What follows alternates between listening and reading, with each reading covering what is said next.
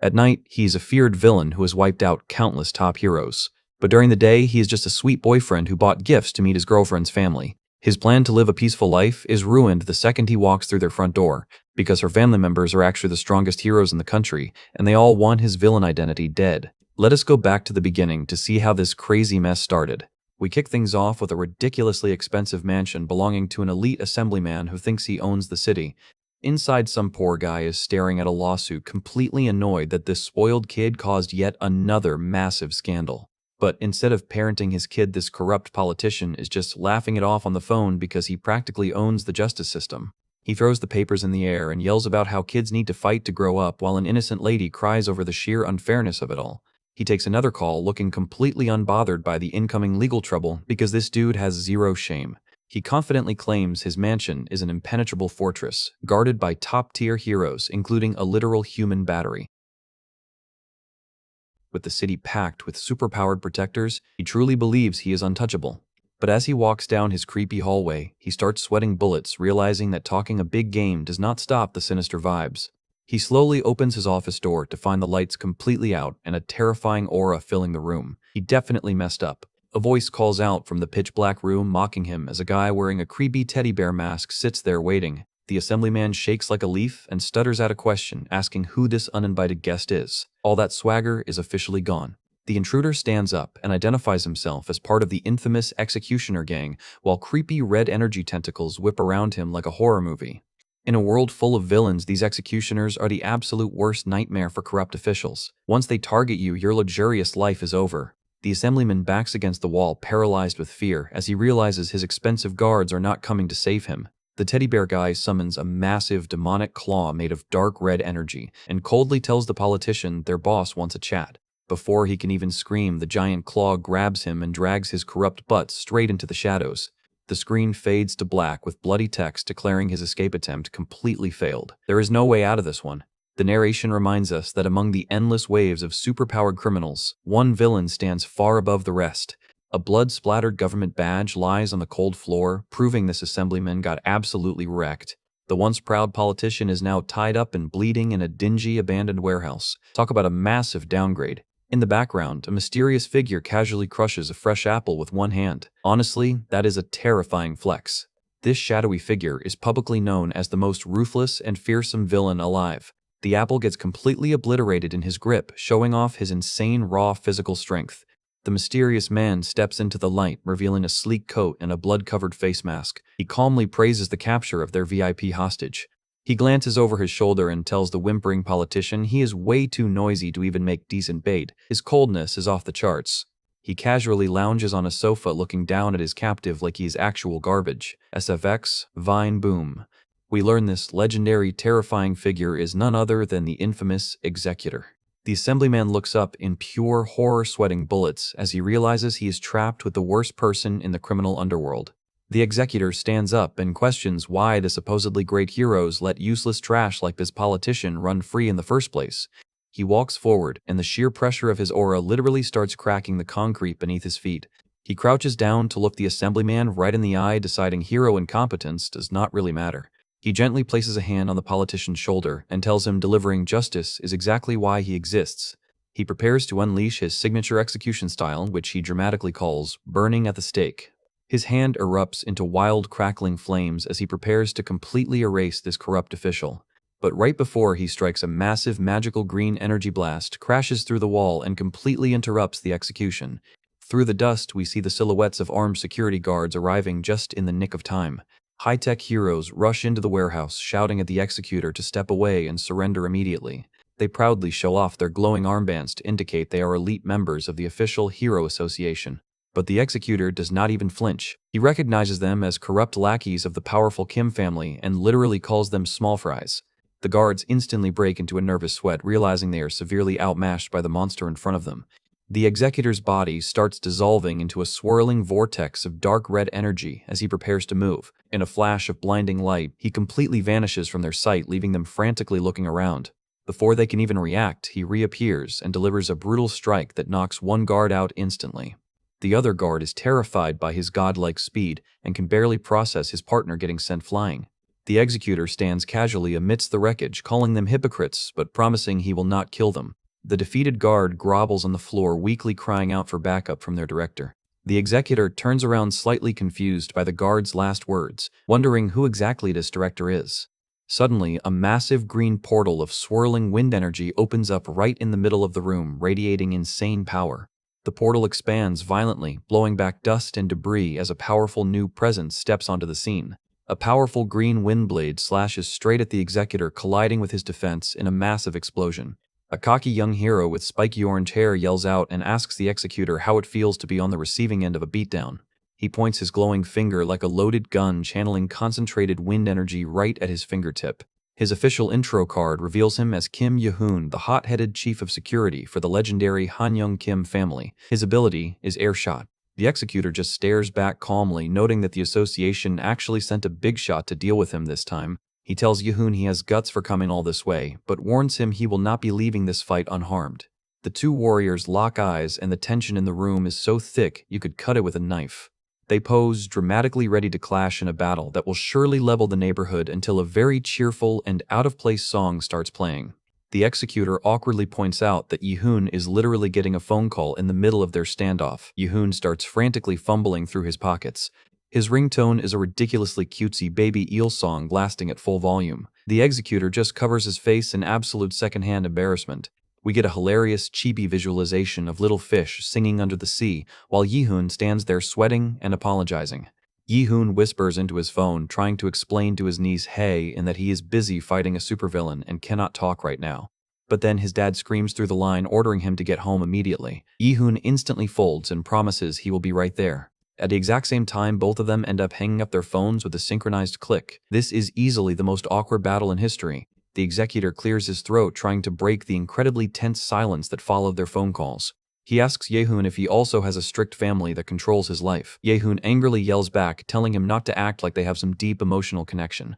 With their domestic duties calling, both of them decide to postpone the fight. A giant red smoke screen explodes, signaling a strategic retreat. Ye-hoon is left standing alone in the dusty warehouse, sighing about what a complete shame this entire mission turned out to be. The beaten-up assemblyman immediately starts complaining and yelling at Ye-hoon for failing to capture the villain. Two guards try to calm the politician down as he continues to scream about how his elite status should have guaranteed him better protection. Ye-hoon completely tunes him out, casually drinking from a juice box while offering the most sarcastic and half-hearted apology ever. SFX, Vineboom. As he looks down at the floor, Ye-hoon spots a strange piece of paper that must have slipped out during the executor's hasty escape. The assemblyman suddenly panics, realizing some highly embarrassing personal photos of his spilled onto the floor. He desperately crawls on the floor to gather them up while Ye-hoon picks up the mysterious paper left behind by the villain. Ye-hoon takes a closer look, expecting some top-secret villain plans or a manifesto. But instead, it is a beautifully designed wedding invitation with the names An Jae-rim and Kim Hae imprinted right on it. Ye-hoon drops his jaw as he connects the dots, realizing that the most feared villain in the country might actually be dating his niece. Later that evening, the television news broadcasts a breaking report about the heroic rescue of the kidnapped assemblyman. The camera crew sets up outside the sealed crime scene, wrapped securely in yellow caution tape. Reporters buzz with excitement, eagerly waiting for the legendary head of the hero family to step out and make a statement. They swarm around the chibi reporters as they recap the details of the raid. Cameras flash relentlessly in Ye-hoon's face as reporters beg for details on how they managed to drive off the executor. The news broadcast displays a profile of Kim Young-sik, the powerful head of the Han Kim family, explaining that superpowered citizens now make up over 40% of the population. With such a high percentage of superpowers, ordinary crimes have escalated into massive superhuman disasters. We see a grim flashback of the chaos and destruction caused by rogue villains before the Hero Association was established. To combat this rising threat, the strongest heroes banded together to form a powerful, unified association. They stood as a shining beacon of hope, bringing order back to a world on the brink of absolute collapse.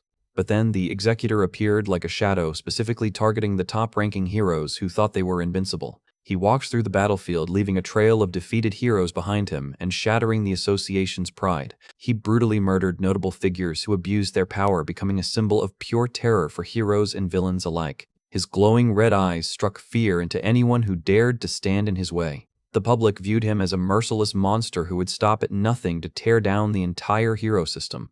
And now the hero family is determined to bring him to justice before he can cause any more chaos. We are introduced to Kim Young-sik, whose legendary ability is called Monster Mode. He looks absolutely pumped and ready for war. The female reporter looks on with stars in her eyes, completely amazed by the sheer presence and confidence of the family head. Suddenly, a helicopter loudspeaker blares from above, cutting right through the noise of the crowd. Young-sik's wife leans out of the chopper screaming at him to hurry up because they are running incredibly late for their family dinner. Without missing a beat, Young-sik leaps into the air with insane physical power, leaving a shockwave on the ground.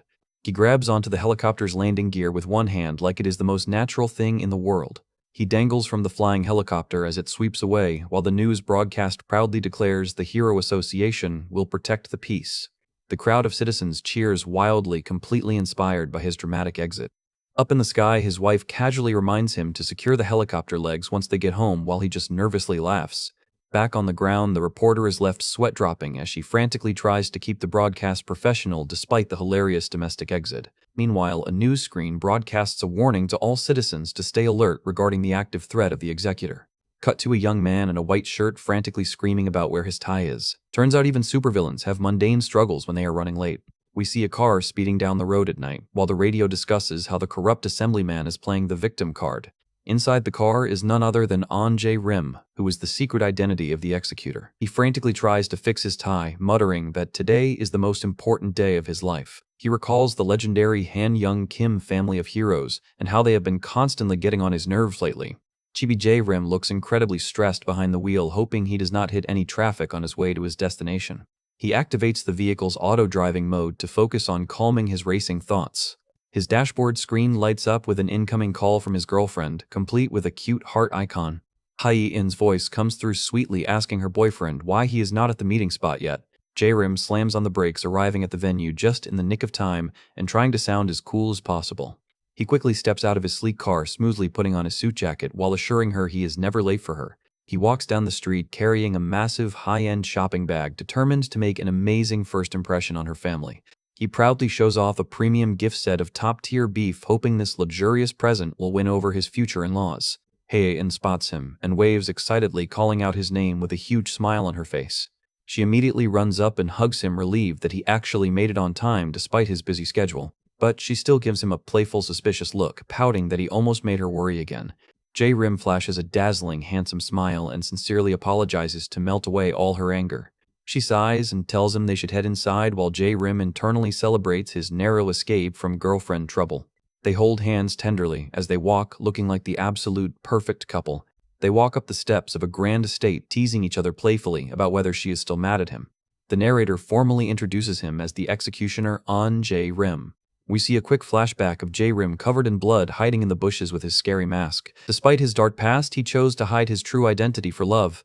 He watched innocent citizens enjoying their peaceful lives, wishing he could experience that simple happiness too. And now he is seriously dating an ordinary girl, completely head over heels in love. He fell in love at first sight with Hae, and because she smiled warmly and showed him a completely different side of life, he entered the relationship with marriage in mind, fully prepared to leave his villainous life behind for her. As they walk through the grand mansion, Hae-in nervously mentions her family might be a little surprising to meet.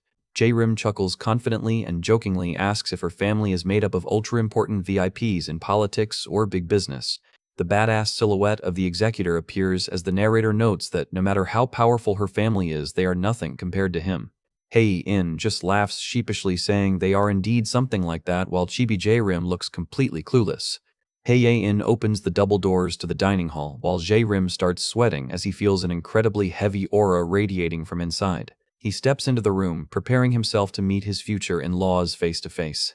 This is his official first meeting with his girlfriend's family, and the stakes could not possibly be higher. As the doors fully open, Jae-rim is hit with a wall of pure, terrifying killing intent from the family members sitting at the table. We get a breakdown of the family members, including her sidekick mom and her hero head dad. Oh, and her security chief uncle is literally the spiky orange-haired guy he fought earlier. Sitting at the head of the table is Kim Ho, the grandfather and previous head of the family, who welcomes him with a piercing gaze. Jae-rim sweats buckets as the shocking realization hits him like a freight train. He internally screams, completely dazed, that his sweet, ordinary girlfriend is actually the youngest daughter of the nation's strongest hero family. Hae-in looks at him with deep concern, asking if the grand atmosphere is a bit too overwhelming for him. She looks incredibly cute and worried, completely unaware of the massive identity crisis her boyfriend is currently having. She calls out his name, gently trying to snap him out of his frozen state. J-Rim takes a slow, deep breath, realizing he needs to play the performance of his life right now to survive. He suddenly raises both hands in the air, catching the entire family completely off guard. He drops flat onto the floor in a legendary full-effort, formal bow, shouting his name and declaring his undying love for Hei. The grandfather bursts into loud laughter, absolutely loving his passionate spirit, while Yi-hoon just sweat drops in the background. Even though he is known as the fearsome executor, J-Rim knows when to swallow his pride for the sake of his future marriage. The mom smiles warmly, telling him he didn't need to bring such an expensive gift, while J-Rim humbly replies, "It is just a small token of respect." He pushes up his glasses with a confident smirk, swearing to himself that he will successfully hide his true identity until they are happily married. Yi-hoon sits across from him, stuffing his face with food and looking incredibly suspicious of this seemingly polite young man. Suddenly, Yi-hoon spots the corner of the wedding invitation sticking out of J-Rim's pocket, which is the exact same invitation he found at the villain's crime scene, SFX, Vine Boom. The legendary old grandfather takes a long look at J-Rim's business card, murmuring in deep thought over the surprisingly mundane company name, Devil Clean. He admits he is thoroughly impressed that such a young guy is already running a business, admitting he himself was always terrible at corporate management. J-Rim immediately acts incredibly humble, waving his hands in a panic while claiming his little company is honestly nothing to brag about in front of high society. But the legendary former head of the family just laughs it off, loving how incredibly polite and modest his granddaughter's boyfriend is turning out to be. We get a quick world history lesson, noting that nearly 40% of the entire population has unlocked some form of superpower. And within elite bloodlines where genes are passed down directly, similar high-level abilities tend to manifest naturally over generations. We see a flashback of a desperate bald criminal using sharp floating glass shards to hold a terrified child hostage while screaming for cash. But as the criminal screams his threats, a shadow falls over him as a calm man walks right up behind him, completely unbothered.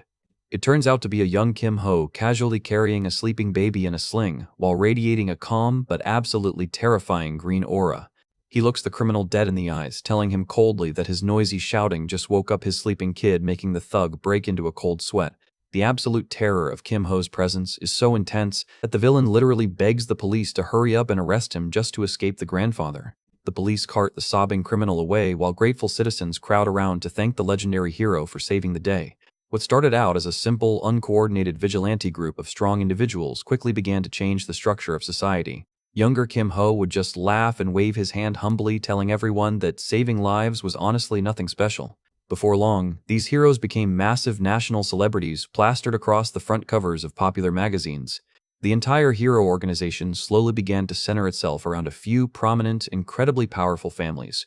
This eventually led to the creation of the massive high-tech Hero Association skyscraper we see today, controlling peace across the country. Back in the present, the old grandfather is casually stuffing his face with bread, complaining that modern food is getting way too tough for his old teeth. J-Rim takes a tense bite of his food, internally warning himself never to let his guard down around this old man whose real influence is still absolutely massive. Suddenly, the mother calls out J-Rim's name, snapping him right out of his deep thoughts, so he flinches and answers politely.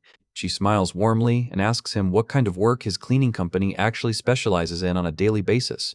J-Rim flashes a perfect polite salesman smile while preparing to give a highly sanitized version of his actual daily routine. He explains that they recruit highly specialized cleaning experts and dispatch them to various locations in need of serious waste removal. But the visual reveals the dark truth that his cleaning teams are actually masked mercenary squads infiltrating illegal warehouses and wiping out criminal organizations. We see a brutal flashback of his squad in action, slicing through waves of armed thugs with absolute merciless efficiency. A terrified criminal falls to the ground, desperately crying out in pain as the masked specialist easily disarms him. The specialist looks back coldly, ensuring that the entire area has been thoroughly cleaned of any criminal trace. The battlefield is left completely devastated, showing the absolute raw power of the executioner's secret cleanup crew. A blood-soaked, terrifying image of the executor's masked face appears, reminding us of the brutal methods he uses to maintain his dark version of justice. Cut back to the present, and Chibi J-Rim is sitting there looking like the most innocent, adorable angel you have ever seen. Suddenly, a loud knock sounds at the dining room door, interrupting the conversation just as J-Rim tries to laugh off the tension. A chef pushes in a massive steaming cart piled high with an endless mountain of luxury food, cheerfully announcing their additional order is ready. J-Rim drops his jaw as he stares at the endless buffet, internally crying because he is already completely stuffed to the brim. The family eagerly piles his plate with massive amounts of meat, telling him to eat up while Chibi J-Rim tears up and forces himself to keep chewing. As the family offers to order even more food, J-Rim desperately waves his hands to stop them while his phone suddenly starts vibrating violently on the table. His expression instantly shifts to absolute seriousness as he stares down at the buzzing screen, knowing a call at this hour means trouble is brewing. He steps outside under the beautiful moonlit sky, where a voice from his secret earbud frantically calls out to get his attention. J-Rim touches his wireless earbud, coldly reminding his contact that he explicitly stated he had an incredibly important personal engagement today. He runs a hand through his hair, thoroughly annoyed as the caller desperately apologizes and states that Director Hung Dong authorized an emergency mission. We see a profile of Executive Officer K currently crouching in a dark alleyway while engulfed in a menacing red aura. The contact explains that a rogue faction is currently targeting a specific location where the prominent Lee family is scheduled to gather all at once. J-Rim slides his hand over his face, sighing before coldly giving his team the green light to proceed with the counterattack. SFX, Vineboom. He takes a slow, quiet step back down the corridor, preparing to slip back into his polite boyfriend persona. But as he walks, he spots Yi-hoon heading his way down the hall, making a quick escape completely impossible. J-Rim immediately adjusts his glasses and flashes a charming, perfectly relaxed smile to avoid looking suspicious. Yi-hoon walks out onto the balcony, casually turning around to ask J-Rim if he wants to join him for a quick smoke. J-Rim politely declines, mentioning that Hae-in really hates the smell of smoke, so Yi-hoon immediately teases him for being so lovey-dovey.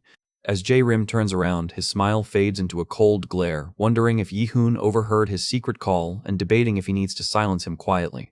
A beautiful memory of Hae-in flashes in his mind, showing her smiling happily and expressing how excited she is for their future together. J-Rim shakes his head, telling himself that today is definitely not the day to start a bloody conflict with her family. He walks over and joins Yi-hoon at the outdoor table, trying to keep the conversation as casual and friendly as possible. Yi-hoon takes a sip of his drink, asking J-Rim if he was completely shocked when Hae-in first introduced her elite family to him. He smiles warmly, admitting they were incredibly worried about how a normal guy would react to meeting a household of legendary heroes. Because of her lack of powers and fragile health, the family did everything they could to shield her from the media and keep her safe from villains. While her family was constantly making headlines for catching dangerous criminals on television, Hae-in was left completely isolated. She could not even openly discuss her famous family, which made her childhood incredibly lonely and quiet. Yi-hoon looks down, sadly admitting he truly hopes Hae-in is finally able to find genuine, peaceful happiness with a good, normal person. He looks up with a bright smile, offering to help J-Rim find the absolute best wedding invitation designer in the city as a personal favor.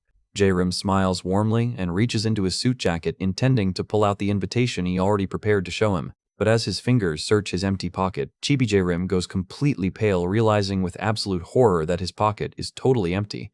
Suddenly, a hand slams a crumpled piece of paper right down onto the table directly in front of him.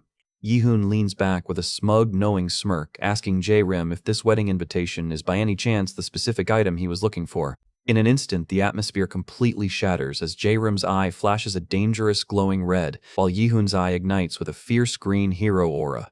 J-Rim's mind races back to the ruined warehouse, realizing he must have dropped the invitation right on the floor during his escape as the executor. He internally facepalms, utterly devastated by such an incredibly foolish amateur mistake that completely blew his secret cover. His hand begins to curl as dark, sinister energy starts swirling around his fingers, realizing he might have to take out the uncle right here. But before anyone can make a move, a loud screeching static sound erupts from the courtyard, speakers shattering the silent standoff. A distorted voice echoes through the megaphone, menacingly asking the guests if they have finally finished enjoying their pleasant dinner. Masked executioner thugs are seen scaling the walls, declaring to the entire estate that this place is now officially under the control of the executor. Chibi J-Rim points to himself in absolute utter confusion because he is literally sitting right here, so who on earth is this imposter pretending to be him? A massive, destructive blast of dark energy suddenly rips through the ceiling, raining debris down on the parking lot. An armed masked villain steps through the smoke, coldly ordering everyone to surrender and march to the parking lot immediately if they want the hostages to live. The imposter adjusts his mask, looking incredibly smug as he calls the hero family a bunch of filthy, useless hypocrites. The masked imposter boldly walks forward through the smoke, demanding that the family march straight to the parking lot immediately to save the hostages. He adjusts his mask with a cold sneer, mocking them all as a bunch of useless, self-righteous hypocrites who cannot even protect their own territory. Yi-hoon and J-Rim exchange a highly tense, silent look, knowing they need to act fast before this situation completely spirals out of control. Without wasting a single second, both of them leap over the balcony railing, rushing down to intercept the threat.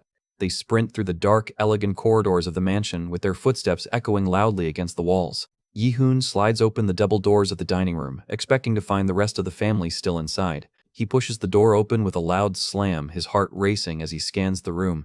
But the massive dining hall is completely empty, meaning the family has already headed out to confront the intruders. Jae-rim does not even pause, sprinting past Yi-hoon at full speed to reach the outdoor terrace, while Yi-hoon is left shouting after him in total surprise. Jae-rim slams his hands onto the balcony railing, leaning over to scan the courtyard below. He looks down with a look of pure panic, desperately trying to find where Hye Inn is in the middle of all this chaos. From their high vantage point, they can see the members of the Kim family already gathered in the courtyard, completely surrounded by the masked intruders. The legendary family walks out in a tight formation, ready to stand their ground against the invading forces. Hye In looks incredibly worried as she stands amidst her powerful relatives, completely out of her depth in a superhuman conflict. Up on the balcony, Jae-rim's eyes narrow in absolute rage, wanting to know exactly who has the absolute audacity to impersonate him. He spots the leader of the intruders casually lounging on the hood of a white car, looking completely relaxed. Jae-rim takes a closer look at the intruder's specific red mask, and his jaw completely drops. He realizes with absolute shock that this imposter is actually Kei, who was one of his own top-ranking execution officers. Jae-rim quickly pulls out his phone to check his messages, finding an urgent text from his subordinate explaining that Kei abruptly changed the target to the Kim family. He grinds his teeth in a complete panic, with sweat dripping down his face, realizing this is the absolute worst timing for his own men to start a raid. Yi-hoon places a firm hand on his shoulder, cursing under his breath as he tries to figure out how to handle this massive security breach. Yi-hoon firmly tells Jae-rim to stay put on the balcony where it is safe, completely unaware that he is talking to the actual boss of the terrorists. Jae-rim watches him walk away, sweating profusely, as he tries to figure out how to stop his own men for ruining his relationship. Yi-hoon turns back with an incredibly serious expression, clenching his fist as he prepares to unleash his powers. He raises his hand, channeling a concentrated spiral of green wind energy around his forearm. His targeting reticle locks dead center onto Kei, preparing to blast the imposter right off the hood of the car. Yi-hoon coldly warns Jae-rim one last time to stay out of the crossfire, promising to handle the threat himself. Jae-rim looks down thoughtfully, realizing that Yi-hoon is still highly suspicious of him and is testing his reactions. He recalls how Yi-hoon has been tracking his movements closely ever since the warehouse incident. He realizes that if Yi-hoon fires his blast, it will trigger an all-out war, so he needs to create a massive distraction to draw all the attention to himself instead. Down in the courtyard, the father demands to know how the villains leaked their top-secret family dinner location. Kei just chuckles darkly behind his mask, teasing him that the dinner location is not the only secret that has been leaked. The chubby brother looks on with a sweat drop, thoroughly confused by the villain's confident attitude. Kei takes a slow step forward, mockingly addressing the famous Han Kim family directly. The father and grandfather look on in shock as they realize the villain knows way too much about their inner workings. Kei coldly mentions that he heard rumors of a completely powerless youngest daughter hidden away within their legendary bloodline. The mother instantly loses her temper, angrily screaming at the villain to shut his mouth and stay away from Hye-in. Hye-in stands frozen as Kei stares directly at her, wondering where on earth this terrifying criminal got his information. Kei laughs maniacally, with his eyes glowing an intense golden light behind his red mask, boasting he has zero intention of sharing his sources. He claims that if he had just a little more time, he would have easily kidnapped her to use as the perfect leverage against the association. Meanwhile, the green target lock on Yi-hoon's sights finally turns solid, indicating a perfect alignment. Yi-hoon smiles, confidently murmuring to himself that his attack is fully charged and ready to go. But before Yi-hoon can fire, Jae-rim suddenly leaps clean over the balcony railing, completely interrupting the hero's plans and leaving Yi-hoon staring in utter disbelief. Yi-hoon screams out his name in pure shock, unable to comprehend why a supposedly normal civilian would just jump off a two-story balcony. Jae-rim falls gracefully through the air, while the mother looks up in complete astonishment at the sudden disruption. Jae-rim's face is a picture of absolute cool determination as the wind whips through his hair, fully committing to his role as the heroic, clumsy boyfriend. Hye-in looks up and gasps in terror, screaming out for her boyfriend as she watches him plummet toward the ground.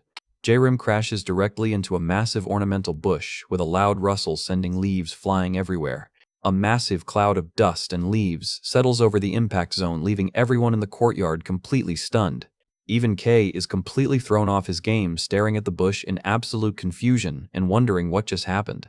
J-Rim casually steps out of the foliage, spitting a stray leaf out of his mouth with a completely deadpan expression, making for a flawless landing.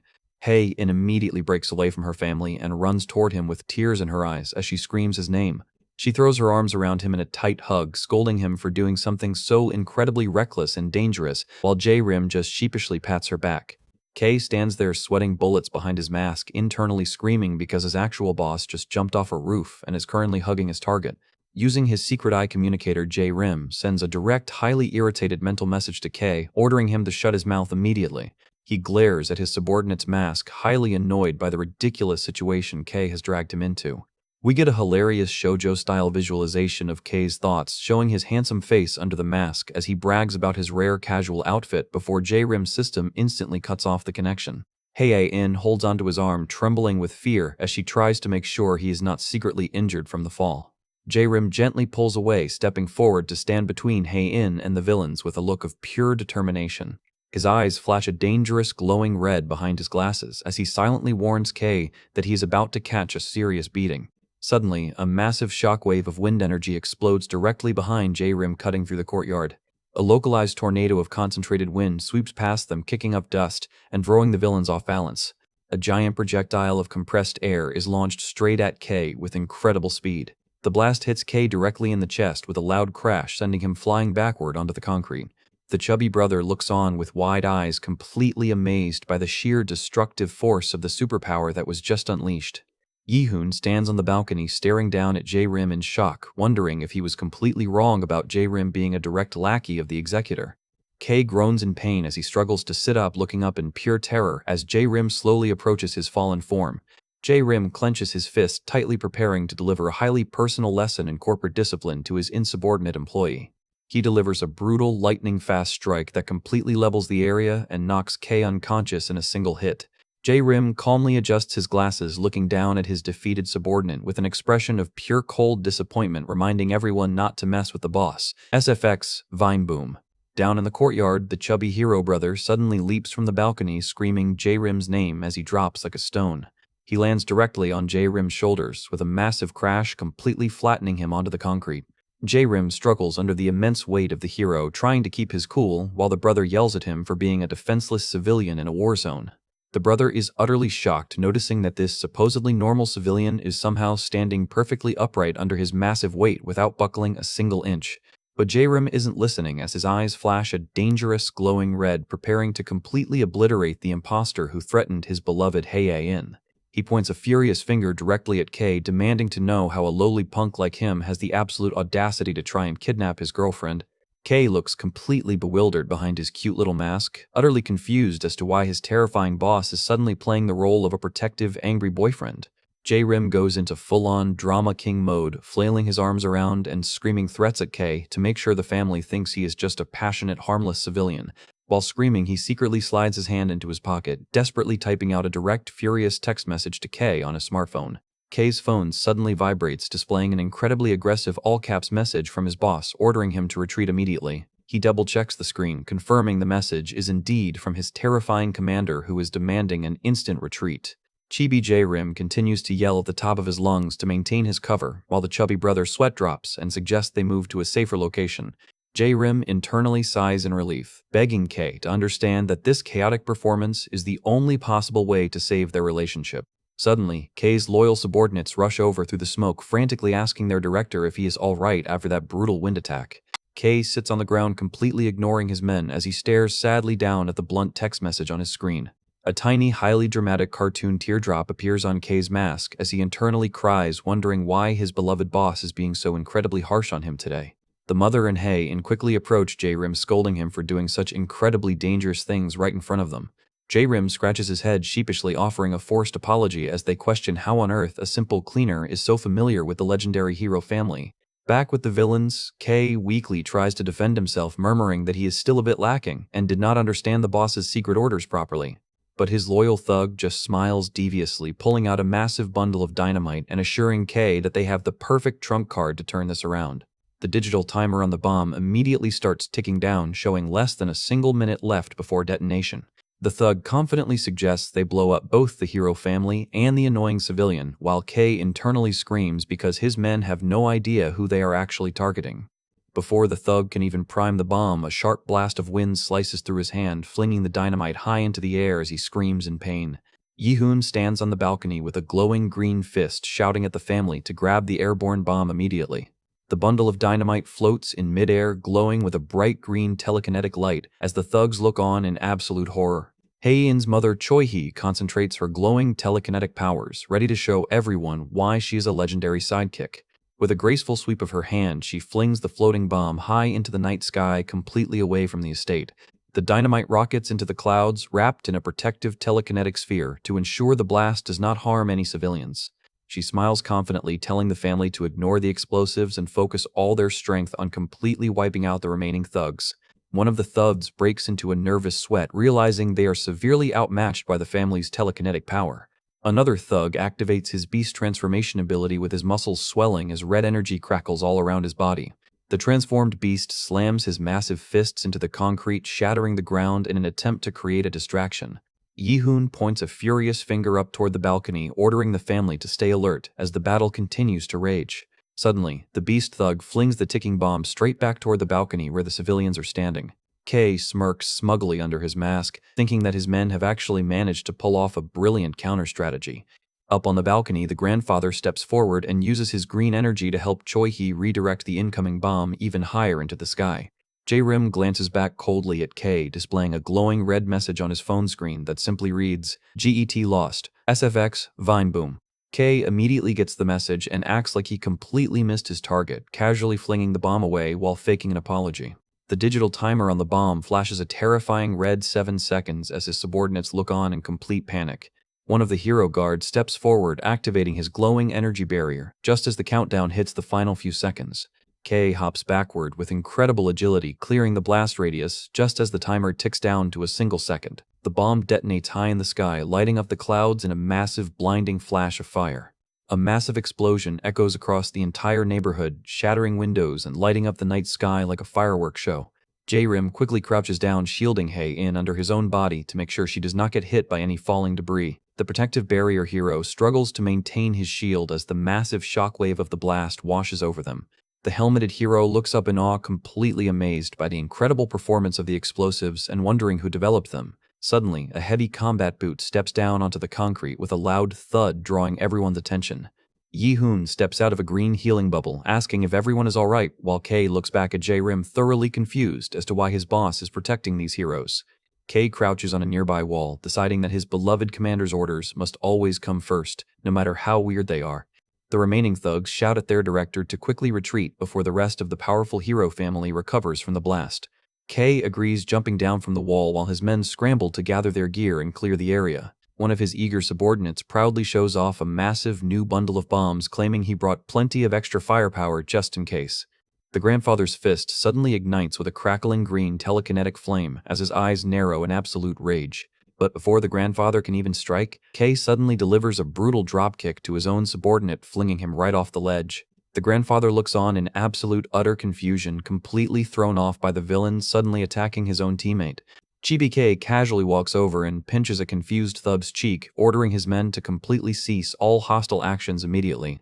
He sweat drops and holds up his hands, nervously claiming that while they originally had a massive terrorism plan, they have decided to cancel it. J-Rim pushes up his glasses with a highly pleased, smug expression, thoroughly enjoying Kay's ridiculous attempt at damage control. Kay flashes a cheerful thumbs up loudly, declaring that they should all just call it a day and head home for some rest. The entire villain squad quickly runs away into the distance, leaving the hero family standing in a highly awkward, silent courtyard. Chibi-K holds onto a green plush dinosaur while looking nervously at his vibrating phone, trying to apologize to his boss for the absolute mess he made. One of his thugs angrily questions why they are retreating so easily, but Kay just snaps at him and insists that the raid is officially over. Suddenly, a massive muscular shadow looms directly behind Kay, radiating an incredibly intense pressure. Kay slowly turns his head with sweat dripping down his face as he realizes a top-tier hero has cornered him from behind. A massive wind-infused fist punches down toward him with the hero, head coldly asking if Kay seriously thought he could just leave after causing so much trouble. The glowing green eye of the family head flashes with absolute rage as he prepares to completely smash the intruder. A pair of heavy, high-tech handcuffs glow with a bright blue light as they lock tightly around Kay's wrists, sealing his powers. Kay sits miserably in the back of a police cruiser, looking thoroughly defeated as the neon sirens flash against the glass. He looks down at his phone one last time, reading a sweet message from J-Rim telling him to hang in there and promising to explain everything later. The police car speeds away with its sirens blaring, while Kay's subordinate continues to complain about their utter failure. The camera pans up to a beautiful, serene shot of the night sky through the trees, signaling that the chaotic evening has finally come to an end. The hero family walks back toward the mansion with the father laughing happily about how they managed to secure such a major criminal capture today. J-Rim walks hand in hand with Hei in internally apologizing to Kay and promising to break him out of prison as soon as possible. But their peaceful walk is suddenly cut short as a pair of dirty, worn-out sneakers steps directly in front of them, blocking their path. Hei-in stands on the street under the dim light, suddenly delivering a devastating blow to J-Rim's heart by telling him they should end their relationship. J-Rim's mind completely blanks out as a giant question mark appears over his head, totally unable to process what just happened. He grabs her shoulders in a complete panic, frantically begging her to tell him what could have possibly made her say something so sudden and painful. In the background, the entire hero family stands together in absolute silence, completely shocked and confused by the sudden relationship drama unfolding right in front of them. J-Rim desperately reminds her that they literally just finished their first family dinner meeting today, begging to know what went wrong. With tears streaming down her face, Hei-in cries out that the very dinner they just shared is the exact source of all her fears and worries. J-Rim looks at her with an expression of pure heartbreaking worry, his heart completely breaking as he sees how much pain she is in. He internally laments how incredibly messed up and chaotic everything has become, despite all his efforts to protect their relationship. Hei-in clutches his suit jacket tightly with her hands trembling as she looks down in deep emotional distress. She tearfully points out that J-Rim is just a normal, powerless civilian, yet he still threw himself directly into danger to save her during the attack. She squeezes his sleeve even tighter, realizing that her relationship with him is putting his life in constant, terrifying danger. Her mother and Yi-hoon quickly run over to comfort her as her emotions completely boil over on the street. She looks up with teary eyes, telling him that she just cannot bear the thought of him getting hurt because of her famous hero family. Without a single word, J-Rim pulls her into a tight, incredibly warm hug right there on the sidewalk, completely melting away all her doubts. Hei-in clings to his back, admitting that the only thing that truly terrified her during the entire villain attack was the thought of losing him. She looks up at him with tear-stained eyes, completely vulnerable, as she lets out all the fear she was holding inside. As they stand embraced under the soft streetlights, she softly whispers that she wants to be by his side forever, and J-Rim gently agrees. J-Rim lets out a massive sigh of relief, sweating profusely as he realizes he barely managed to save his engagement from a complete disaster. J-Rim gently pats her head with a warm smile, internally thanking his captured subordinates for their indirect sacrifice in helping him secure his marriage. The family members watch them embrace, clapping happily in chibi style and celebrating the absolute power of young love. The mother giggles happily behind her hands, warmly addressing J-Rim as her precious future son-in-law. The grandfather coughs to break the mood, pointing out that J-Rim is still technically a normal person without any special abilities or powers. J-Rim quickly scratches his head and chuckles sheepishly, eagerly confirming that he is indeed just a perfectly ordinary civilian. As they walk down the street together, the father warmly praises J-Rim's impressive physical fitness, noting that he moved incredibly fast earlier. J-Rim claims his speed was simply due to an adrenaline rush caused by the sheer power of love, making Hei-in smile warmly. But their peaceful walk is suddenly interrupted as Yi-hoon yells at them from behind, ordering them to stop right where they are. J-Rim breaks into a nervous sweat, internally panicking because he thinks Yi-hoon is finally going to bring up the missing wedding invitation. But instead, Yi-hoon suddenly bends completely in half in a massive, dramatic, formal apology, begging J-Rim for forgiveness. Chibi J-Rim stands there completely frozen, his mind totally blanking out as he tries to process this unexpected plot twist. Yi-hoon grabs his shoulders, explaining that he is deeply sorry for ever suspecting J-Rim of being a villain lackey, realizing he was actually the target. Hei-in looks at her uncle in confusion, asking what on earth he is talking about. Yi-hoon slowly slides his hand into his back pocket to retrieve the evidence, while Chibi J-Rim continues to sweat bullets in the background. He dramatically unfolds the crumpled paper, proudly presenting the original wedding invitation sample he found at the warehouse. Hei-in looks at the paper in complete shock, instantly recognizing it as their official invitation template and asking where he found it. Yi-hoon crosses his arms with a serious expression, explaining the details of how the document was recovered. He reveals that the document was actually found lying directly amidst the ruins of the executor's recent battle, sending shockwaves through the family. He admits that the presence of the invitation made him suspect J-Rim, but now realizes the executor was actually planning to target them. Chibi J-Rim lets out a nervous, awkward laugh, sweating profusely as he tries to act completely innocent. Suddenly, a massive heavy boot steps down onto the concrete with a loud thud, sending a powerful shockwave through the air. SFX, Vine Boom. The grandfather looks on with an incredibly serious, stern expression, his aura crackling with immense power as he analyzes the situation. He states that leaving the invitation behind was undoubtedly a deliberate warning from the executor to their legendary hero family. J-Rim and Hae-Yang look on in complete surprise, realizing that the old grandfather has reached an entirely wrong conclusion. The grandfather mutters that he realized the severity of the situation the moment he heard that Hae-Yan's private information was leaked. The mother raises her fist with psychic energy swirling around her as she declares that the villain's provocation is a direct challenge to their honor. Chibi J-Rim sweat drops as he watches her display of power, internally warning himself that the mother is actually incredibly dangerous. Grandfather Kim Ho sits on a nearby ledge, staring out into the city night sky with an expression of pure, unbreakable resolve. He suddenly raises his hand aggressively, loudly declaring that it is officially time to activate their family's ultimate defense system. We get a flashy, sparkles-filled visual panel introducing the elite Han-Young Kim family's Special Forces system. A giant neon logo flashes, declaring 24-hour ironclad vigilance and a complete, absolute defense guarantee against all villains. The graphic boasts that they will show absolutely zero mercy to any criminal who dares to step foot near their family. The entire family instantly strikes a hilarious, highly enthusiastic power pose right there on the street, complete with dramatic background music. J-Rim and Hae-In look on with complete sweat drops, totally speechless, as they watch the family's absurd performance. The grandfather walks off with a cool, dramatic stride, declaring that they will completely dismantle the executor's entire network. Chibi J-Rim and Hae-In are left looking utterly traumatized, realizing their quiet wedding plans have officially turned into a military operation. J-Rim claps his hands together respectfully, trying to politely intervene and bring some sanity back to the conversation. The mother Choi-hee warmly suggests that J-Rim should immediately move into their family estate for maximum protective security. J-Rim's eyes widen in absolute horror as he frantically waves his hands to decline, claiming that a normal civilian living with elite heroes is totally ridiculous. Hae-In agrees with him, admitting that the family's intense security protocols are honestly a bit too overwhelming to deal with. She lets out a quiet, defeated sigh, suggesting that they might just have to delay their wedding plans until the executor is finally caught. The dark, terrifying silhouette of the masked executor appears in J-Rim's thoughts, realizing that if they live together, his secret identity will be instantly exposed. Chibi J-Rim panics, sweating profusely as he realizes he has to choose between delaying his wedding or risking his entire secret villain career. He instantly changes his mind, patting Yi-Hoon's shoulder and loudly declaring that he would actually love to live with his amazing future in-laws. The family walks away happily, cheerfully, shouting that there is absolutely nothing better than a close-knit, protective household. J-Rim is left walking behind them with a completely dead, hollow expression on his face, having officially dug his own grave. Later that night, the scene shifts to the massive, heavily guarded towers of the official villain containment facility. Inside a dark, high-security cell, Kay is sitting on the floor when a small metal key suddenly drops through the iron bars with a quiet clink.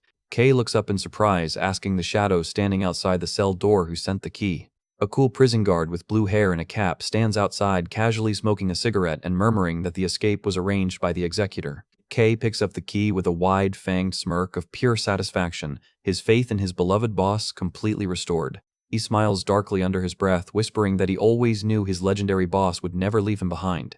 The blue-haired guard pulls up his cap and flashes a sinister grin, taking a long drag from his cigarette and wishing Kay a happy escape. The narration reminds us of the sheer terror surrounding the worst villain in the country, the infamous executor. Yet at the formal meeting with his future in-laws, he acts like the most sweet, harmless boyfriend you could ever imagine. But under that friendly smile, he is actually standing face-to-face with the legendary Han-Young Kim family, his greatest enemies. He even managed to secure their absolute protective security, turning his worst enemies into his personal bodyguards. And now he's officially moving directly into their grand family estate to begin his secret undercover operation. J-Rim takes a deep breath, adjusting his backpack strap as he prepares to step into the lion's den. Inside his clear pet carrier backpack, a tiny, adorable blonde puppy is happily looking out at the world. J-Rim reaches out and presses the front doorbell, his heart racing slightly as he prepares to make his grand entrance. Hae-In opens the door with a bright, welcoming smile, thrilled to see her handsome boyfriend arriving for his stay. The puppy immediately jumps out of the carrier, licking her face happily while she giggles and welcomes them both inside. She happily tells him that her dad has prepared an absolute feast to celebrate his arrival, which is why she told him to skip lunch. The rest of the family waves warmly from the balcony, calling out to welcome J-Rim to his new temporary home. The mother crouches down to pet the puppy, squealing in delight at how incredibly cute and small it is. J-Rim smiles warmly at them, but internally his fangs are practically showing as he promises himself they will deeply regret letting him in. The sky is bright and blue as the family happily escorts him inside, completely oblivious to the danger they have just invited. He looks up at the massive modern mansion, swearing that he will make this legendary family pay for crossing him. The scene shifts back to a few days ago on a quiet Sunday afternoon in the middle of the bustling city. In a dark, high-end office, Kay is sitting in a leather chair, looking highly annoyed as he questions what his boss is thinking. He breaks into a nervous sweat, looking sideways as he senses the massive dark aura filling the room. He has called a sudden, highly confidential executive meeting of his top criminal directors in their secret underground headquarters. Sitting at the table is Q, the masked and glamorous executive planning director who looks on with a bored expression. Next to her is Jay, the quiet and mysterious security director, who is casually wearing a giant teddy bear mask over his head. J-Rim sits at the head of the conference table, calmly preparing to make a massive announcement to his loyal officers. But the moment he mentions the word marriage, Kay leaps out of his chair, slamming his hands onto the table in absolute shock. The room goes completely silent as the directors try to process the bizarre news of their terrifying boss getting married. Q touches her lips with a playful, highly mischievous smirk, teasingly asking J-Rim if she is the lucky bride. Chibi K instantly snaps at her, pointing a furious finger and telling her she is completely out of her mind for even suggesting that. Q's eye instantly flashes with a dangerous, glowing blue fire as she grows thoroughly annoyed by the rude brat's interruption. K just sticks his tongue out and raises his hand mockingly, asking her if she actually wants to fight him right here. But before they can clash, J-Rim's eyes flash a dangerous, glowing red in the darkness, coldly ordering them to shut up. His heavy, crackling dark aura completely floods the room, instantly silencing the bickering directors. K immediately sits back down in his chair, sweating bullets as he realizes he pushed his terrifying boss a bit too far. Q also shrinks back in terror, clutching her face as she feels the overwhelming pressure of the executor's power. The teddy bear director Jay calmly raises his hand, offering his sincere congratulations on the boss's upcoming marriage. He then asks J-Rim if he has already selected a specific date and a partner for the ceremony. J-Rim calmly pulls out a slide controller, clicking it to reveal his future bride on the projector screen. A giant picture of a smiling Hae-in appears as J-Rim coldly identifies her as a powerless civilian named Kim Hae-in. Q looks deeply disappointed, sighing as she realizes she is officially out of the running for the bride position. But K slams his hand on the table in pure panic, instantly recognizing the girl on the screen. He screams that she is the youngest daughter of the legendary Han-young Kim family, their greatest rivals. J-Rim calmly rests his chin on his hand, completely unbothered by K's frantic shouting. He explains that her family is indeed one of the 5 founding pillars of the powerful Hero Association. We see a flashback of the Happy Hero family walking together, representing everything their criminal organization stands against. K looks down in deep thought, slowly beginning to understand his boss's incredibly complex, long-term master plan. He recalls J-Rim's sweet confession to Hae-in under the sky, realizing it was all part of the act. J-Rim casually drops the slide remote, declaring that this marriage is the perfect, flawless opportunity to completely infiltrate their ranks. The remote lands on the polished conference table with a loud clatter as he details his invasion strategy. He stares ahead with a cold, merciless expression, stating that Hae-in is the only key he needs to unlock their ultimate destruction. K puts his hands together with a massive spark of realization, absolutely loving the sheer brilliance of the plan. He boasts that using his own wedding as bait to crush the entire hero family is easily the most savage thing his boss has ever done. He laughs maniacally, thoroughly impressed by the cold-blooded strategy, while Jay just sweat drops at his weird enthusiasm. J-Rim adjusts his tie, stating that he will successfully gain their protection as the perfect future son-in-law before launching the hunt. K and Q flash a pair of creepy fanged smiles, eagerly anticipating the absolute chaos they are about to unleash. The projector screen glows brightly with Hae-in's face, signaling that they will strike the moment the hero family is most off guard. He warns them that a sudden string of hero deaths right before the wedding would raise too much suspicion, so they must proceed with extreme caution. The directors instantly bow respectfully, promising to follow his instructions to the absolute letter. But the teddy bear director Jay raises his hand, pointing out a potential security risk in the current plan. The scan reveals the security chief, Yehoon, slowly walking down the corridor directly toward their secret meeting room. Yehoon strolls calmly, completely unaware of the massive villain gathering sitting just a few feet away.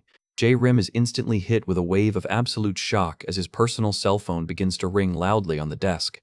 The laptop screen lights up with a loud ringtone showing the incoming caller ID as the air-shot jerk himself. Yi-hoon holds the phone to his ear as he walks casually, asking Jae-rim why he is working so hard even on a quiet weekend. He cheerfully explains that he is currently near the guard zone and wants to meet up to check a security point. Jae-rim breaks into a heavy sweat, his heart hammering as he realizes Yi-hoon is literally standing right outside their door. Yi-hoon continues to walk closer, completely relaxed as he chats on the phone. He reaches out to grab the doorknob, mentioning that he can hear footsteps coming from inside the supposedly empty office. Jae-rim's eyes widen in pure, unadulterated panic as he realizes they are about to be caught red-handed. The door handle slowly turns with a heavy metallic click. In a flash of incredible speed, Jae-rim's coat swishes as the entire villain squad vanishes into the shadows. The heavy double doors slowly creak open, letting a bright beam of light flood the dark room. Yi-hoon steps inside the dark, completely empty conference room, looking around in confusion and calling out Jae-rim's name as they barely manage to escape. Grandfather Kim-ho places his teacup back onto the saucer with a loud click, his expression deeply serious as he reflects on his future son-in-law. He notes that while his younger grandson doesn't think Jae-rim is connected to the Executors gang, he still isn't entirely convinced. The grandfather's sharp eyes narrow in deep contemplation, admitting that they still don't know enough about the young man's background to trust him completely. He looks down thoughtfully while the chibi grandson sitting beside him nods in silent agreement with his grandfather's cautious approach. He decides to test the young man's reactions in a completely unexpected way by sending Yi-hoon to do a surprise security check on his office. Back at the office, Yi-hoon suddenly sprints down the corridor yelling in excitement as he realizes there are people inside the supposedly closed room. Jae-rim is hit with a wave of pure, unadulterated panic, letting out a silent, frantic scream as he commands his directors to instantly activate office mode. Yi-hoon's hand grabs the door handle, pushing it open with a loud click before anyone can even prepare. He steps into the room with a cheerful smile, calling out Jae-rim's name as a massive wave of dust and leaves settles around the landing spot. But as he steps inside, the Devil Clean mascot card is sticking directly out of Jae-rim's back pocket, threatening to blow his entire cover. Yi-hoon looks around the room in absolute utter confusion, finding a perfectly normal corporate meeting room with directors dressed in incredibly cute matching office mascots.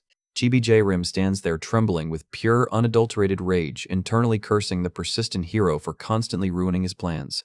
He quickly forces a polite smile, welcoming Yi-hoon inside and trying to act like a perfectly normal, hard-working businessman. He smoothly introduces his team, pointing out his marketing director, who is currently wearing a highly ridiculous round red devil mask as a company mascot. The directory card formally introduces him as J Office Mode Marketing Director, looking absolutely hilarious and completely out of place. Suddenly, a soft, incredibly beautiful voice calls out from behind him, instantly drawing Yi-hoon's attention. Yi-hoon's heart skips a beat as his eyes go wide with a heavy blush spreading across his face as he looks at the gorgeous director standing in front of him. The glamorous planning director stretches out her hand for a warm shake, introducing herself as Jae-seon and claiming she has seen him on the news. Yi-hoon shakily shakes her hand, completely paralyzed by her beauty as magical pink flowers practically bloom in the background. Chibi Jae-rim stands in the background with a completely deadpan expression, sweat dropping as he watches his security chief fall completely head over heels. But his expression quickly shifts into a smug, highly satisfied smirk, realizing this romantic distraction is the perfect way to keep the hero completely off his guard. Suddenly, a growling sound echoes from the desk as a tiny, fluffy blonde puppy stands up and glares fiercely at the intruder. Yi-hoon immediately melts at the sight, reaching his hands out carefully to pet the adorable, angry little creature. The puppy's official profile card reveals the hilarious truth that this is actually K, whose beast transformation ability allows him to turn into any animal he touches. Yi-hoon picks up the growling puppy, wondering why a corporate office is keeping a pet in the middle of a serious business meeting. He holds the struggling, snapping puppy tightly, demanding to know since when Jae-rim has owned a dog. Jae-rim adjusts his glasses, quickly spinning a highly dramatic fake backstory to cover up his subordinate's terrible disguise. He glances over at Q, who immediately nods in silent agreement to back up his elaborate lies. They all gather around the conference table, trying to make the ridiculous scenario look as professional as possible. Jae-rim rubs his eyes in mock sadness, claiming that the poor innocent little puppy was actually abandoned right in front of their office doors. Yi-hoon is completely won over by the sob story, clutching the growling puppy to his chest and crying out in absolute outrage over the cruel abandonment. White. Jae-rim sighs, dramatically lamenting that they can't keep him at the office, so he was thinking of taking him home for the time being. His eye flashes a dangerous, glowing red as he mutters that he doesn't know what to do since his future in-law's house is so grand. He glances over at the other directors, claiming that, unfortunately, everyone else in the office is severely allergic to dogs. Q and J sit on the sofa looking completely startled, realizing they need to act fast to keep the lie going. They immediately start scratching themselves and sneezing dramatically, putting on an absolute masterclass in terrible acting to back up their boss. J-Rim pats the puppy's head, sadly remarking that the little guy has grown so attached to them over the past few days. He sighs that they might just have to send the poor cute puppy to a cold, lonely shelter, instead making K, the puppy's sweat drop, in absolute shock. Yi-hoon is completely devastated by the thought cradling the struggling, growling puppy as he prepares to make a grand decision. He suddenly leaps out of his chair, yelling at J-Rim to wait before making any rash decisions. He loudly declares that he will personally ask his family if it's okay to bring the adorable puppy home to their estate. K, the puppy, looks up at J-Rim with a wide-fanged grin, realizing their infiltration plan has actually succeeded flawlessly. J-Rim smiles coldly internally, plotting to use this opportunity to gather critical intelligence on the family before eliminating them. K, the puppy, is absolutely thrilled, barking happily and promising to leave the entire infiltration mission to his brilliant cuteness. We get a hilarious chibi visualization of K puppy completely charming the family, easily extracting all their top-secret hero files. J-Rim cradles the puppy, warmly praising his loyal subordinate's dedication and spirit. Yi-hoon suddenly runs out the door carrying the puppy like a trophy, shouting with absolute hilarious excitement. He sprints down the middle of the street, proudly holding the puppy high in the air as he heads back to the mansion. J-Rim stands in the empty office, casually making a phone call to confirm that the first phase of their mission is officially complete. Meanwhile, Yi-hoon happily strolls down the sidewalk with the puppy, completely unbothered, as he reports back to his family. The screen shows the dark, terrifying shadow of the executor grinning from the balcony, acting as a cold reminder of the danger lurking in their midst. The dark, powerful image of the executor, surrounded by crackling red energy, appears, mocking the foolish heroes who fell so easily for his trap. The caption proudly declares that their entry into the Grand Kim family mansion is officially complete. J-Rim walks through the front gates carrying his backpack with a sinister smirk on his face as he prepares to make them regret letting him in. He looks down at his hand, promising himself that this is the last time they will ever enjoy a peaceful family gathering. He takes a deep breath and steps inside the dining room, but instantly stops dead in his tracks as he smells something amazing. The chibi grandson is standing right there, proudly presenting a massive steaming plate of perfectly golden fried chicken that smells absolutely delicious. The entire family gathers around the table, warmly welcoming J-Rim and inviting him to sit down and join the feast. Hae-in waves excitedly, patting the empty chair next to her and telling her handsome boyfriend to sit right beside her. Chibi J-Rim sits down happily, looking completely thrilled by the warm welcome. He stuffs his face with a giant piece of chicken, deciding to enjoy the amazing food first before worrying about his sinister assassination plans. But right in the middle of his bite, the grandfather suddenly points to a massive projector screen descending behind the table, declaring they have a surprise. J-Rim stops chewing instantly as a heavy sweat drop runs down his face, wondering what on earth these crazy heroes have planned for him now. The scene opens on a spotlight shining down on the dining table, dividing the family into Team 1, while a booming voice orders them to give the right answer. Another spotlight shines down on the opposite side of the table, illuminating Team 2 as the voice warns them that they will not get to eat unless they answer correctly. The grandfather stands in front of a giant projector screen, cheerfully announcing the start of the 3-1 Teth Han-young Kim family quiz contest featuring their special guest, On J-Rim. Chibi J-Rim sits at the table with a sweat drop, realizing that his chances of eating dinner tonight depend entirely on passing this hero trivia test. The grandfather looks over, calmly explaining that if J-Rim wants to join a family of legendary heroes, he needs to have the basic knowledge expected of one. He points to the screen displaying a delicious steaming pork dish known as Schweinschacks, declaring it is the prize on the line for the very first question. He explains the rules, where they must ring the desk buzzer to answer, and as long as one teammate gets the correct answer, the whole team gets to eat. Hae-in looks over at J-Rim with a warm smile while J-Rim's stomach lets out a massive growl, finally understanding why she told him to skip lunch. The grandfather clicks to the first slide, presenting a 3-star difficulty question, asking how to catch a superpowered individual off guard. J-Rim internally sighs at the elaborate setup.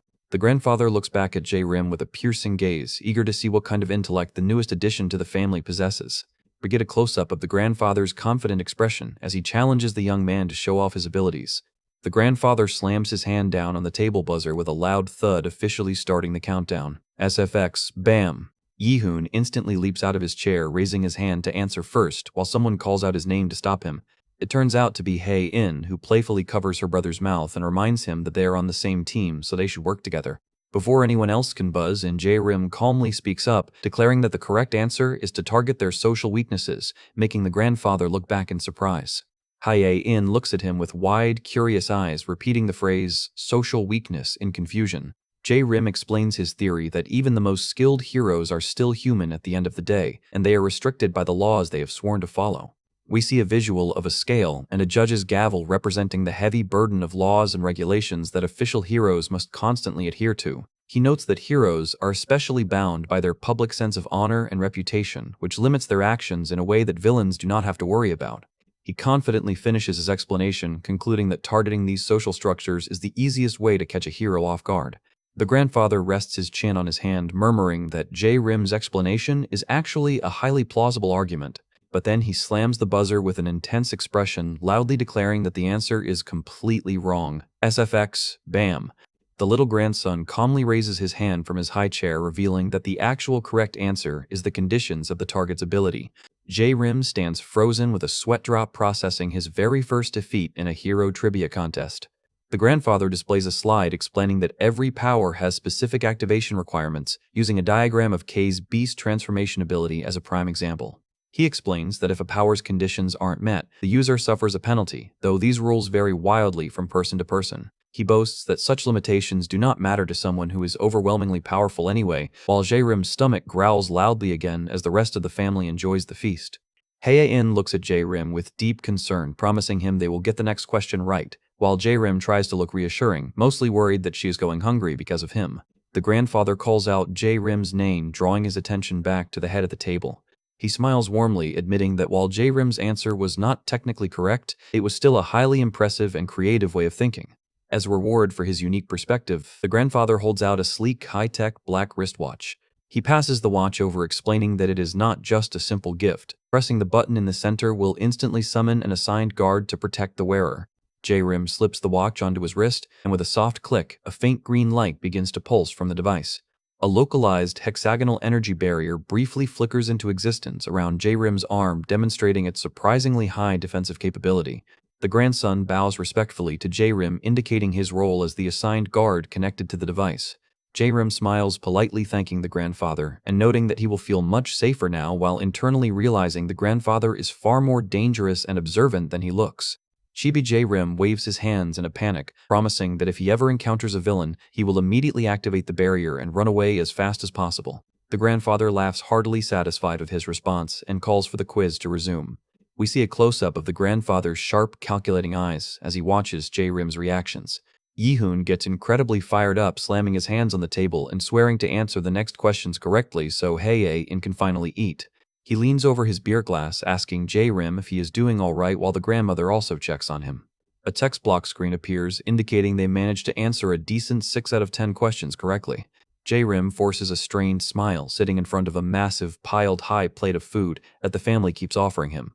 A text graphic appears declaring J-Rim's current biological status as completely overwhelmingly full. The grandfather is having the time of his life, suggesting they ask another 10 questions, while the grandson eagerly runs off to fetch even more food.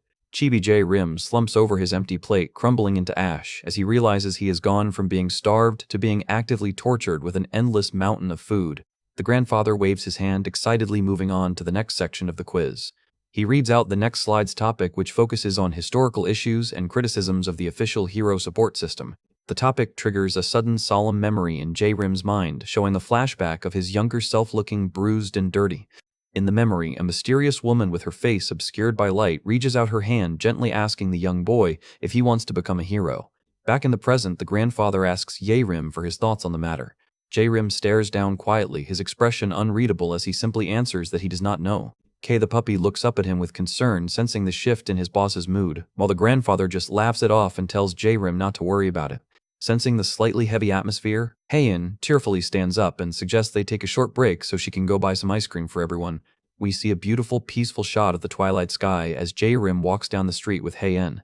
J-Rim walks quietly, but internally, his dark thoughts resurface as he glares at his popsicle, wishing he could completely erase the hero family. Hae-in calls out to him, snapping him out of his inner monologue. She offers a sheepish apology, admitting that her family's intense trivia contests and rewards can be a bit overwhelming for normal people.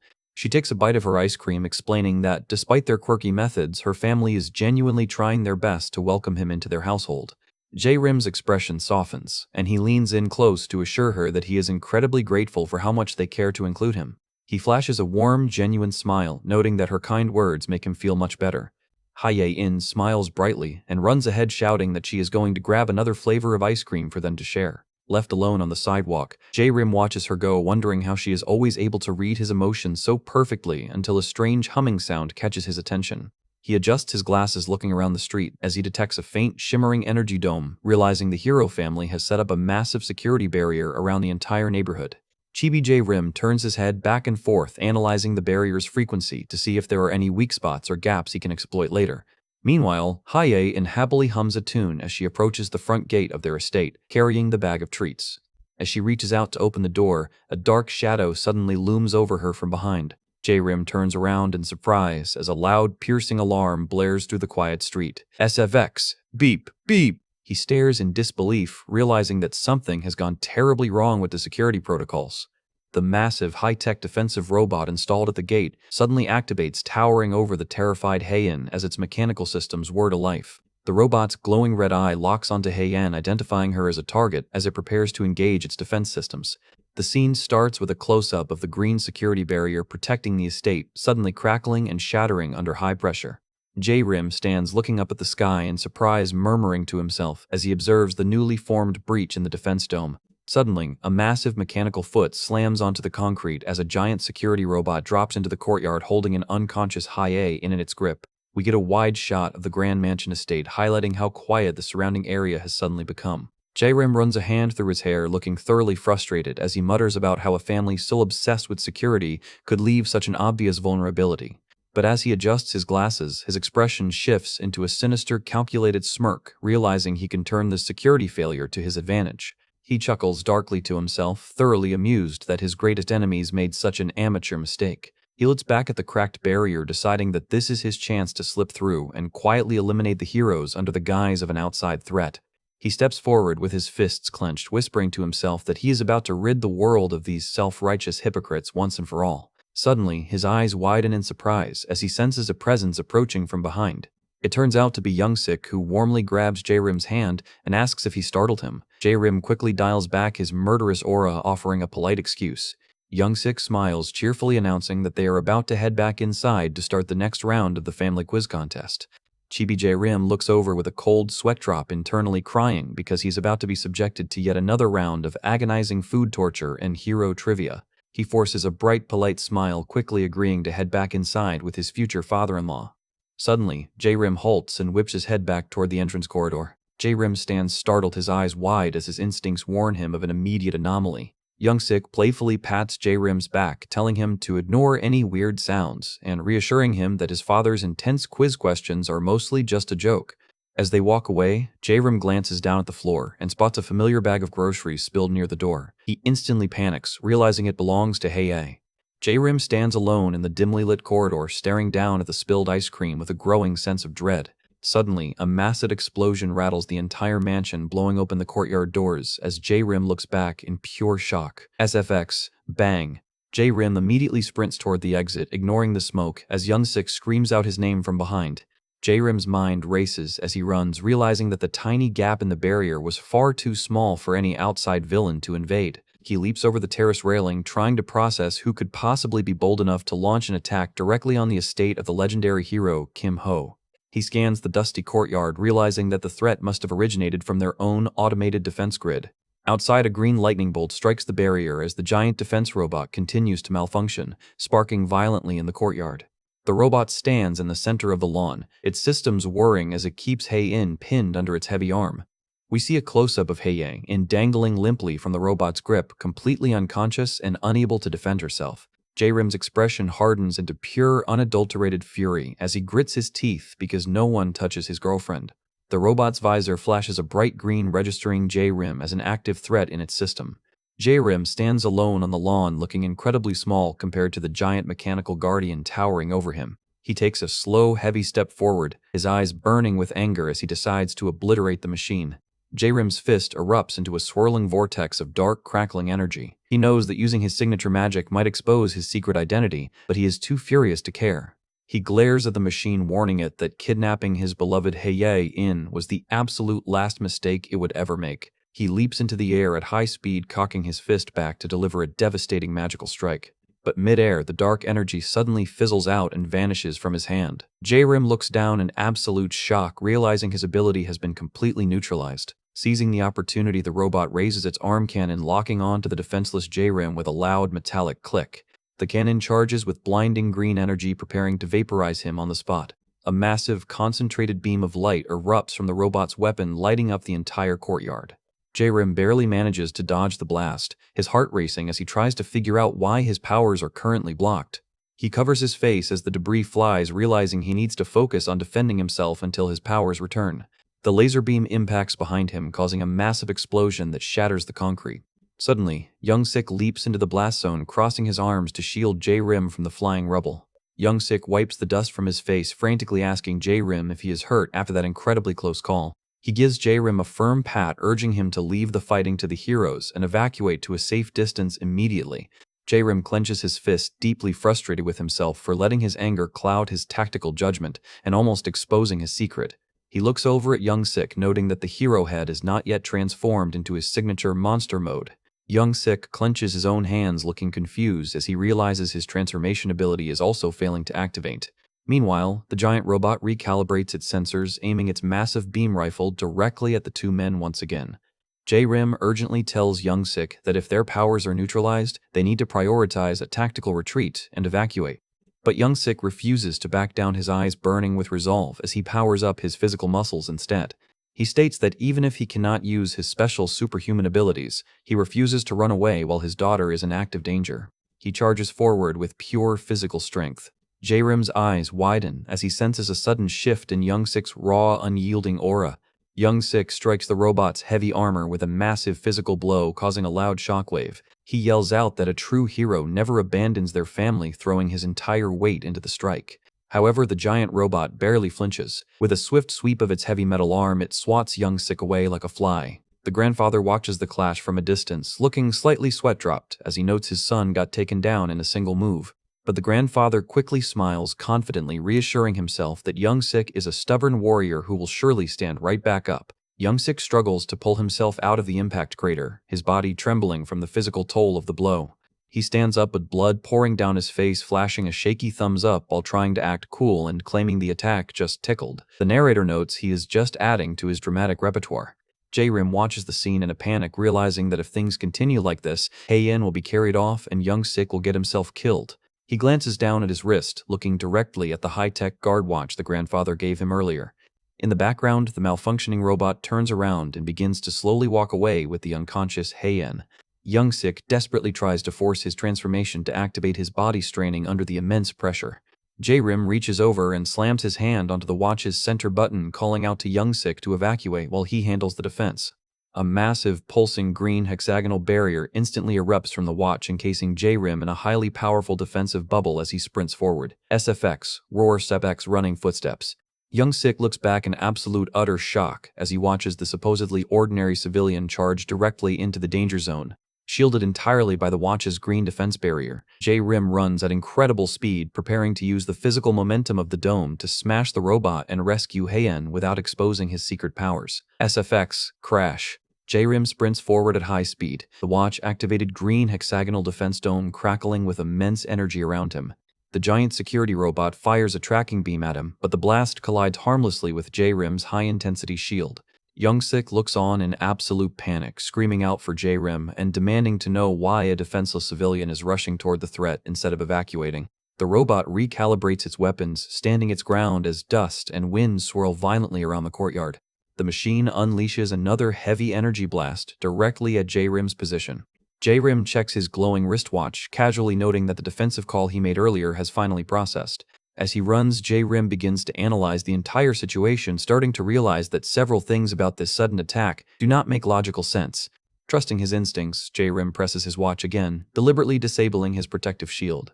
The green energy sparkles dissolve into the air, leaving him completely exposed as he questions why the rest of the powerful hero family has not rushed out to help yet.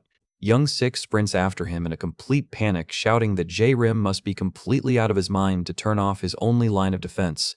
The malfunctioning robot charges its massive chest laser to maximum capacity, aiming directly at the unshielded civilian. J-Rim flashes a relaxed, confident smile, deciding to play his cards and try his luck with a daring gamble. He smirks confidently, silently questioning if the robot really has what it takes to stop him.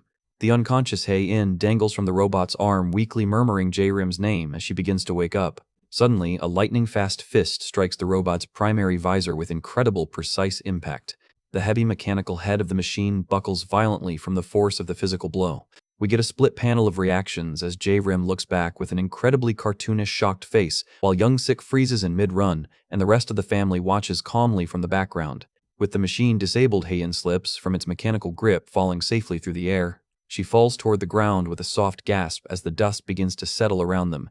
J-Rim slides in just in time, catching her in a firm, protective embrace. He stands holding Hei-In in his arms like a heroic knight, looking down at her with relief. The giant security robot begins to spark and hum loudly as its core systems shut down completely.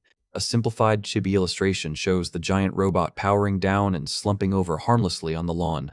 J-Rim wipes a bead of sweat from his forehead, flashing a knowing smile as his suspicions are finally confirmed. The robot's pilot hatch hiss clicks open, venting a large cloud of steam. The pink-haired family researcher steps out of the pilot cockpit, jumping down onto the grass. She runs a hand through her short hair, sighing as she asks J-Rim what on earth he was thinking by turning off his barrier mid-fight. J-Rim blinks in confusion, still carrying Hei-In and trying to piece together the family's bizarre scheme. Hei-In rubs her sore neck, groaning in annoyance as she gets back onto her feet. Suddenly, Hei-In lets out a dramatic, comical spray of fake blood and screams in absolute fury at her relative, accusing her of putting everyone in danger. The family quickly crowds around her, with the grandfather and brother frantically asking if she is alright, while she angrily snaps back that she is just incredibly pissed off. She points an angry finger at the pink-haired researcher, scolding her for setting up such an absurd, dangerous security test in the first place. The scene shifts back inside to the living room, where an awkward, heavy silence fills the air. Kay, as a fluffy puppy, sits on the sofa with a giant question mark over his head. The grandmother holds the pink-haired researcher, who is currently in a highly dramatic, teary-eyed chibi state, crying that it was all just a test. The grandmother panics, trying to calm down the researcher as they make a massive scene. Outside Kay, the puppy runs up to J-Rim, barking frantically in his dog language, utterly confused about whether they have been exposed as villains. J-Rim kneels down and gently pets Kay's fluffy head to quiet him down. J-Rim's eyes narrow behind his glasses, realizing this entire attack was just an elaborate follow-up to the family's hero quiz. Young Sik sits on the sofa, sweating profusely and offering a highly awkward, nervous chuckle as he tries to gauge J-Rim's anger. J-Rim stands tall, holding Kay, who is aggressively growling at the family while asking them with a polite but highly menacing smile to explain what is going on. We see a brief flashback of Yehoon reporting on his phone earlier, confidently assuring the family that there was nothing suspicious about J-Rim.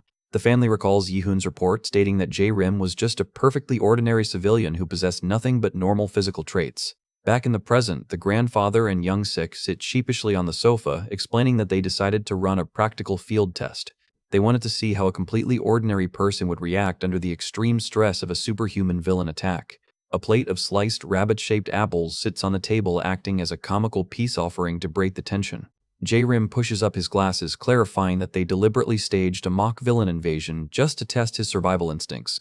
Young Sik sweat drops, offering a highly sincere apology and admitting that while they had an excuse, they never intended for the simulation to go so far. A hilarious graphic displays J-Rim's HP deduction, explaining that he was supposed to notify the guard and immediately run away rather than charge the enemy.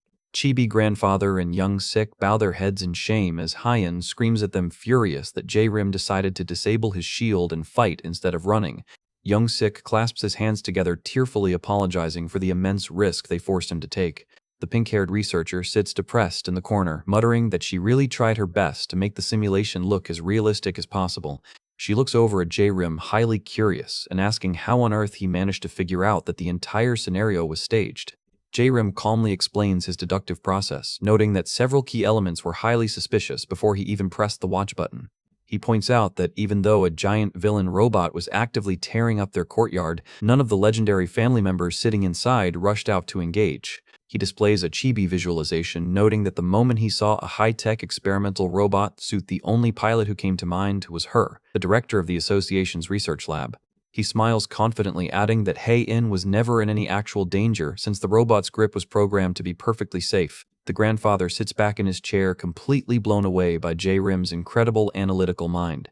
He admits that despite J-Rim's standard unpromising background records, he possesses both the courage and the intellect of an elite operative. J-Rim laughs off the praise, scratching his head sheepishly, while internally wondering if the grandfather's words are a sign of deep respect or lingering suspicion.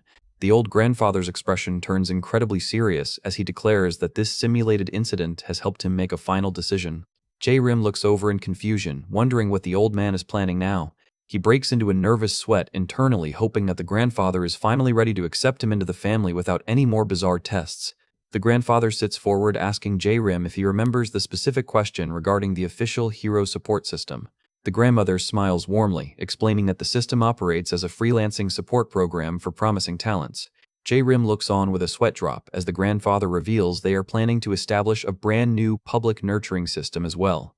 With a dramatic glowing aura, the grandfather extends a hand toward J-Rim, formally offering his elite backing and inviting him to officially become a registered hero. The grandfather reaches out his hand, looking intensely serious as he poses a sudden life-changing question to J-Rim. J-Rim stands completely paralyzed, sweating as he tries to process the grandfather's unexpected proposal to join their ranks as a hero. Hae-in screams out in pure disbelief, unable to comprehend her grandfather's absolute insanity. She leaps up from the sofa, slamming her hands down in protest as she tries to protect her seemingly defenseless boyfriend. The mother looks on with a highly skeptical expression, while Kay the puppy growls internally, cursing the crazy heroes for their absurd plans. The grandfather just waves his hand offhandedly, laughing and admitting that introducing a normal civilian to the system is indeed quite unexpected. Suddenly, his eyes flare with intense energy as he boldly declares that ordinary citizens possess the true potential to become heroes. He notes that in the modern era, society has mistakenly come to believe that only those born with powerful abilities can protect the peace. We see a flashback of a brave, unpowered firefighter charging directly into a blazing inferno to save lives. Another flashback shows a mother using her own body to shield her young child under a heavy truck. The grandfather points directly at J-Rim, explaining that those who possess the raw determination to protect others are the ones who perform true miracles. Young Sik nods in silent agreement, admitting that his father's perspective on the old days of heroic virtue is indeed correct. The grandfather suddenly delivers a comically sharp bonk to young Sik's head, calling him a brat. Hae-in pouts in embarrassment as the grandfather casually mentions that she also used to dream of becoming a legendary hero. He looks back at J-Rim with a warm smile, reiterating that he sees genuine, rare potential within him. He leans forward, asking J-Rim what he thinks of the offer and challenging him to speak his mind. Hae-in looks over at her boyfriend with deep concern, waiting anxiously for his response. J-Rim bows his head politely, taking a slow, deep breath as he prepares his response. He bows respectfully, sincerely apologizing and stating that he simply does not possess the heart of a hero. Young Sik and the researcher nod in understanding, accepting his humble refusal. J-Rim glances over at Hae-in, softly stating that there is only one specific person in this world he has any desire to protect. Hae-in looks back at him with soft, glistening eyes, deeply touched by his sincere confession. The couple stands together, enveloped in a warm, romantic glow, completely ignoring the chaotic family around them. The grandfather closes his eyes with a peaceful smile, declaring that the matter is officially settled. Yi-hoon looks on with a sweat drop, thoroughly confused by the sudden shift back to a peaceful domestic mood. The family chats comfortably on the sofa, with young Sik complaining that his daughter and the researcher made the mock test far too realistic. The pink-haired researcher crosses her arms, explaining that she had to make the simulation look authentic to properly test J-Rim. She reveals that she deliberately went out and cracked a hidden section of the estate's high-tech security barrier to create the simulated breach. J-Rim's eyes widen in silent panic, realizing with horror that the breach he found was not a natural security flaw. The grandfather scolds the researcher, ordering her to go and immediately repair the cracked barrier, while J-Rim internally screams, desperately wishing they would not fix it. J-Rim frantically raises his hand to intervene, trying to stop the researcher from repairing his perfect infiltration route. The researcher looks back at him with a neutral, questioning gaze. J-Rim quickly spins a logical question, asking if his future father-in-law's inability to transform during the fight was also part of her technical simulation. The researcher explains that she developed a temporary experimental invention designed to safely neutralize superpowers for a few minutes. Young Sik laughs heartily, recalling how his legendary powers were completely blocked during the simulated crisis. She bows her head in mock disappointment, sighing that her neutralization device is still far too weak and only lasts for a brief duration. J-Rim rests his chin on his hand, his eyes narrowing as he contemplates the terrifying potential of her invention. He realizes that a device capable of completely disabling a hero's superpowers is an incredibly tempting tool. At the same time, he notes that such an invention is highly dangerous if left in the hands of the association. Heian suddenly pokes his side, playfully snapping him out of his intense, analytical thoughts. She smiles warmly, asking her boyfriend if they should finally head upstairs to get some proper rest after such a chaotic evening. J-Rim flashes a sweet, charming smile, quickly agreeing to retire for the night. As they walk, J-Rim recalls Heian's childhood dream of becoming a hero, laughing softly with her. Downstairs, Young-sik slumps onto the sofa in a daze, grumbling sleepily about how noisy the kids are being. We see a peaceful shot of the grand estate under the beautiful starry night sky. J-Rim stands at his bedroom door, waving a warm goodnight to Heian as she heads to her room. He steps inside his dark guest room, closing the heavy door behind him with a quiet click. J-Rim casually unbuttons his shirt and tosses it onto the bed, his polite boyfriend persona instantly vanishing. He sits on the edge of the bed in the darkness, his eyes glowing red as he prepares to receive his nightly intelligence report. Suddenly, a shadow materializes in the dark room as Kay kneels respectfully on the floor, fully dressed in his tactical gear. Kay looks up, a sinister, fanged grin spreading across his face in the shadows. Kay reports that the researchers' neutralization inventions are proving to be a highly valuable learning experience for their faction. However, he laments that they won't be able to utilize the cracked barrier route anymore since the researcher is currently repairing it. J-Rim listens calmly, noting that the barrier repair was indeed a major concern on his mind. J-Rim reaches into his pocket, rummaging around as Kay watches him in silent confusion. He pulls out his hand, revealing a small, glowing green fragment of the cracked barrier that he secretly pocketed earlier. Kay catches the glowing shard, his eyes widening in pure amazement at his boss's incredible foresight. J-Rim smirks coldly in the dark, ordering Kay to immediately deliver the fragment to J for detailed structural analysis. We see a brief flashback of J-Rim walking past the barrier earlier, casually snatching the broken fragment from the ground without anyone noticing. The glowing piece of the shield lies on the grass, acting as a critical piece of intelligence that J-Rim easily secured. In the present, GBK praises his boss's genius, boasting that it is only a matter of time before they completely shatter the barrier's frequency. J-Rim looks on with a dark, satisfied grin, declaring that this small fragment will mark the definitive beginning of the hero family's fall. A massive, maniacal laugh echoes through the silent, dark neighborhood under the night sky. Back in the courtyard, the old grandfather sits quietly on a stone bench, staring thoughtfully up at the moon. He mutters to himself, smiling as he reflects on J-Rim's impressive performance and noting that he has finally found a promising seedling after a very long time. Suddenly, a massive, muscular silhouette with glowing white eyes looms silently behind the grandfather in the darkness. The old grandfather sits on the sofa, calmly looking over his shoulder toward the dark corner of the room. A mysterious silhouette with glowing white eyes materializes in the shadows behind him, identified as the head examiner. The grandfather looks up, asking the examiner for his professional opinion on their recent test. The silhouette is revealed to be Lee Yoon, the association's elite head examiner, who looks on with a cool, calm expression. He recalls a flashback of J-Rim's desperate shield charge, admitting that he does not understand why the grandfather would want to recruit an incompetent civilian. Another flashback of the mock battle shows J-Rim dodging a laser with Lee Yoon, noting that the young man's raw courage and stamina are decent. Lee Yoon stands in the dark room, admitting that he would have preferred to observe J-Rim's reactions for a bit longer. The grandfather smirks jokingly, asking if that means he wants to extend the official evaluation period. Lee Yoon crosses his arms behind his back, calmly stating that his interest is purely for the purpose of a thorough evaluation. The grandfather leans back, chuckling softly as the green energy of his aura begins to sparkle around him. He stares out the window, his eyes glowing green as he mutters that J-Rim might be the exact piece they need to finally realize his long-term dream. Lee Yoon looks back over his shoulder, silently processing the old grandfather's mysterious words. We see a serene exterior shot of the grand estate under the night sky. We get a close-up of Lee Yoon's mouth as he states that for the time being he will keep a close eye on the candidate. A comical chibi panel shows J-Rim celebrating his victory in his pajamas alongside Kay the puppy. Standing in the corridor, Yi-hoon looks completely stunned as he overhears that the grandfather has officially selected J-Rim as a potential hero candidate. The scene shifts to the bright, bustling streets of the city during the day, focusing on the massive glass towers of the official corporate office. J-Rim stands in the elevator looking exceptionally polished and professional in a gray checked business suit and tie. Yi-hoon stands beside him with sparkles around his face, looking determined to carry out his guard duty. He places a heavy hand on J-Rim's shoulder, loudly declaring that their true evaluation is about to begin. J-Rim breaks into a nervous sweat, massaging his temple. We get a chibi visualization of Heye-and cheering him on, which helps J-Rim gather the patience to endure the uncle's constant nagging. The elevator panel dings as they arrive at their floor, with J-Rim hoping that everything at his cleaning company is running normally. J-Rim looks increasingly nervous as the elevator doors slowly slide open.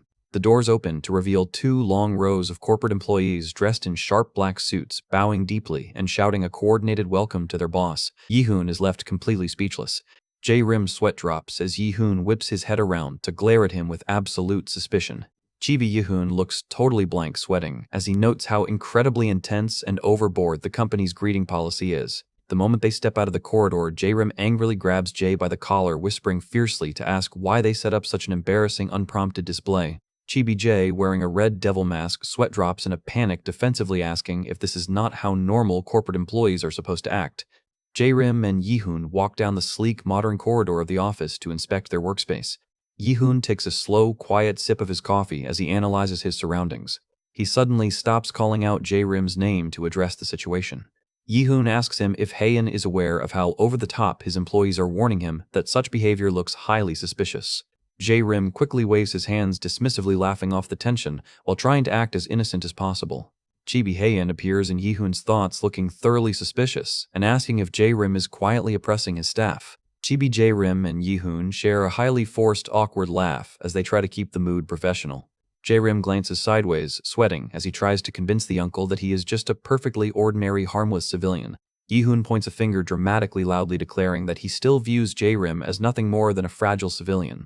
He steps close, informing J-Rim that because of his suspicious corporate display, he is officially deducting 3 points from his evaluation. J-Rim looks on in deadpan confusion.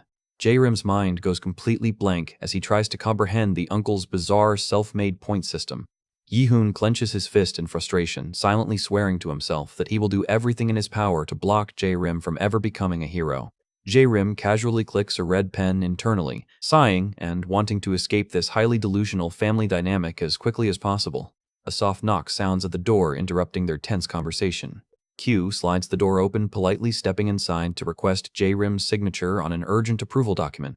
The moment Yi-hoon spots the beautiful Q, his face erupts into a massive, bright red blush. J-Rim smirks as he watches Yi-hoon completely melt, deciding to use this romantic distraction to quietly slip away from the uncle's supervision. He takes the clipboard to sign, but his eyes suddenly narrow as he notices the document's contents. The clipboard has a yellow sticky note attached to the corner that simply reads Z's remaining case. We see a grim flashback of a blood-splattered battleground, recalling the brutal remnants of their previous encounter with Z. Q smiles warmly, explaining that there is an external field meeting scheduled for this afternoon that requires executive attendance. J-Rim smiles darkly, his eyes glowing red as he finds the mention of Z's remnants highly interesting. Yi-hoon quickly steps in front of J-Rim, nervously volunteering to accompany them on the external meeting as his official guard. High-heeled shoes click sharply against the concrete as Q leads the way down the corridor. Q turns around to address Yi-hoon, directly catching the young hero completely off guard. She smiles sweetly, claiming she has been a massive fan of his hero work and inviting him out for coffee, while internally plotting to slip sleeping pills into his cup to neutralize him. Yi-hoon proudly stands tall, declaring that he is currently on active duty and must remain professional. Q sweat drops, a vein popping on her forehead as she tries to maintain her polite customer service smile. J-Rim watches them from behind, noting that Yi-hoon is clearly completely head over heels for Q. Yi-hoon stands outside the corporate high-rise, keeping his eyes peeled for any suspicious activity. Suddenly, Yi-hoon spots a glint of light and grabs J-Rim, screaming at him to watch out as he pulls him to the ground. A powerful shockwave rips through the office window, shattering the glass and blowing past them. SFX, crash, boom. Yi-hoon immediately spins around, channeling a spiral of green wind energy as he demands to know who dares to snipe at them. The room falls into a comical, dusty silence as the employees scramble on the floor in terror. Chibi Yi-hoon looks around, sheepishly realizing there was no sniper and that the glint was just a harmless reflection. J-Rim sits on the floor, adjusting his glasses, looking thoroughly annoyed as he curses the clumsy hero in his mind. We get a wide shot of the tall office building as Yi-hoon awkwardly laughs off his mistake over the speaker. Meanwhile, across the street, a hand slowly closes a compact monocular telescope with a quiet click. The head examiner Lee Yoon stands by the window of the adjacent building, looking down at the street below. He sighs quietly to himself, noting that his observation attempt was a complete mistake. Yi-hoon reaches his hand forward at extreme speed, desperately trying to protect J-Rim from another potential threat. A narrative caption card appears explaining that since the office incident, Yi-hoon has relentlessly continued his intense guard duties. Chibi Yi-hoon suddenly swipes an incoming document straight out of the researcher's hand, leaving J-Rim completely dumbfounded. Yi-hoon reviews the document with a highly analytical gaze, claiming that he must inspect all papers first to ensure no hidden weapons or hazards are slipped inside. J-Rim stands frozen with a completely blank, deadpan expression, silently enduring the uncle's extreme paranoia. In the middle of a crowded elevator, Yi-hoon loudly scolds J-Rim for leaving his side while J-Rim covers his face in absolute embarrassment. Yi-hoon dramatically blows a whistle and holds up a bright red card like a football referee declaring a 1-point deduction from J-Rim's evaluation. Close-up of J-Rim's face shaking with pure unadulterated rage as he tries to maintain his calm exterior. J-Rim walks down the office hallway, deliberately trying to put some physical distance between himself and his overbearing guard. J-Rim stops near a trash bin to throw away his cup while Yi-hoon leans nearby, continuing his relentless lecture. Yi-hoon crosses his arms, stating that after observing J-Rim's actions today, he can confidently declare that he severely lacks proper danger awareness.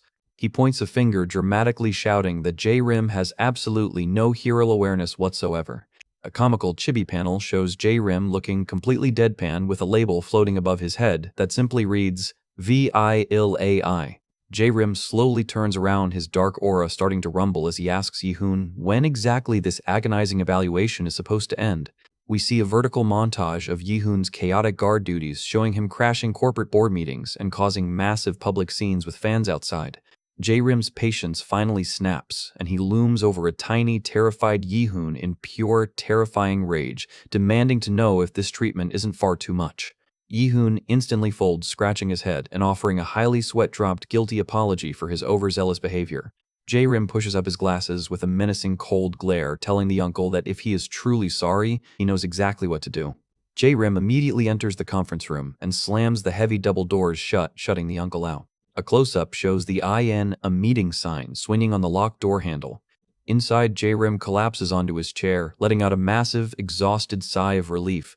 We get a wide shot of the empty, quiet conference room as J-Rim grumbles about how incredibly clingy and annoying the hero uncle is. He runs his hand through his hair, muttering that if he had known, he would have sent a crowd of fake fans to distract Yi-hoon. Sitting across the table, Jay, wearing his cute teddy bear mask, assures him that the conference room has been fully soundproofed. Jay prepares to initiate their secret executive meeting, confirming that their upcoming target has been finalized. He presses a button on the slide remote control to start the briefing. The projector screen lights up, displaying the target profile as Jay reveals that their current objective is Y, a highly dangerous teleportation user. The projector displays a clear profile of a scarred, pink-haired criminal. Jay explains that intelligence reports have confirmed Y is planning to execute a highly risky smuggling operation at 4 p.m. today. He adds that the identity of the powerful criminal syndicate chief backing Y remains highly classified. Close-up of J-Rim's sharp orange eye glowing with interest as he analyzes the target profile. J-Rim smirks, adjusting his glasses as he decides that this smuggling operation is the perfect opportunity to mobilize his forces. Jay notes that there is still one minor security issue they need to resolve. He gestures toward the double doors, where Yi-hoon's shadow can be seen standing right outside the conference room. Outside, Yi-hoon stands with his arms crossed, his sharp eye glinting as his senses warn him of a suspicious presence. He stands guard in the quiet corridor, confidently declaring to himself that he will secure a delicious seafood stew for dinner tonight. Suddenly, Q walks down the hallway carrying a hot tea tray. Yi-hoon turns around, his face instantly erupting into a bright red blush the moment he sees her. Q offers a sweet, warm smile, telling him he should take a break since he has been working so hard guarding the boss. Yi-hoon frantically waves his hands and a panicked blush spreading across his cheeks as he politely declines the offer. Q looks down with a sad, vulnerable expression, asking if her presence makes him uncomfortable. Chibi Yi-hoon completely panics, waving his arms and frantically trying to explain that he is currently on active guard duty. Q chuckles softly at his flustered reaction, praising his immense dedication. She steps close, reaching out her hand toward his face and startling the young hero. She gently picks a speck of dust off his cheek, warmly calling him a model hero. Q smiles beautifully, noting that there was just a little speck on his face. Yi-hoon stands completely frozen, his face bright red as he stares at her in a daze. Suddenly, Yi-hoon snaps back to reality, hearing a strange noise coming from the double doors behind Q. He reaches out and grabs the door handle with a firm grip. He slams the heavy conference room doors open, expecting to catch the conspirators red-handed. But inside, Jay is sitting alone at the table holding a document while J-Rim's chair is completely empty, leaving Yi-hoon staring in shock. Yi-hoon sprints across the empty room toward the open office window. He presses his face against the glass, frantically scanning the street below. Far below, he spots a sleek white car speeding away from the corporate parking lot. Inside the car, Jae-rim sits behind the wheel, calmly turning the key to start the vehicle. Up in the office, Yi-hoon is in a complete panic, screaming out Jae-rim's name. Q runs up behind him with a highly dramatic gasp, claiming that the boss must have left for an urgent business trip. She gestures toward the elevator, smiling with a vein popping on her temple as she curses the clever brat for escaping. Without hesitation, Yi-hoon leaps straight out of the open window to pursue the speeding vehicle. Jae-rim drives down the highway, letting out a massive, satisfied sigh of relief at his successful escape. He enjoys his quiet drive, thinking about how to coordinate the upcoming smuggling raid. Suddenly, a massive crash echoes from the roof of his car as a heavy figure lands directly on the vehicle. Jae-rim looks up through the windshield in absolute horror as he recognizes the orange-haired hero. Yi-hoon clings tightly to the hood of the speeding car, glaring through the glass and screaming at Jae-rim to immediately stop the vehicle. Yi-hoon leaps forward with his hand outstretched, desperately shouting for Jae-rim to watch out as he falls through the air. He crashes heavily directly onto the pavement right behind Jae-rim's accelerating car. SFX? Crash do? Yi-hoon slides into a stylish three-point landing pose, silently noting that he was just trying to imitate Jae-rim's previous cool entrance. Chibi Jae-rim sits behind the wheel with a sweat drop, looking completely dazed and exasperated by the uncle's dramatic entrance. Yi-hoon immediately opens the back passenger door and climbs inside loudly, demanding to know why Jae-rim tried to leave his guard behind. The white sedan speeds through a dark tunnel while Jae-rim grumbles to himself about how incredibly persistent the uncle is. SFX, thud, a engine sound. Chibi Yi-hoon laughs off the tension, cheerfully claiming that since it is only their first day on duty, he can easily overlook Jae-rim's clumsy escape attempt. The car speeds past tall city buildings as Jae-rim grumbles in frustration, desperately trying to figure out how to shake his shadow. Jae-rim drives with a deeply annoyed expression, while Yi-hoon sits comfortably in the back seat, happily blowing bubbles with his gum. The car's side mirror catches a sharp glint of sunlight as they navigate the highway. High in the sky, Jae's surveillance drone quietly tracks the vehicle's coordinates, ensuring their route remains secure. Yi-hoon blows a massive pink bubble, unaware of the tracking drone hovering above. Suddenly, the bubble pops right on his face, leaving him thoroughly startled. Yi-hoon wipes away the sticky pink residue, looking completely embarrassed as he tries to deny any romantic interest in Q. He waves his hands in a panic, claiming that even if he did have feelings, a professional hero never mixes work with personal affairs, while Jae-rim internally wonders if this is indeed a honey trap. Jae-rim steers the car down the highway, pointing out that Yi-hoon has been constantly rambling about his hero evaluation points for hours. He deadpans, asking Yi-hoon if he didn't completely ignore Q's friendly coffee invitation, anyway comically striking the uncle's pride. Yi-hoon scratches his neck, sheepishly admitting that he didn't mean to be so cold to her. He tries to change the subject, asking Jae-rim if he has any basic knowledge regarding the Hero Association's elite examiners. The car drives along a quiet, tree-lined road at dusk as Yi-hoon explains the system. A silhouette shows an examiner silently tracking a target from the branches of a tree at dusk, as Yi-hoon explains that their role is to evaluate a candidate's potential. A grim flashback shows an examiner ruthlessly capturing a rogue villain by the throat. Another flashback shows an examiner using crackling lightning magic, with the narrator noting that they represent the true hidden power of the association. Jae-rim steers the car, calmly stating that he is already well aware of how the examiners operate. The sedan speeds along a coastal bridge as the sun begins to set over the harbor. Yi-hoon leans forward, pleasantly surprised that Jae-rim actually knows about them. Chibi Yi-hoon whispers that the head examiner himself has taken a personal interest in Jae-rim, leaving Jae-rim completely shocked. He assumes the examiner's interest is simply due to the grandfather's high recommendation during their family dinner. Jae-rim grips the steering wheel in pure fury, silently cursing the cheap old grandfather for creating such an annoying situation. Gi-hoon notices his quiet demeanor, remembering that Jae-rim's only wish is to live a peaceful, ordinary life with Hae-en. A comical flashback shows Yi-hoon loudly shouting at passengers in the elevator, explaining that he only ran the harsh evaluation to prove to the association that Jae-rim isn't cut out to be a hero. Yi-hoon smiles warmly, touching his chin as he reflects on his strategy. He looks over at Jae-rim, confirming that he wants to protect Jae-rim's dream of an ordinary, happy life with his niece. He confidently declares that from now on he will personally act as the shield to protect Jae-rim's peaceful future. Jae-rim smiles warmly at him internally, noting that while the uncle is incredibly annoying, his protective nature is actually quite admirable. The sedan drives into a massive, dark shipping container yard near the docks. Jae-rim smirks darkly in the shadows, noting to himself that they have arrived and that it is now far too late for the hero to escape his trap. The car brakes sharply near a stack of shipping containers. We see a reflection of smuggling executives shaking hands in the distance as they prepare to exchange cargo. Chibi Yihun looks around in confusion, noting that the GPS has suddenly lost its signal. He peers through the window, spotting the suspicious group gathering near the docks. Armed guards are seen loading crates labeled domestic mangosteen into a truck as Yihun notes that the entire setup looks incredibly suspicious. J-Rim puts on a panicked act, claiming he must have entered the wrong coordinates on the GPS and suggesting they immediately turn around.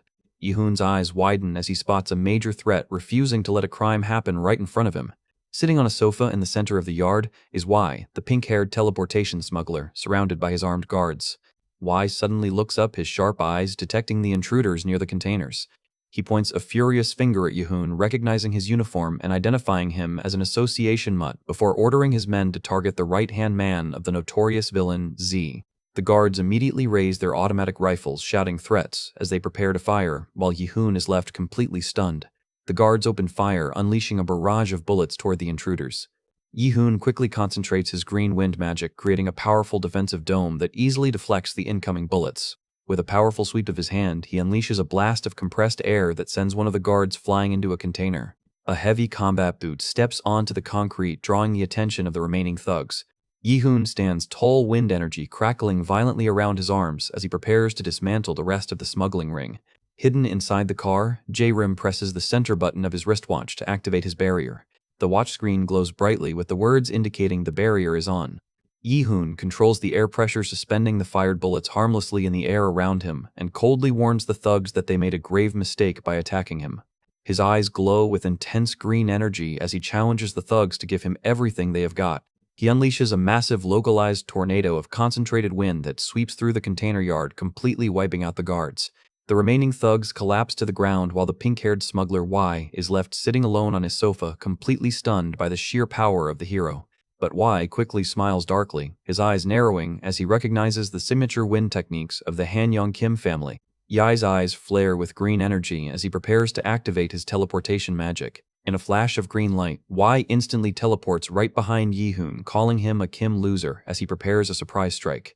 Sitting safely inside his car, J-Rim watches the duel unfold with a cold, calculated expression.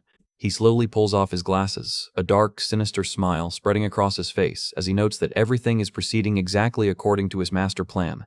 We see a terrifying visualization of J-Rim acting as a shadowy puppeteer, manipulating the glowing red strings of fate to control both the hero and the villain as his personal puppets. Y teleports forward with incredible speed, launching a fierce coordinated strike toward Yihun's position. SFX, whoosh, slide. Yihun hears the incoming rush, whipping his head around in surprise. He screams to J-Rim's speeding car, telling him to drive away as fast as possible to escape the danger. J-Rim drives away with a dark, satisfied smirk, noting that with the hero uncle fully occupied, his plan B can officially begin. Y swings a sharp metallic weapon, mockingly asking Yihun what on earth a weakling like him thinks he can do. Yihun raises his arm calmly, his hand glowing with green wind energy as he tells the smug villain to shut up. Yihun unleashes a powerful blast of compressed air, instantly blowing away Y's projectiles. Meanwhile, J-Rim's sedan speeds across the bridge under the twilight sky as he coordinates his counter-strategy against Y's smuggling associates. J-Rim breaks into a loud, maniacal laugh behind the wheel, thoroughly enjoying the thrill of his secret operation. Y teleports through the air, appearing directly behind Yihun to launch a surprise backstab. I looks smugly down at his target, mocking Yihun as a weak, useless brat who was completely helpless during their battle 8 years ago. He swings his dagger with absolute lethal intent. The sharp blade strikes Yihun's neck, but the green hexagonal shield activates on impact, completely shattering the metal dagger. Yihun calmly rubs his neck while Y is left staring in absolute utter shock at the impenetrable barrier. Yihun's hand glows with bright green wind energy, calmly asking the villain if that pathetic strike was all he had to offer. Yihun delivers a devastating wind-infused punch that hits Y directly in the chest, sending him flying across the pavement. Y grimaces in intense pain, realizing that the hero's physical blow was almost a fatal strike. He leaps onto a stack of shipping containers to recover his balance and evaluate his options. Yihun raises his hand, noting that Y's teleportation magic has clear limitations and only allows him to relocate himself. Close-up of Y's gritted teeth, his face contorted in pure boiling rage. Y crouches on top of the container, pulling out a fresh combat knife. Y leaps down with a heavy strike, claiming that without the guard watch's defensive barrier, Yihun is nothing but a defenseless target. With a precise strike, Y successfully stabs and shatters the high-tech watch on Yihoon's wrist.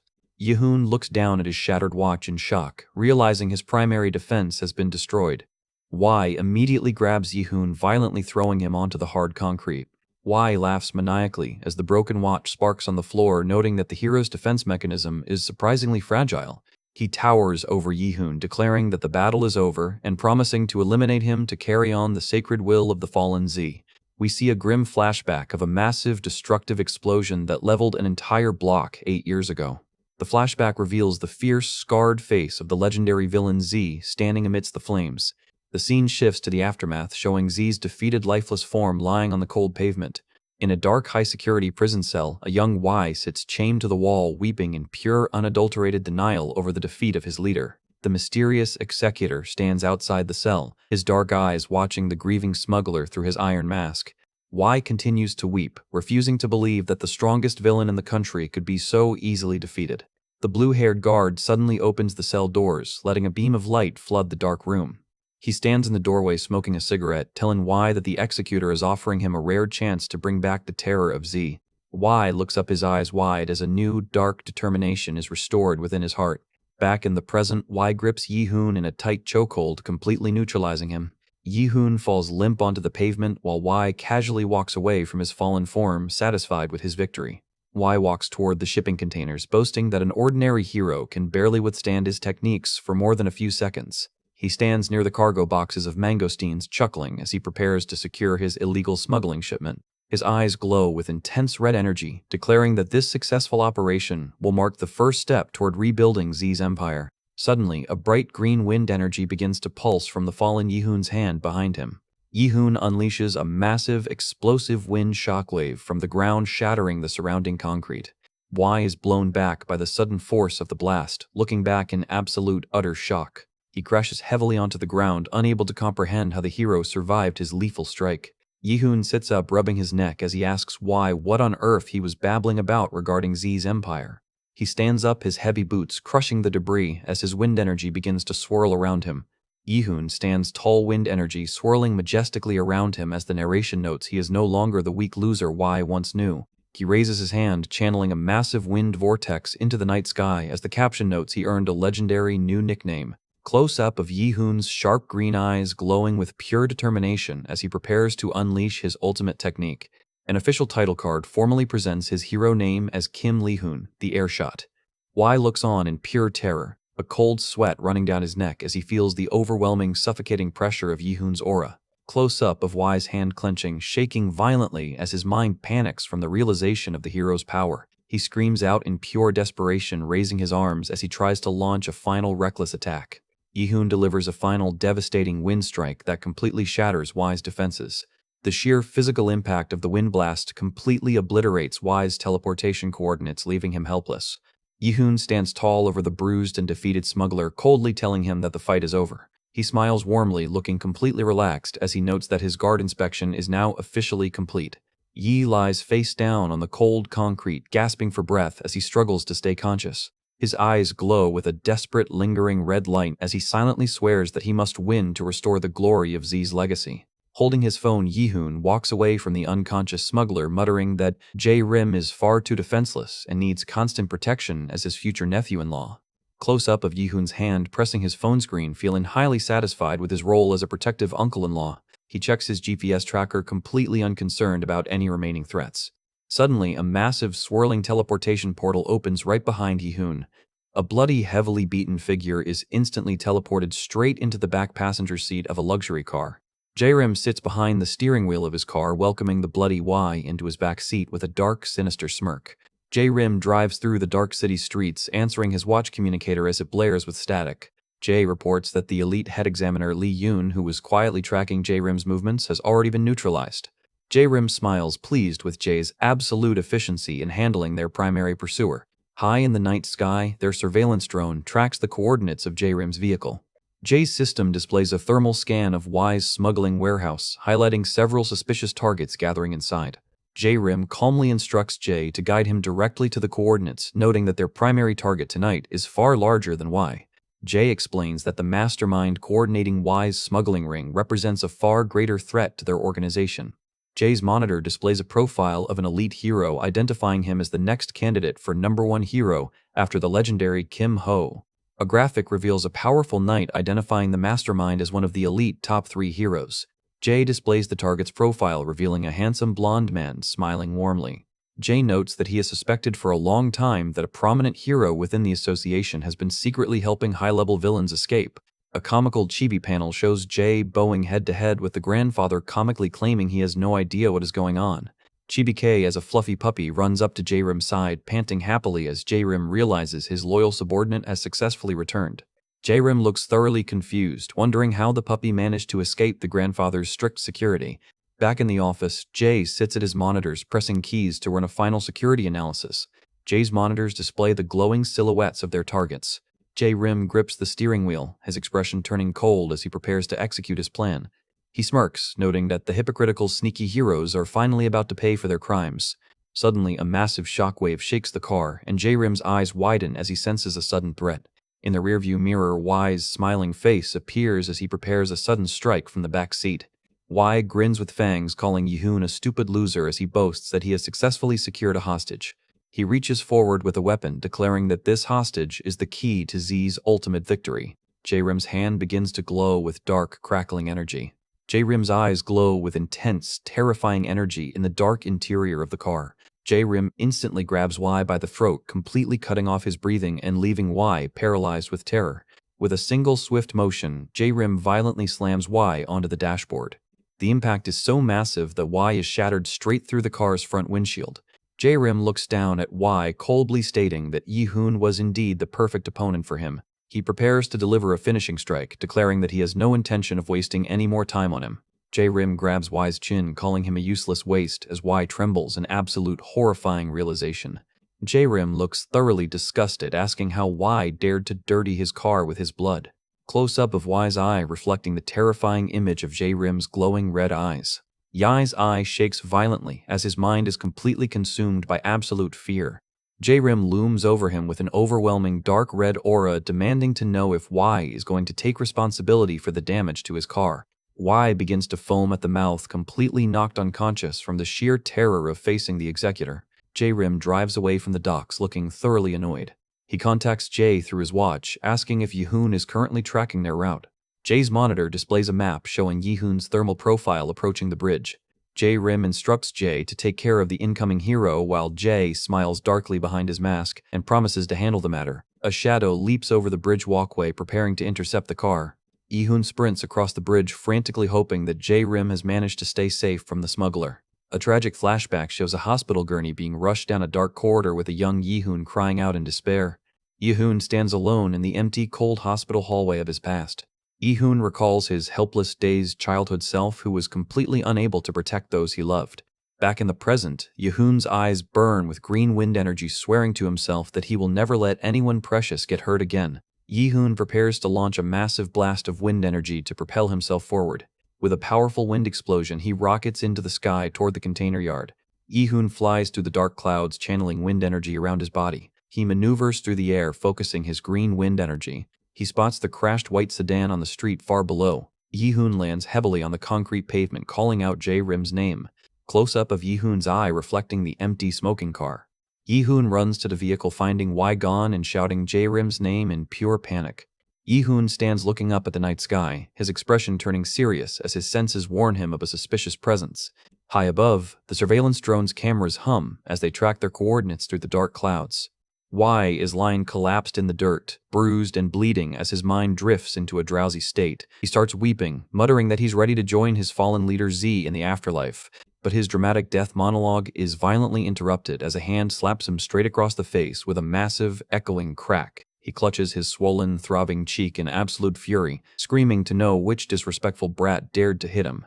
He looks up, and his face goes completely pale as the towering silhouette of the executor looms directly over him in the darkness. J-Rim stands in the dark woods looking down coldly at Y, who has been completely beaten into submission. Y kneels on the ground in a highly docile, terrified state, stammering his absolute surrender to his commander. J-Rim adjusts his collar, standing tall as his dark mask gleams in the moonlight. He informs the terrified smuggler that from now on he will serve as his personal shuttle. The scene shifts to the smuggling warehouse, where a handsome blonde-haired man sits casually near a flaming oil barrel. The young man spins a glowing, high-tech magical seal in his hand, murmuring that the smuggling deal should have been finalized by now. An official card introduces the elite mastermind as the Choi family's magician, Choi Yan-won. J-Rim stands in the dark woods looking down coldly at Y, formally declaring that from now on, the smuggler will serve as his personal shuttle. He steps closer, his red eyes glowing in the dark as he prepares to interrogate his captive. He commands Y to explain exactly how he managed to escape prison and locate their coordinates. J-Rim looms over him with an overwhelming dark presence, leaving Y completely paralyzed with fear. Y breaks into a panicked scream, claiming he has no intention of sharing secrets with his sworn enemy before instantly folding and promising to speak. A comical chibi illustration shows Y introducing himself, claiming his real name must remain a secret. A flashback shows Y in his youth waving goodbye to his comrades as the narration notes the corrupt heroes of their era plunged the world into absolute darkness. The flashback shifts to Y weeping in his cold, dark prison cell after Z's defeat. He peers through the iron bars as the blue-haired guard stands outside, noting that he was given a rare chance to escape. The guard offers him a cigarette, telling him to stop his dramatic monologue and focus on his mission.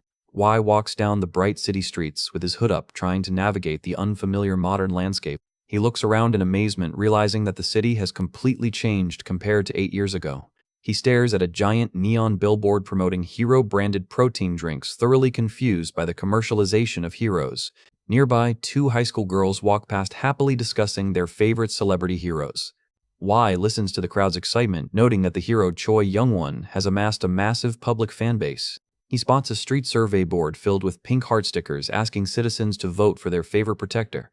He stares at the board in disbelief, unable to comprehend this peaceful, celebrity-focused hero society. He recalls that in his era, the central city was constantly filled with bloodshed and explosions before a sudden scream of thief snaps him back to reality. A pickpocket with purple hair speeds past on a bicycle, proudly declaring that the stolen bag is now his. Y looks on with a completely deadpan expression, disappointed that the city's crimes have devolved into such petty thievery. Nearby, another minor criminal activates a weak, glowing hand ability with a smug expression. The bald criminal poses dramatically proudly, declaring that his brand new luminescence power has officially awakened. He boasts that he will blind the entire crowd with a single glance, as the civilians comically cover their eyes and scream for heroes to save them. Y grinds his teeth in pure irritation, wondering why such a ridiculous brat is allowed to walk around in broad daylight. He recalls that when Z was still alive, both heroes and villains shook in terror at their sheer presence, silently cursing the executor for dismantling their era. A comical flashback shows the chibi executor squeezing I's cheek, warning him to shut up and listen to his orders. In the present, Y unzips his hoodie, resolved to eliminate these low-level criminals himself to restore order. He prepares to strike them down, his eyes narrowing with lethal intent. Suddenly, Choi Young-won appears right behind Y, pointing out that his targets are supposed to be his own achievements. SFX, startle a magic hum. Young-won smiles warmly, channeling a glowing magical spell circle on his finger. He rides a bicycle with a basket on the front, cheerfully chasing down the fleeing pickpocket. He fires a swift magic blast that hits the thief's bicycle directly. The magic locks the bicycle tires, sending the pickpocket flying into the air. The stolen red bag slips from the thief's hand and drops onto the pavement. The thief crashes heavily onto the ground, comically wondering why a hole suddenly appeared in his path. A hand reaches down and grabs the fallen red handbag. Young-won politely returns the bag to the grateful woman as the crowd of onlookers erupts into wild cheers and screams of adoration. After the crowd disperses, Young-won turns around to address Y, noting that he was specifically waiting for him to emerge from hiding. I looks completely shocked, pointing to himself in confusion. I recalls the blue-haired guard's escape instructions, realizing that this elite hero is the mysterious contact who was supposed to assist him. Suddenly, the bald criminal with luminescence powers charges at Young-won, shouting a threat. The criminal launches a bright, blinding flash of light toward them. Without looking, Young-won counters with a far more dazzling burst of his own magic, completely blinding the assailant. The criminals stagger back comically, completely disoriented and dazed by the sheer brightness. With a casual, swift motion, Young-won slaps the criminal aside to clear their path. He stands elegantly adjusting his collar as he remarks that modern society has indeed grown quite messy. He looks over at Y, politely suggesting they sit down to have a proper conversation. The scene shifts to a dirty table in a quiet cafe, with Young-won noting that society has changed significantly since the executor took control of the underworld. Y sits across from him with his hood up, silently listening to the hero's perspective. Youngwon writes in his notebook, noting that despite the trivial nature of modern crimes, the public's demand for heroes never stops. We get a wide shot of the cafe as fans cheer outside the window while Youngwon addresses Y directly. He smiles playfully, assuring Y that his face has been fully hidden by an illusion, but suggests they move to a more private setting. He spins a glowing, high-tech magical seal on his finger. The space around them suddenly distorts and morphs, leaving Y completely stunned as the cafe is replaced by a private shipping yard. We see a close-up of Youngwon's elegant face as he smiles, preparing to reveal his true objective. They sit at a table in the shipping yard with the narrator noting that during the battle 8 years ago, Youngwon was the legendary illusionist who drove his opponents mad. A graphic displays the silhouette of a hero confirming Youngwon's status as a top-ranking protector. Y looks at him with deep suspicion, asking why an incredibly successful elite hero like him would ever want to help a fugitive villain. Close-up of Youngwon's elegant blue collar as he remains completely relaxed. He sets his teacup down with a soft click, calmly stating that he knows Y possesses the secret recipe for Z's ultimate drug, the salvation pill. Yai's eyes widen in pure, unadulterated shock at the mention of the classified drug. Back in the present, J-Rim listens to the story inside the dark woods, his expression turning cold. A flashback shows the legendary Z holding a glowing red orb of the salvation pill, explaining that Z managed to develop the ultimate power-enhancing drug 8 years ago. In the flashback, Y slams his fist on the table in fury, refusing to let a hero touch Z's legacy. I glares at the magician while Youngwon calmly prepares to make his final proposal. E stands before J-Rim, his voice trembling as he prepares to disclose the final details of their agreement. I sits in the back seat of the car, his voice trembling as he continues to disclose the details of his encounter with the hero magician. A flashback shows Choi Yan-won smiling warmly as he calmly discusses his personal marriage plans while Y is left completely baffled. Y sits sweating at the morphed cafe table while Yan-won casually sips his tea. Yan-won locks his fingers together, confidently declaring that once he secures the title of the association's #1 hero, his beloved will agree to marry him. Back in the present, J-Rim grumbles in irritation, his eyes glowing red in the dark woods as he listens to the hero's ridiculous romantic delusions. Y quickly defends himself, stammering that the magician was indeed completely insane. In the flashback, Yan-won slides a gold credit card across the table, promising to provide Y with unlimited financial backing. He smiles warmly, proposing to help Y grow his smuggling ring through their brand new corporate distribution channels. Yi's eyes widen with pure greed as he stares at the glowing gold card while Yan-won promises him that his smuggling operations will remain completely safe from hero interference for at least 2 years.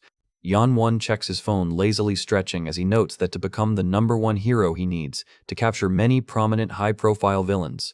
Monitoring the situation, J-Rim realizes that the magician intends to use him as a stepping stone to boost his own public achievements.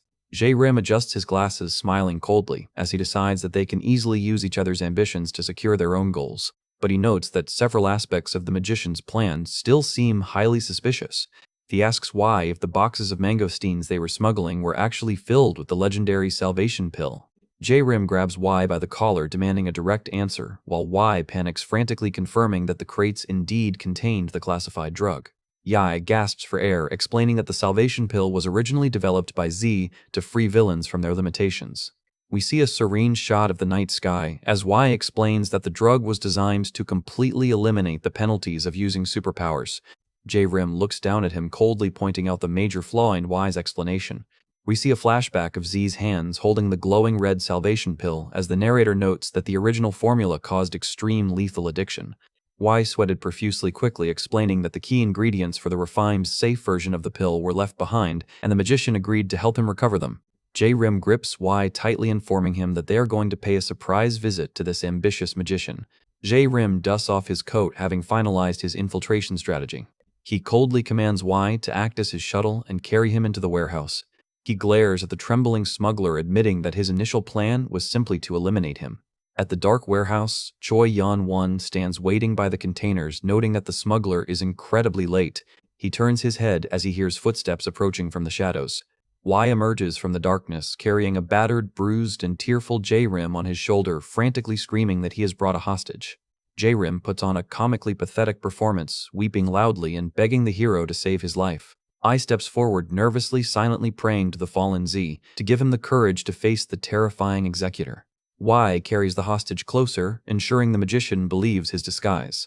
He points to the weeping J-Rim, explaining that during the smuggling deal, they ran directly into the prospective son-in-law of the Henyoung Kim family. Y angrily accuses Yan-won of leaking their coordinates, claiming he wanted to call off the deal.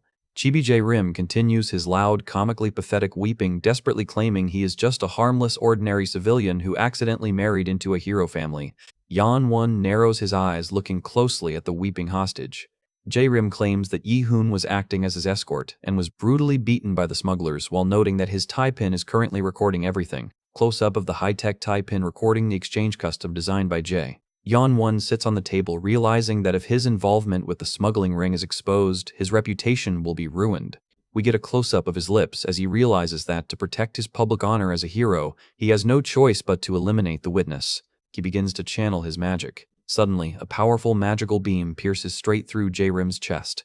J-Rim falls backward, bleeding heavily as Y looks on in shock.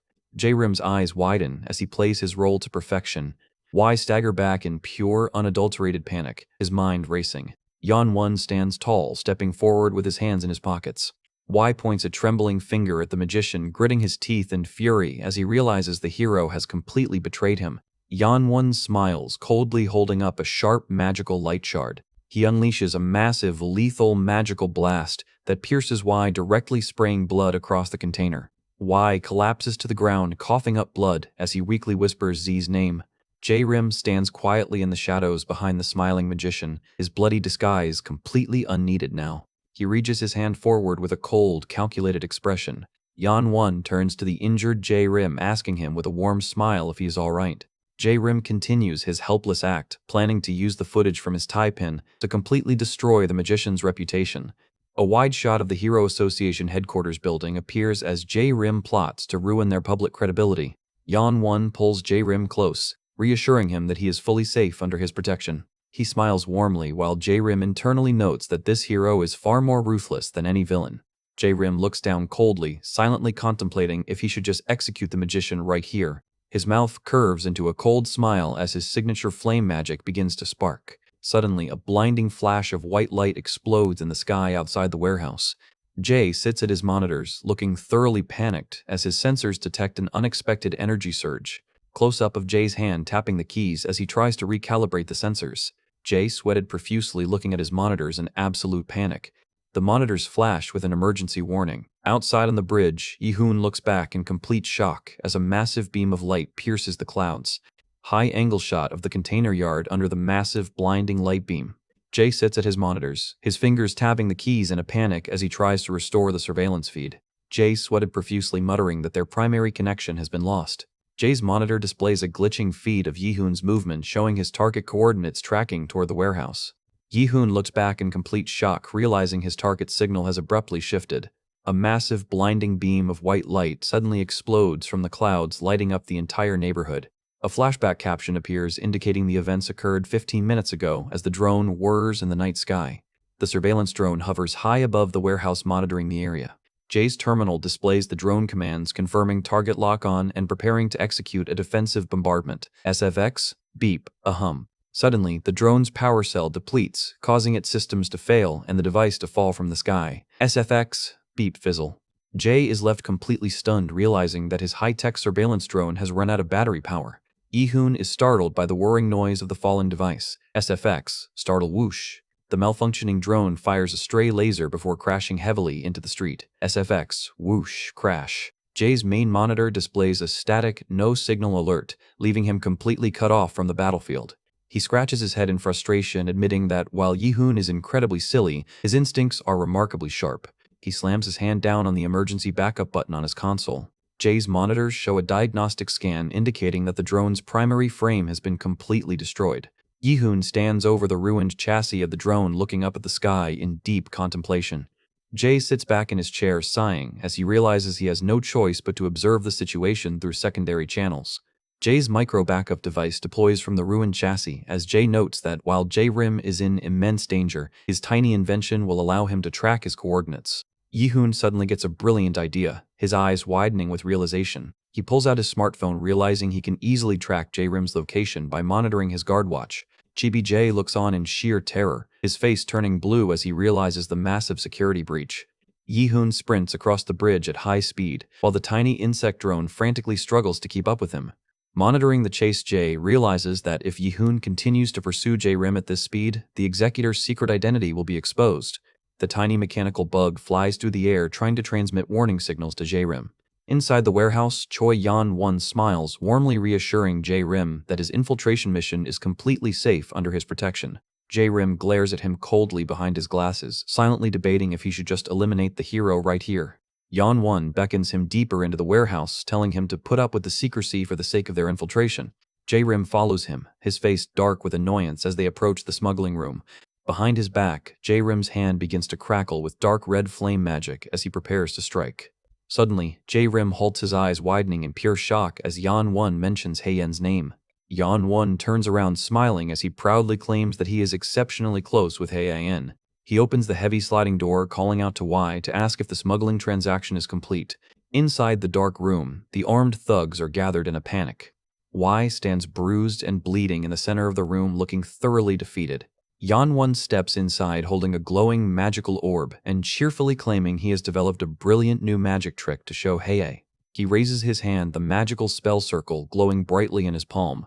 Jae-rim covers his eyes from the blinding flash as Yan-won suggests they stay together. The entire warehouse is enveloped in a massive blinding flash of white light. The tiny insect drone watches the flash from a small window near the ceiling. The drone's camera lens focuses on the interior of the warehouse. Jae's monitor displays a shot of the unconscious thugs lying on the floor, having been completely blinded by Yan-won's light magic. Yan-won turns to Jae-rim, asking him with a warm smile how he liked his dazzling light performance. He touches his chin sheepishly, wondering if Haeyen will find his magic trick impressive. Jae-rim stands behind him, his dark aura ruffling his coat as he silently vows to warn his target about Yi-hoon's approaching coordinates. Jae-rim adjusts his glasses, sweating as he realizes that Yan-won's romantic target is actually his beloved Haeyen. His face contorts in pure boiling rage, realizing the massive complication heading their way. Yan-won smiles, claiming he would never use his blinding magic on Haeyen. Jae-rim glares at him with absolute cold fury, asking him whose groom-to-be he thinks he is talking to. Yan-won winks, playfully joking that the only wedding scheduled is Haeyen's sister's upcoming marriage. Outside, Yi-hoon runs toward the warehouse, his boots pounding against the pavement. He sprints at full speed, determined to rescue Jae-rim. We see a shot of someone's legs hidden behind a stack of containers in the dark. Yi-hoon finally arrives at the sliding doors of the warehouse, confident he has found his target. Inside, Jae-rim confronts Yan-won, his voice tight with anger, as he points out the massive age gap between him and Hae. Yan-won looks confused, wondering what on earth the civilian is talking about. He smiles happily, declaring that once he becomes the #1 hero, he will marry his beloved Haeyen. Suddenly, Yi-hoon kicks the sliding doors open, screaming Jae-rim's name as he charges inside. At that exact millisecond, Jae-rim delivers a brutal, lightning-fast punch straight to Yan-won's face, completely cutting off his sentence and knocking him flat. Yi-hoon freezes in the doorway, his jaw completely dropped as he stares at the scene. Yan-won lies, sprawled on the concrete, his face bruised and his mind completely dazed. Jae-rim stands over him with an incredibly dark aura, his boots cracking the pavement. He grinds his teeth in pure fury, screaming that Haeyen chose to marry him and calling the magician a bleach-haired bastard. Yan-won looks up in dazed confusion, unable to comprehend how an ordinary civilian possessed such raw physical power. Yi-hoon stands frozen in the doorway, his mind trying to reconcile how an elite top-ranking psychic hero with immense martial arts training could be easily subdued and knocked out by a normal civilian. Jae-rim stands calmly over the defeated magician as Yi-hoon slowly approaches them. We get a wide shot of the warehouse floor as the caption notes that the top-ranking hero was effortlessly subdued by a civilian. Jae-rim's eyes widen as a cold sweat runs down his neck, suddenly realizing he completely lost his temper and blew his ordinary civilian cover right in front of the hero uncle. Jae-rim stands in the middle of the warehouse, looking over in surprise as Yi-hoon calls out his name. Jae-rim's eyes widen, internally panicking as his calculations fail, and he wonders how the hero uncle managed to track him so quickly. He grits his teeth, silently questioning Jae's security reporting systems. Suddenly, Jae's tiny insect-sized backup tracking drone materializes in his thoughts. In a flashback, Jae is seen typing frantically, explaining that his primary communication system was offline and there was no way to reach the executor. Jae's system explains that he was forced to deploy K to establish a manual connection. Jae-rim internally fumes, demanding to know what they are trying to say. Jae-rim breaks into a nervous sweat, realizing Jae's explanation is incredibly convoluted. Jae's chibi icon looks down apologetically, admitting that K's sudden return disrupted his transmission. The bruised and beaten magician slowly stands up, offering a cold smile. He looks at J-Rim with intense curiosity, asking how a supposedly ordinary person managed to deliver such a heavy physical blow. Before Yeon-won can react, J-Rim immediately charges forward, delivering another massive punch to his face. Yi-hoon freezes in the doorway, completely shocked by the civilian's reckless actions. Suddenly, J-Rim grabs his own fist, gritting his teeth in intense pain. An X-ray graphic shows the bones in J-Rim's hand cracking from the impact of the punch.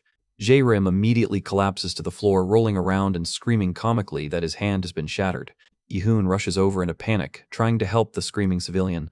J-Rim continues his dramatic performance, screaming that he punched the magician because the bastard claimed he wanted to marry Hae-en. He continues to roll on the floor, wailing about the immense pain in his broken hand.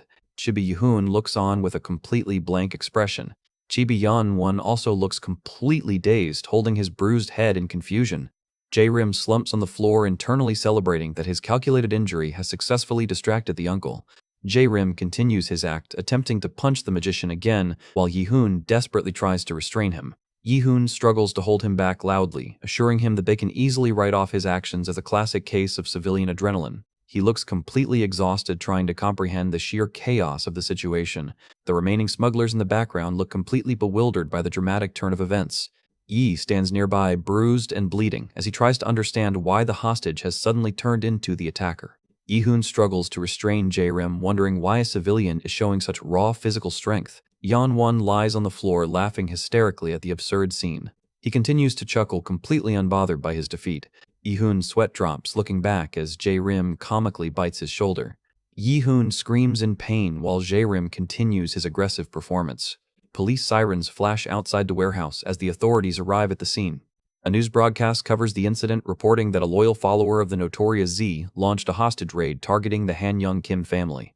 The broadcast displays a mugshot of Y, explaining that the smugglers targeted a civilian of the prominent hero family. The news graphic details Yai's failed kidnapping attempt on J-Rim. The reporter notes that, fortunately, Choi Yeon-won and Kim Lee-hoon were present at the scene to neutralize the threat. The scene shifts to a peaceful, modern hospital room. Hae-in sits quietly on the edge of the hospital bed, looking down with a worried expression. J-Rim sits in his hospital gown, his hand fully enclosed in a green cast as he assures her that he is fine.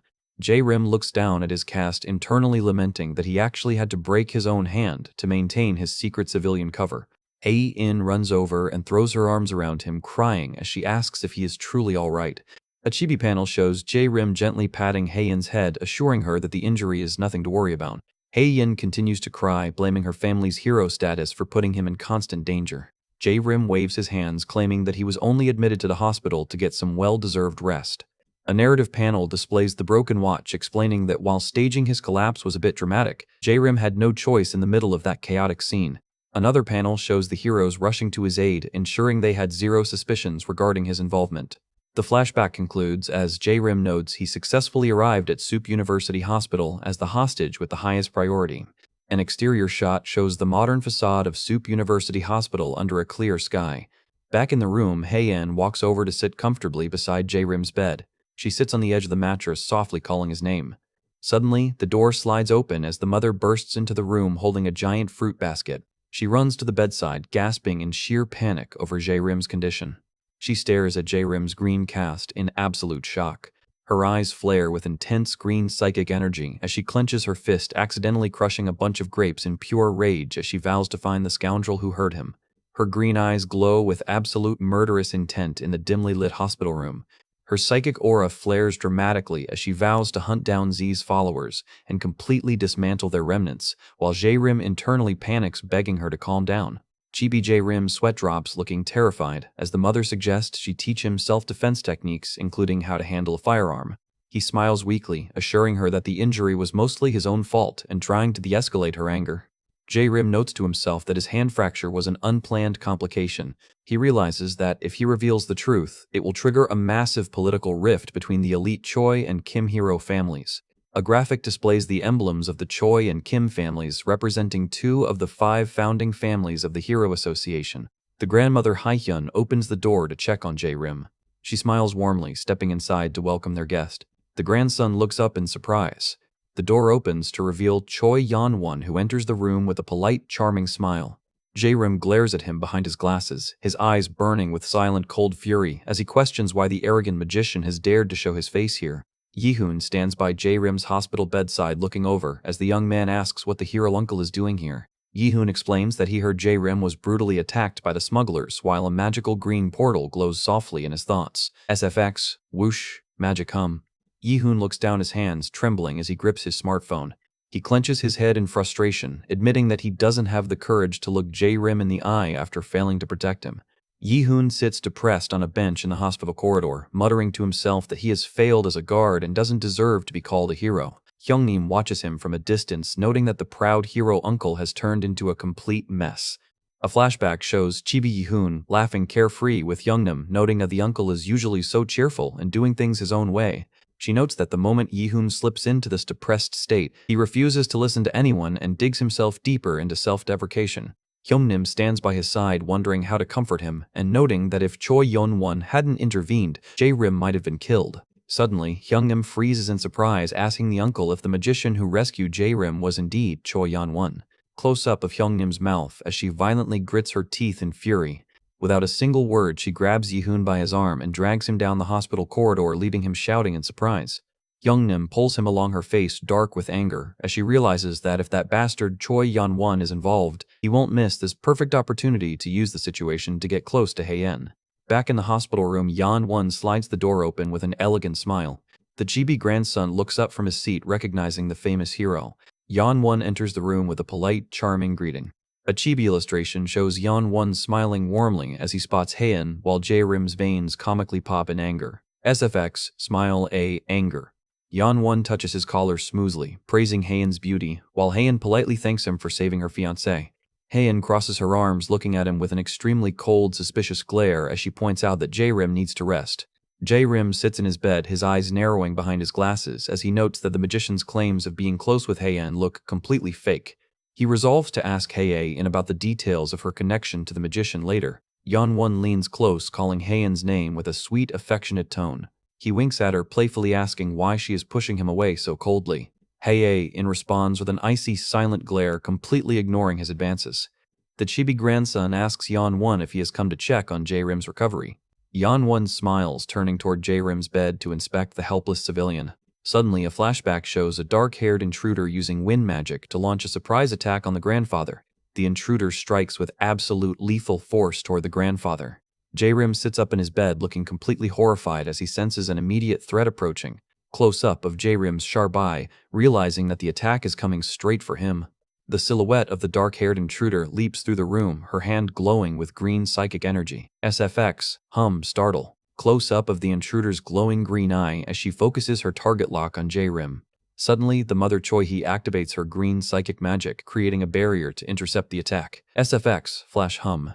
She grabs Yeon-won by his collar with absolute force, demanding an immediate explanation for the attack. SFX, thud a rumble.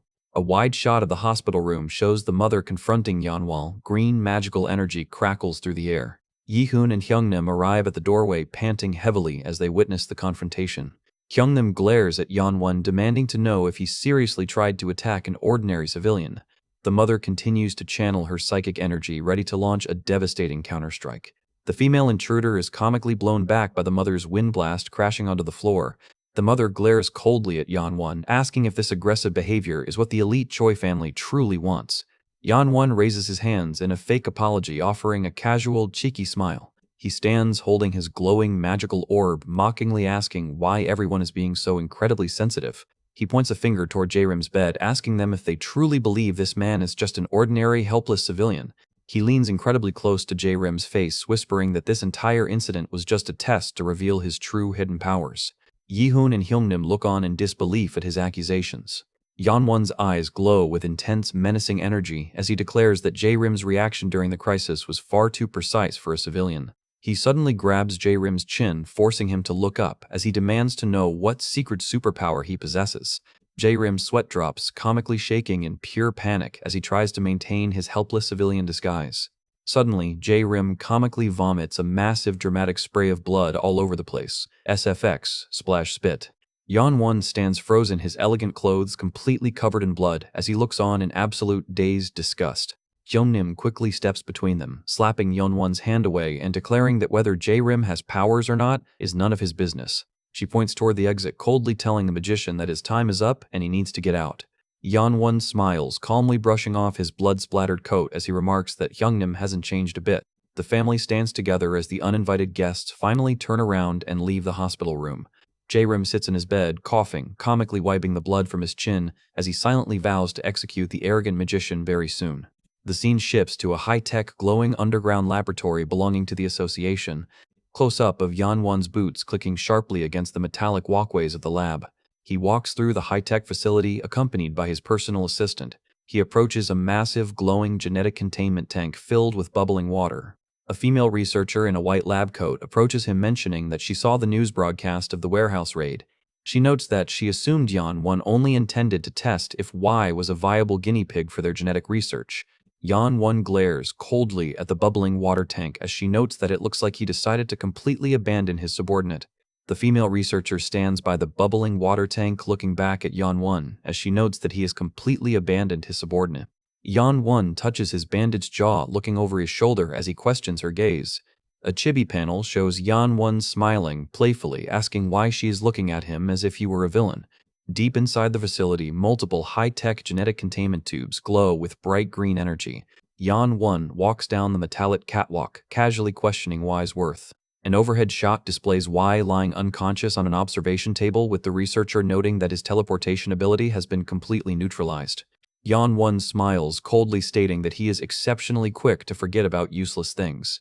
We see a wide shot of the massive, glowing laboratory as Yeonwon notes that Yai's unstable magic simply didn't fit into his private collection. The researcher sweat drops, looking highly nervous as she asks about the injury on his cheek. She asks if the bandaged wound was Y's doing before they neutralized him. Yeonwon's phone begins to vibrate in his hand, distracting him from the conversation. He casually drops the vibrating phone straight into a glass of soda. SFX drops lash. The phone continues to bubble in the liquid, displaying an incoming call from the family head. SFX bubble-laid vibration. Yeonwon touches the bandage on his cheek, smiling darkly as he reflects on his injury. A brief flashback shows Jae-rim's tearful civilian act with Yeonwon, realizing that the young man is an exceptionally skilled liar.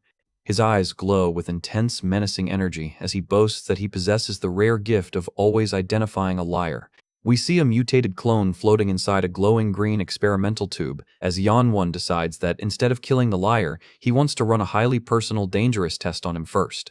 The researcher glares at him coldly, asking if she should prepare a proper funeral gift for his test subject. Close-up of Yeonwon's sharp yellow eye as he locks his gaze on the genetic tank. Back in the hospital, Haein lets out an exhausted yawn as she sits by Jae-rim's bedside. Jae-rim sits in his hospital gown, warmly advising Haein to go home and get some proper rest. He points toward the window, reassuring her that her uncle Yi-hoon is actively standing guard outside. He smiles beautifully, telling her she must have been incredibly startled by the attack and deserves to rest. Hae-in smiles back, finally agreeing to go home. SFX, slide door creak. Left alone, Jae-rim sits quietly on his hospital bed, his expression instantly turning serious. He scratches his neck, his mind racing as he tries to decipher why the arrogant magician pretended to be close with Hae. He recalls Yeonwon's elegant smile, noting that their interactions looked highly forced and uncomfortable. He also recalls Hae-in's icy, silent glare toward the magician, confirming they are on terrible terms. Chibi Jae-rim panic explains the situation to Hae-in, sweating as he tries to play off the magician's claims as a simple joke. Chibi Hae-in looks highly suspicious, pulling out her smartphone to check her records. Her screen displays a long, unread list of digital gift cards sent from Mr. Choi Young-won. Hae-in hands Jae-rim a drink, complaining that the magician has been relentlessly sending her unwanted gifts since they were children.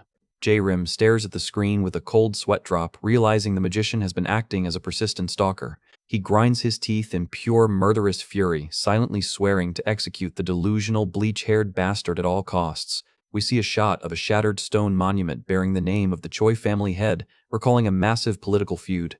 The flashback reveals the grandfather Kim Ho looking cold as he severed all ties between the Choi and Kim families years ago. A flashback shows a young Hae-in eating snacks with her, noting that she only knew Yeonwon when they were small children.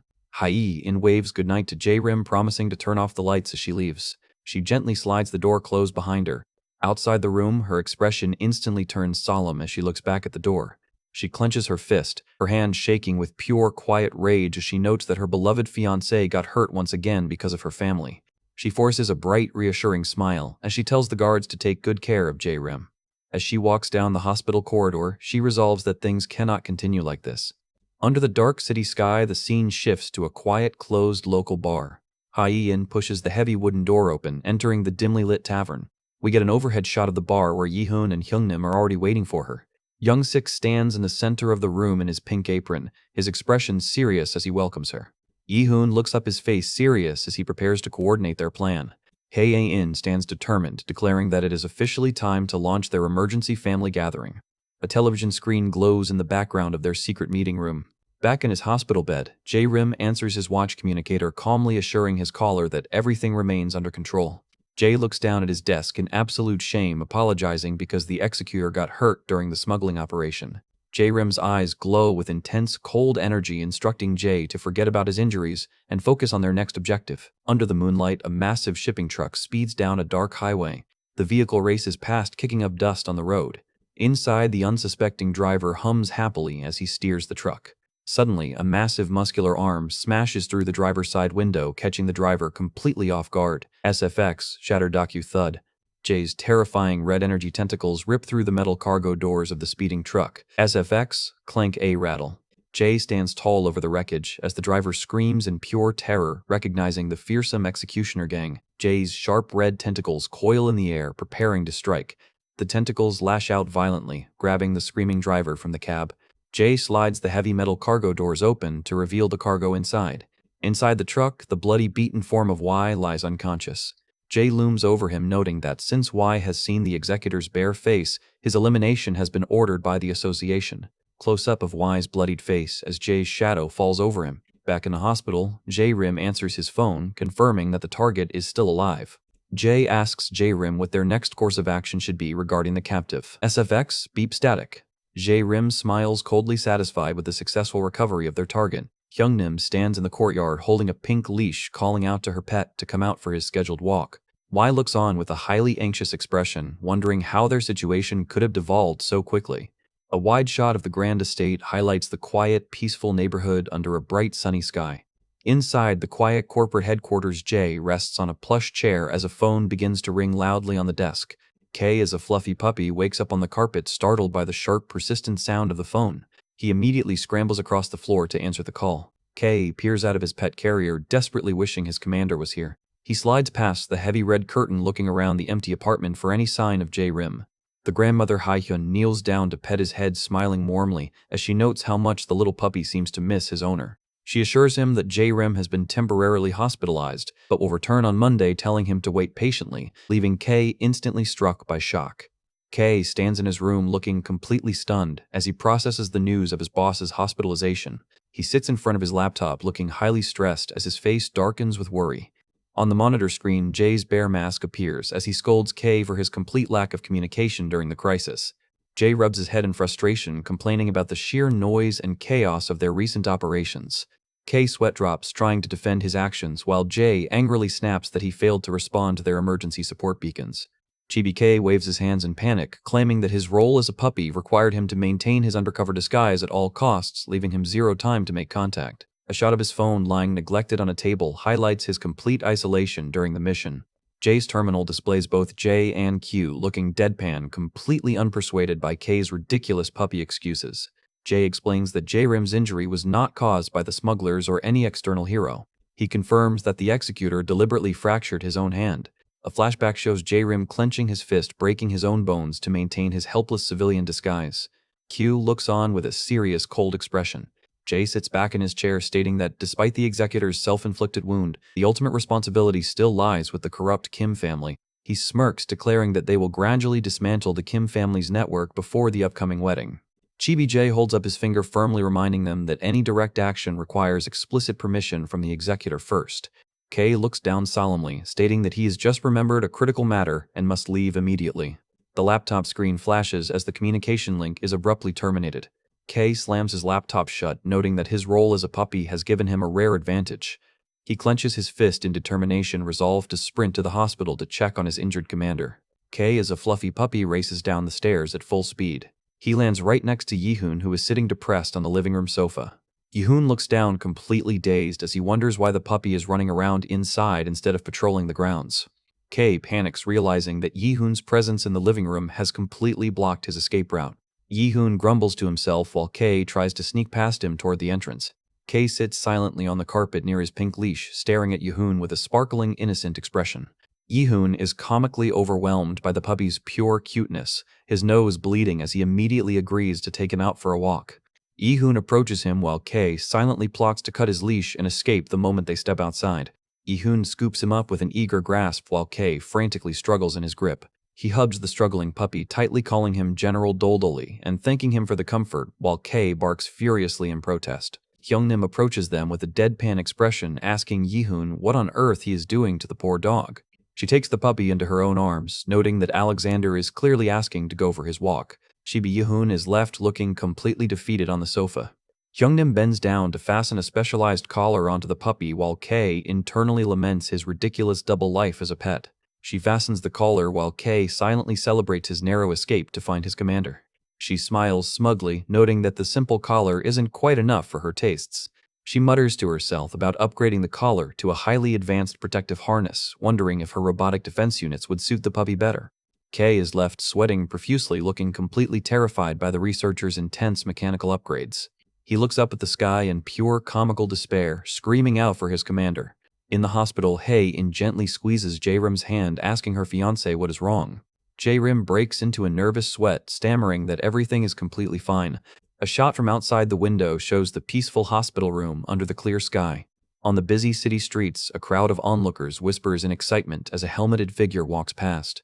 Hyungnim walks Kay on his leash, while the crowd admires the hero's adorable pet. Close-up of Kay wearing a bulky, high-tech yellow robotic backpack on his shoulders. Hyungnim walks beside him, asking the puppy if he dislikes his new protective backpack.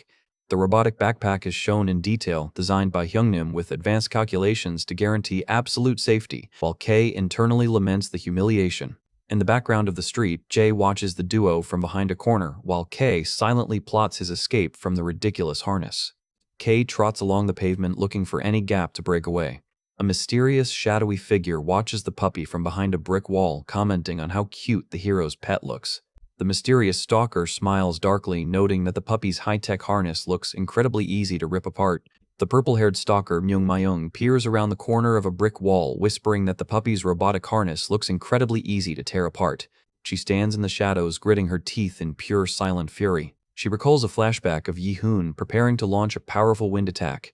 The flashback displays Yi-hoon's devastating wind punch, completely obliterating a massive monster. Myung looks at her hands covered in a sticky purple slime substance as she screams out in anger. She clutches her head in frustration, her mind flooded with memories of her previous defeats at the hands of the heroes. She clenches her fist, declaring that she has never forgotten the humiliation they subjected her to. She unzips her bag, rummaging through her files to find notes on her targets, admitting that while she cannot defeat the heroes directly, she has a perfect plan for their pet. She holds up a small, glowing purple orb, smiling darkly as she prepares to launch her trap. Nearby citizens are walking down the bridge walkway, chatting comfortably. Suddenly, an old grandmother loses her footing on the steep stone stairs. She tumbles backward, falling toward the pavement. She screams in panic, calling out for help as she plunges toward the ground. Fortunately, Hyungnim, dressed in her motorcycle gear, slides in and catches her safely in her arms. She looks down at the grandmother, calmly asking if she is all right. Seizing the opportunity, Kay breaks away and sprints down the sidewalk to make his escape. He runs at full speed, but the leash suddenly tightens, snapping him back toward Hyungnim. The grandmother watches in awe as Hyungnim pulls the puppy back, marking the definitive failure of Kay's first escape attempt. Down the street, a pink balloon gets caught on a high street pole. A little girl stands crying on the sidewalk, pointing up at her lost balloon. Hyungnim immediately deploys a mechanical claw from her robotic backpack, easily retrieving the balloon for the child.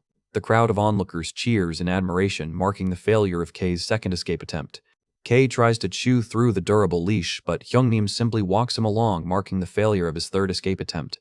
The crowd continues to praise the heroic Hellman man as they walk through the neighborhood. Kay collapses onto the pavement in sheer, comically pathetic exhaustion, lamenting his failed attempts. A car owner stands near his pristine white SUV, thanking the hero for repairing his wrecked vehicle. Hyungnim walks the puppy past the grateful citizens while Kay grumbles in annoyance at his partner's overzealous heroism. The citizens continue to praise the hero and pet the cute puppy, while Kay internally questions the true nature of heroes. Hyungnim looks around the quiet street while Kay reflects on his dark past. A tragic flashback shows a young Kay lying bruised in the ruins of a destroyed city crying out for someone to save him. He recalls a hero standing in the distance coldly selecting who deserved their help based on their social status. The hero turned away, leaving the helpless children behind in the ruins. The young Kay was left weeping alone, realizing that heroes are nothing but hypocritical actors. Kay looks down dejectedly, his eyes filled with quiet sadness. Suddenly, a loud scream echoes through the street as citizens begin to run in a panic. Multiple purple slime monsters bounce through the street, causing chaos and sending the crowd fleeing. Myung stands in the center of the street, laughing maniacally as she commands her slime cuties to attack. Kay smiles, realizing this monster attack is his golden opportunity to slip away in the chaos. Suddenly, a slime monster lunges at him, but the watch-activated green defense barrier instantly wraps around the puppy, easily blocking the attack. The purple slimes bounce aggressively through the neighborhood, causing structural damage. Hyungnim immediately steps forward, channeling green energy as she orders the citizens to evacuate quickly. She activates her tactical visor, resolved to eliminate the threat since they dared to attack her family's pet. Myung smirks sinisterly from behind a wall, enjoying the chaos. She stands before her massive purple slime monster, preparing to launch a final assault. Hyungnim blocks a flying slime with her green laser shield. Yihoon suddenly appears behind her, pointing his finger with a confident smirk. He announces his arrival, ready to assist his partner in clearing the street. Within seconds, the purple slime monsters dissolve into harmless puddles on the concrete. Yihoon poses confidently with his hand glowing with wind magic, declaring that his frustration won't stop him from fulfilling his duty. Hyungnim deactivates her visor, thanking him for the quick backup. Kay is shown comically trapped beneath Hyungnim's heavy robotic shield, grumbling at her to stop talking nonsense and go chase monsters instead. The two heroes stand talking in the cleared street, satisfied with their quick victory. Yihoon jokingly nudges Hyungnim, telling her his claims are always sincere. Suddenly, they look down to find the pink leash lying empty on the pavement, realizing the puppy has vanished. Myung runs through a nearby alleyway holding her glowing green magic orb and laughing at her successful escape. She realizes that Hyungnim's defensive barrier has a clear, calculated distance limit. She reaches her hand out, intending to grab the puppy. Suddenly, a powerful physical shockwave strikes her, blowing her back. Kay runs away at full speed, leaving Myung defeated on the pavement. Kay leaps into the air with a happy bark, realizing he is finally free to return to his human form. Suddenly, a hand scoops him up from behind, completely cutting off his escape. SFX, thud, startle. A little girl on a playground swing holds the puppy in her arms, looking completely thrilled by the sudden encounter. She hugs the struggling puppy tightly, while Kay internally cries, realizing he took a wrong turn and fell into another trap. On the street, Yihoon and Hyungnim look extremely stressed as they try to locate the missing puppy. Hyungnim suggests they ask a nearby pedestrian for directions, catching Yihoon off guard. She looks back with wide eyes, completely stunned by the massive presence behind them. Standing tall in full armor is a giant knight with a red plume on his helmet, holding a massive sword and politely asking them for assistance. The narrator introduces the legendary quote of the giant knight, declaring that he fights solely according to his pride, as neither a hero nor a villain. Close-up of the giant knight holding his massive sword firmly on the pavement. Hyungnim and Yihoon look on in complete surprise, noting that he is indeed one of the elite top 3 heroes. We get a wide shot of the street covered in purple slime as they recognize the legendary knight. The knight lifts his hand, letting the purple slime drip from his fingers as he comments on the chaotic aftermath of the battle. Yihoon crosses his arms, politely reminding the elite hero that this neighborhood is far outside his official patrol region. The knight slides his massive sword back into its scabbard with a metallic click, admitting his embarrassing secret. He stands with his hands on his hips, loudly declaring to the sky that he has completely lost his way. Yihoon and Hyungnim look at him with completely deadpan expressions. The knight points dramatically, asking the two heroes if they can guide him to the nearest children's playground. Hyungnim facepalms in frustration, muttering to herself that the legendary hero hasn't changed a bit since the resistance days. Without a single word, she grabs Yihoon and walks away, completely ignoring the confused knight. Meanwhile, at the playground, the little girl holds Kay on the swing, smiling happily. She proudly mounts her smartphone onto a selfie stick to start a real-time broadcast. She swings back and forth, introducing herself to her viewers as a helper who rushes to those in need. She smiles brightly at the camera, declaring herself as the next-generation hero Ha Yul. She hugs the fluffy puppy, tightly squealing in delight over her adorable new friend. Kay grumbles in sheer comically pathetic fury, desperately trying to break free so he can run to his commander. He leaps out of her arms, landing on the playground floor. Ha Yul gasps, immediately running after him to catch him. Kay runs at full speed, but his eyes widen in panic as he realizes he is heading straight toward a pile of sharp shattered glass shards on the pavement. Yule blinks her vision, tracking the puppy's trajectory with absolute focus. She leaps forward, catching the puppy in midair just inches away from the dangerous glass. She holds him tightly as they tumble onto the safety of the grass, expressing her immense relief that he didn't get hurt. The selfie stick lies shattered on the ground near the pole as Hayul looks over in surprise, hearing heavy footsteps approaching. A pair of boots steps onto the pavement near the purple slime puddles as a dark shadow falls over them. Myung emerges from the shadows, her eyes glowing in the dark as she addresses them. She stands huffing and puffing, pointing at the puppy and claiming that he is actually her pet. Kay looks on in absolute terror, realizing he has been cornered. Hayul hugs him tightly, standing her ground against the menacing stranger. Myung holds out her sticky hand, coldly ordering the child to hand the puppy over.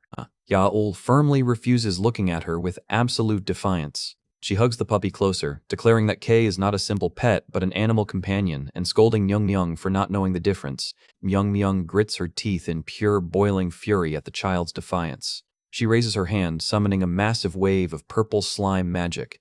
A giant wave of slime surges across the playground, heading straight for the children. Myung attacks, screaming at them for their extreme, impolite behavior.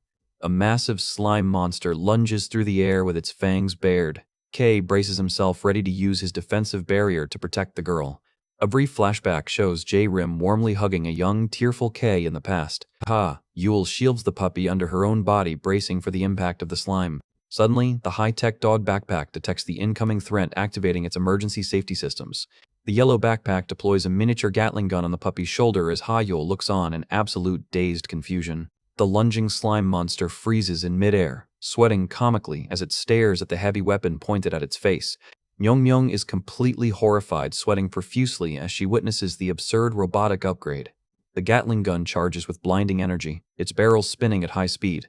Yi-hoon and Youngnim sprint toward the source of the noise, hoping they aren't too late. A massive laser beam erupts from the puppy's backpack, vaporizing the slime monster. The explosion levels the alleyway, shattering the concrete. Hyungnim stands in the cleared street, looking on in surprise. The two heroes look at each other in disbelief at the sheer scale of the destruction. Myung lies defeated on the floor, comically assuming her own inventions were responsible for her defeat. A crowd of curious citizens gathers near the playground, whispering in excitement. Yule proudly holds up Kay to the cheering crowd, declaring that this incredible puppy saved her life. Kay looks completely embarrassed, silently cursing the researcher for equipping him with such an absurd robotic backpack. Yule looks extremely excited, declaring she is going to adopt the puppy. Yi-hoon approach her, looking highly sweat-dropped. He points a finger, politely informing the girl that the puppy actually belongs to them. The girl glares at them, silently clutching the puppy tightly to her chest. Yi-hoon attempts to name the puppy Maximus while the girl ignores him. The scene shifts to the exterior of Soup University Hospital. Inside, J-Rim sits next to Heian, looking completely stunned. The grandfather Ho sits on the sofa with J-Rim, internally questioning if the old man has completely lost his mind. The grandfather Ho smiles warmly, opening a high-tech metallic weapon case and inviting J-Rim to begin his self-defense firearm training. J-Rim stares at the glowing high-tech rifle in absolute silent horror. The old grandfather holds out a dark, high-tech case with a warm smile. He is pitching some direct weapon training for our guy because apparently he thinks a civilian needs a little extra security in this crazy world. J-Rim stands there in his hospital gown, looking absolutely stunned. His entire plan to lay low as a harmless boyfriend is getting more complicated by the second. Inside the case sits a sleek green laser device, humming with power. This thing looks way less like a normal self-defense tool and way more like military-grade hardware. J-Rim drops his jaw in utter disbelief. He knows exactly how dangerous this tech is, and he wants absolutely nothing to do with it. He breaks into a nervous sweat and politely asks the grandfather what this device actually does.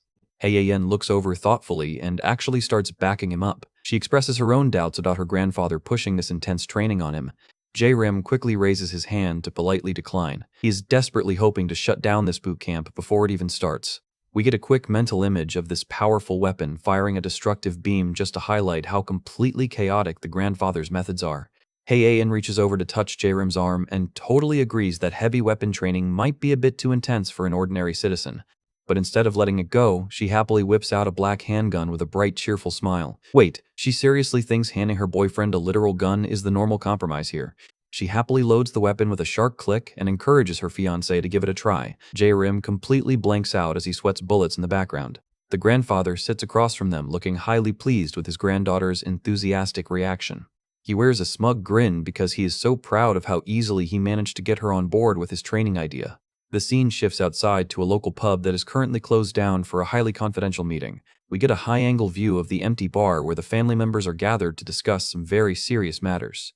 Young-sik leans over the table in his pink apron to formally kick off this emergency family meeting. He brings up the magician's claim that Jae-rim might actually be hiding some crazy, inhuman strength. Lee-hoon looks down with a dead serious expression as he prepares to share the shocking truth of what he witnessed back at the warehouse.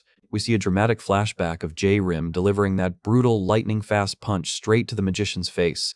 The entire family looks completely stunned. Their faces are frozen in absolute shock as they listen to this insane story. Young-sik is left completely speechless. He cannot comprehend how a normal citizen could pull off a feat like that against a top-tier hero.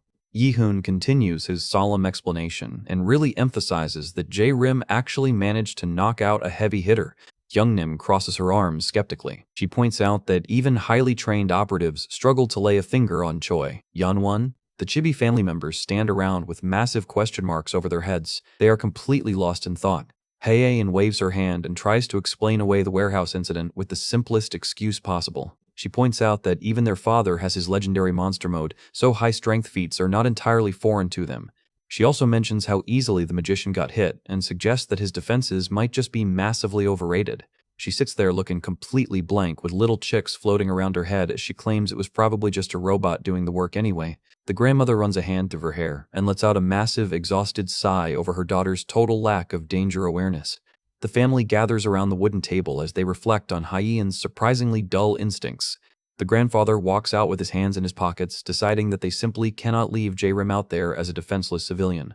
He pulls up his chair and joins the table with his expression deeply serious as he addresses his family. He brings up the examiner he sent to follow Jae-rim, indicating that things are way worse than they think. Hae-in instantly loses her temper. She angrily yells at her grandfather for daring to spy on her boyfriend. The grandfather calmly raises his hand and asks her to just hear out his full explanation first. He drops the bomb that the head examiner who followed Jae-rim was actually found beaten and unconscious. That sends a wave of pure shock right through the room. Hae-in looks on with a highly alert expression as she finally realizes that a massive threat is looming over them. The grandfather notes that while examiners are supposed to evaluate heroes, the level of danger in this case is completely unprecedented. Young-sik looks incredibly dark and muscular. He is taking the news of the attack on their examiner very seriously. Hae-in taps her fingers on the table, realizing they need to change up their entire strategy right now. She looks up with absolute resolve and declares that a single guard is no longer enough to protect Jae-rim. The grandfather's eyes glow with an intense golden power as he fully agrees that weapon training is the only logical choice left. Lee-hoon nods in silent agreement, accepting the grandfather's ultimate decision to train the civilian. Hae-in looks down thoughtfully as she prepares to lay down her final non-negotiable conditions. With a fierce golden glow in her eyes, she warns her grandfather that she will never forgive him if Jae-rim gets hurt during this training. The grandfather happily leans back, laughing contentedly now that he has secured her permission. Back at the hospital, Jae-rim holds the small green weapon piece, sweating profusely as he tries to decline the offer. But before he can even protest, a massive magical green energy beam explodes from the device with a loud crash. The entire room is filled with thick black smoke, leaving both Jae-rim and Hae-in completely covered in soot. The two of them stare blankly in total silence. They are completely traumatized by the absurd performance they just witnessed. The grandfather happily nods, thoroughly impressed by the weapon's incredible raw power. Hae-in shakes with anger as she promises to help Jae-rim train the exact moment he gets discharged. Up in the sky, her voice echoes in absolute outrage while her grandfather just laughs it off like it is nothing. The scene shifts to a sleek car speeding down the road away from Soup Hospital. Inside the car, Hae-in happily drives her fiancé home, glad that he managed to get discharged early. Jae-rim pulls out his smartphone, noting that his work tasks have piled up significantly while he was laying low. His screen lights up with an urgent message from Jae indicating an immediate emergency is brewing at the office. The text message contains a link to a viral video warning the CEO about K's highly chaotic status. Jae-rim breaks into a heavy cold sweat as he clicks the link. His eyes widen in pure, unadulterated horror. The video screen displays a massive viral report on NeoTube featuring the heroic puppy. He scrolls down to find the comments section completely flooded with thousands of views and adoration for the hero dog. Jae-rim sits in his room looking at a delivery invoice for a shipment of premium hero puppy supplies. Outside, a large shipping truck arrives at their estate to deliver the cargo. We see an absolute mountain of gift boxes and animal feed piled up around a very pleased-looking puppy. J-Rim stands adjusting his glasses. His veins are popping in pure, unadulterated rage at his subordinate's absolute mess. SFX, Vine Boom. K the puppy sits sweating comically, looking completely innocent as he tries to avoid his boss's terrifying wrath. Yi-hoon points dramatically while shouting, trying to persuade the little girl to give back their pet. He even comes up with a whole new name on the spot. The little girl glares back with a sharp glint in her eyes, completely unfazed by his shouting. We get a high-angle view of the playground as bystanders watch the chaotic confrontation unfold. Yi-hoon tries to step forward, but Hyungnim firmly grabs his shoulder from behind to hold him back. Hyungnim turns to him, telling him to back off and let a professional handle it. The giant knight steps forward, proudly declaring that since he is her escort, he will handle the situation. Hyungnim looks at him with a total sweat drop, questioning since when he ever cared about escort duties. A quick flashback takes us back 8 years ago to the legendary resistance against the villains. The memory shows ordinary civilians charging through the mud to defend the city. A close-up shows the knight's heavy glove resting on his giant sword hilt. He leaps into action, drawing his massive blade to slice through incoming attacks. The knight delivers a devastating slash that lights up the entire battlefield in a blinding flash. An official diagram outlines how a wild, unpredictable fighter rose all the way to become one of the top 3 heroes. Hyungnim taps her chin thoughtfully, asking if he has ever actually completed an escort mission in his life. She recalls how the wealthy CEO of Jungsu Pharmaceuticals once tried to hire him for personal security. She points out that he turned down a massive fortune, wondering if his sense of morality is just completely broken. Hyungnim gives him a cold, piercing side-eye, thoroughly unimpressed by his heroics. Back at the playground, the little girl sits curled up against the brick wall, softly comforting the puppy. She holds the puppy close to her chest, whispering how scary and confusing everything has been today. With watery eyes, she tells the puppy that her online subscribers are the only ones who actually care about her. She looks down at the puppy, begging him to stay with her so she won't have to be alone anymore. Suddenly, a shadow falls over the alleyway as a heavy voice calls out to her. The giant knight stands towering over the little girl, looking incredibly intimidating in his full armor. Kei completely panics, realizing one of the country's strongest heroes is standing right in front of them. The puppy instantly scrambles out of her arms, trying to run for his life. He sprints as fast as his tiny legs can carry him, but he barely makes any progress next to the knight's boots. Kei turns around and growls, viciously threatening to tear the hero to shreds. The knight just scratches his helmet awkwardly, completely oblivious to the dog's inner rage. Before Kei can attack, the little girl drops to her knees and hugs the puppy to hold him back. She angrily yells at the puppy, ordering him not to be mean to their heroic savior. We see a dramatic, shadowy silhouette of the girl clinging tightly to her companion. The knight observes them quietly, realizing the brave little girl is actually trembling with fear. He scratches his neck casually, pointing out that the dog clearly belongs to someone else. The puppy sweats profusely, desperately hoping this dense hero doesn't figure out his true identity. The knight immediately launches into a chaotic, rapid-fire lecture about leaving home without permission. Chibi Hayul covers her ears in absolute agony, screaming that this nagging hero is worse than a demon king. The knight takes her hand and drags her away, determined to return the lost pet to its proper owner. A simple text card transitions the scene back to the main estate. Yi-hoon walks through the hallway carrying a massive cardboard box full of deliveries. Inside the mansion, J-Rim sits on the couch holding Kei, looking completely defeated. Yi-hoon and Young-sik excitedly hold up a tiny pink dress showing off the sponsor gift sent for the hero dog. Hae-in warmly explains that sponsors want to film a commercial with the puppy, while J-Rim's dark aura erupts in pure rage. SFX, Vine Boom. Hae-in steps in and angrily scolds her family for trying to exploit a poor puppy for corporate sponsorships. The 2 grown hero men shrink back in complete shame, comically crying over her harsh words. J-Rim lowers his head, holding back his urge to obliterate everyone in the room. He looks up with a terrifying pitch-black glare, asking his subordinate what on earth he was doing out there. The entire family sits in deadpan silence, completely terrified by the sudden shift in the room's atmosphere. Outside the mansion, a loud scream echoes through the neighborhood. Hyungnim aggressively bangs on the locked double doors, desperately begging J-Rim to open up. Yi-hoon physically drags her away by her collar to stop her from causing another public scene. The grandmother and the young boy watch them go, sighing over how hectic their daily household is. The grandmother rests her face in her hand, thoroughly exhausted by all the domestic drama. We cut to a dark shot of J-Rim's bedroom window with the blinds drawn shut. J-Rim sits on the edge of his bed in the pitch-black room, looking like a true criminal mastermind. He looks down coldly at Kei, sternly lecturing him about the fundamental rules of undercover infiltration.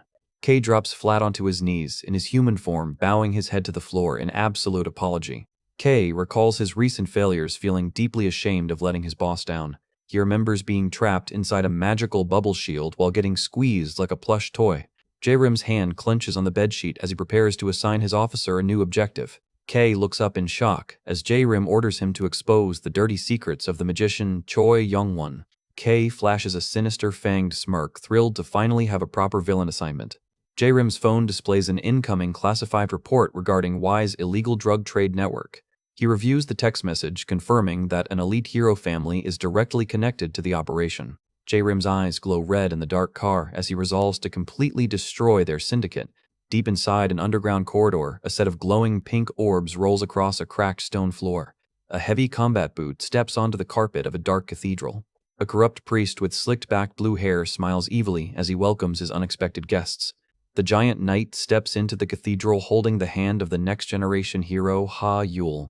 J-Rim watches from the shadows, his eyes burning with cold fury as he identifies the pseudo-religious cult. The rain pours relentlessly over the Hero Association Institute of Science and Technology, setting a highly ominous mood for today's mission. A mysterious figure in a dark raincoat stands watching the facility from a distance, muttering about the storm. Suddenly, a massive, blinding bolt of lightning rips through the dark sky, lighting up the entire neighborhood. A group of cloaked villains stands gathered in the dark forest with their leader declaring a cold-blooded assassination plan. Meanwhile, back at the quiet estate, the rain continues to fall gently over their peaceful home. Hye-in adjusts J-Rim's tie, sweetly reminding him to stay safe and avoid getting into any more trouble at work. She reaches into her pocket and pulls out a smooth silver ring, presenting it as a special discharge gift. Yarim holds the simple accessory in his hand, looking slightly confused by the sudden present. She smiles beautifully, explaining that it's a special wish bracelet designed to keep him perfectly healthy and safe. J-Rim flashes a warm, incredibly handsome smile, deeply touched by her sweet gesture. He steps out of the estate carrying his umbrella and a small pet carrier ready to start his workday. Standing outside in the rain is none other than Hyungnim, who is officially assigned as his escort hero for today. She looks down at the pet carrier, asking if he is seriously delivering the puppy to his new family already. J-Rim calmly explains that a kind allergy-free staff member at his office has offered to take the little guy in. Chibi Yahun is shown weeping dramatically in a party hat during yesterday's highly emotional puppy farewell party. J-Rim smiles warmly, claiming they need to send him away quickly before they get even more attached. An imaginary panel reveals J-Rim's dark plan to completely manipulate the hero family using K's cute puppy form. SFX, Vineboom. Hyungnim sighs under her umbrella, noting that his overly formal, polite boyfriend persona is finally back. As they walk down the rainy street together, she asks him if they can make a quick detour before heading to his office. J-Rim looks over, curiously wondering what kind of destination she has in mind. They arrive at the high-security gates of the official Hero Association Science and Technology Laboratory. Inside, the room is filled with rows of locked, high-tech metallic storage compartments containing advanced hero gear. Suddenly, J-Rim finds himself fully equipped with a tactical visor and a heavy gauntlet, screaming in total confusion. Hyungnim types on her computer, explaining that simple self-defense tools aren't nearly enough to guarantee his safety. Chibi J-Rim looks comically puzzled by all the heavy military-grade gear he was just handed. She explains that the advanced carbon fiber gauntlet is designed to easily reflect any incoming physical attack.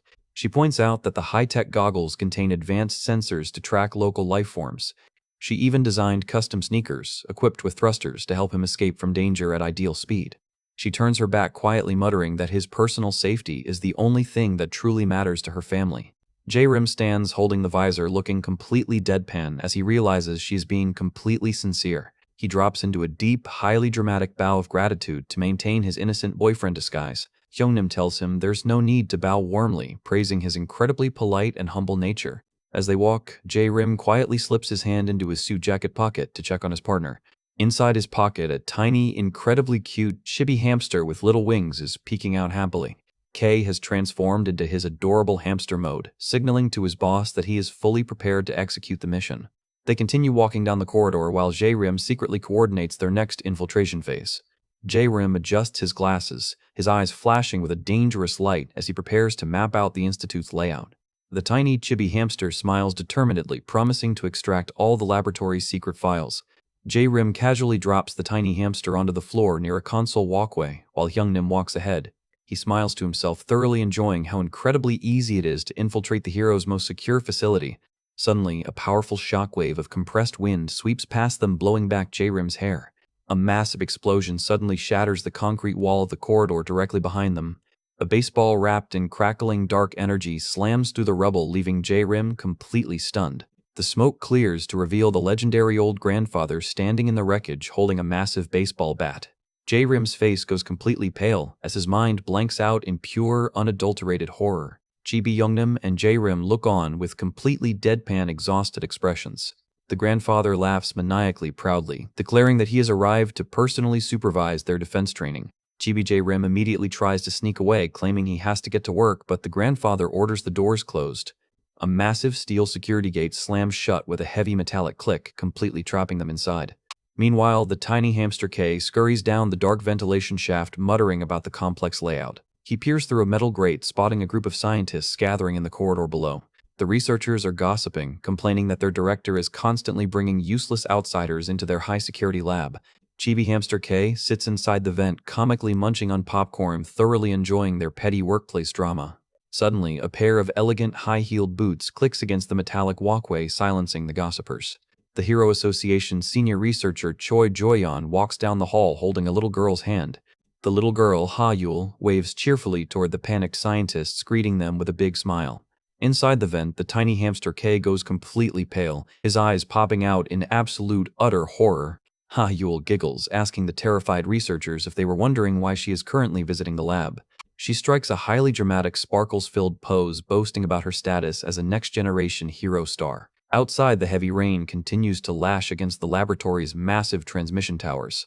Deep in the dark forest surrounding the facility, the hooded villains prepare to launch their assault. The leader of the rain-cloaked group smiles with sharp, monstrous teeth, asking his men if they are ready to strike. Suddenly, a cold voice from the trees flatly refuses, catching the entire villain group completely off guard. A powerful wave of white magical energy slices through the forest, completely leveling the trees in a single blow. A heavy combat boot steps into the muddy puddles as the mysterious protector approaches. A cool, silver-haired young hero stands in the pouring rain, channeling crackling energy around his hand with a lethal glare, demanding to know what they are doing. We kick off the chapter with a sudden trip down memory lane, focusing on a retro capsule toy vending machine. Back in the day, these things were the ultimate test of luck. The old grandfather fondly recalls his childhood, admitting that he was completely obsessed with wasting his allowance on these machines. Who knew a legendary hero had such a childish habit? He just wanted that one specific prize, desperately turning the dial while hoping for a rare drop. It turns out, the anticipation of what's inside is the best part. But back in reality, he is holding a regular baseball and comparing his old obsession to a high-tech training machine. This is definitely not going to end well for our guy. He explains that his custom machine has a very specific rule. Once the exact same item drops consecutively, it triggers a chain reaction and fires 5 times in a row. This is supposed to be basic training, but it looks more like a military barrage. J-Rim immediately locks in, activating his high-tech defensive barrier to prepare for the incoming onslaught. He has to play the role of a fragile civilian perfectly.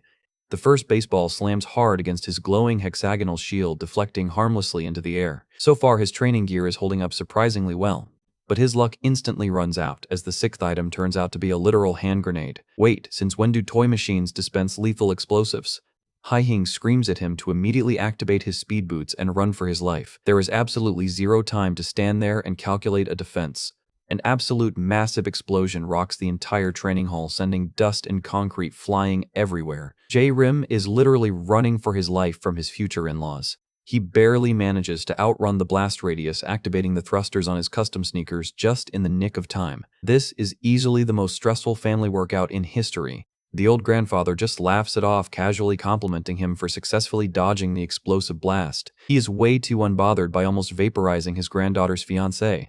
He points out the massive crater on the floor, warning J-Rim that a collapsed ceiling is just as deadly as a direct hit. J-Rim is internally crying over how insane this old man is. He confidently points his finger, explaining that the simulation was based on the attack style of a notorious villain group named Bombardier. He is taking this hero training way too seriously.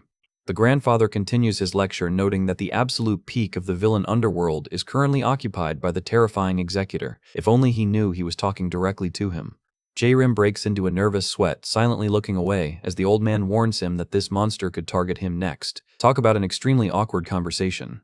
He lists the various remnant groups of the old villain alliance that used to serve the fallen leader Z. He calls them nothing more than a bunch of small fries who can't compare to the executor.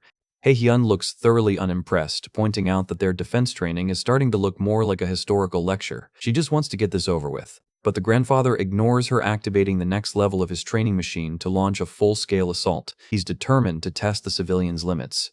J-Rim gets into a defensive stance, raising his carbon fiber glove as he prepares for the next round. He has to pretend to struggle while easily tracking every projectile. The old man demands to know how the future son-in-law of their legendary family plans to protect himself. J-Rim's eyes narrow as he prepares to show off just enough reaction speed.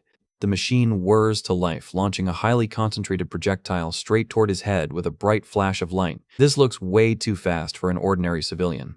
J-Rim sprints forward at high speed, determined to make his defense look as natural and lucky as possible. He successfully activates his reflective gloves, deflecting the heavy incoming capsules with a sharp hiss. This kid actually has some decent reflexes. The old grandfather looks on with a pleased expression, thoroughly impressed by his quick reactions in the heat of battle. But right in the middle of his cool movement, J-Rim's sneaker twists awkwardly on the concrete floor. He's about to make a highly dramatic landing. He loses his balance and goes flying backward while the remaining capsules rain down all around him in absolute chaos. Talk about a major fail. Hyun screams out his name in pure terror as she watches her future brother-in-law plummet toward the ground. A massive explosion shatters the concrete, completely enveloping J-Rim in a thick cloud of dust and debris. He sits in the wreckage covered in soot internally, deciding that pretending to be a talentless idiot is the only way to keep his secret identity safe. Meanwhile, the scene cuts back to the dark forest in the pouring rain, where the cool, silver-haired hero confronts the hooded villains. He easily catches one of the rushing villains by the throat with a single effortless motion. This kid is absolutely not to be trifled with. He throws the defeated thug onto the wet mud like actual garbage, calling him nothing more than rude trash. But another hooded villain immediately retaliates, summoning a swarm of glowing blue magical gems to launch a coordinated spell. A barrage of sharp blue magical needles rains down through the trees, slicing through the air with incredible speed. The silver-haired hero calmly analyzes the incoming trajectory, target-locking his defense on his neck and abdomen. Suddenly, a massive blue beam of energy pierces straight through his chest, catching him completely off guard. The beam is completely transparent, bypassing his initial defense and leaving a glowing blue core exposed in his torso. A young hooded child stands in the background with a menacing partner, looking completely shocked by the sudden turn of events. The lightning-wielding villain laughs maniacally, thoroughly pleased with his successful sneak attack. He boasts that this elite hero is finally worth killing, preparing to launch a finishing blow to end his career. The attack barely grazes the silver-haired hero's cheek, leaving a faint, glowing scar in the darkness. He calmly wipes the blood from his face, noting that they managed to land hits on exactly 3 places. He is about to make them deeply regret that.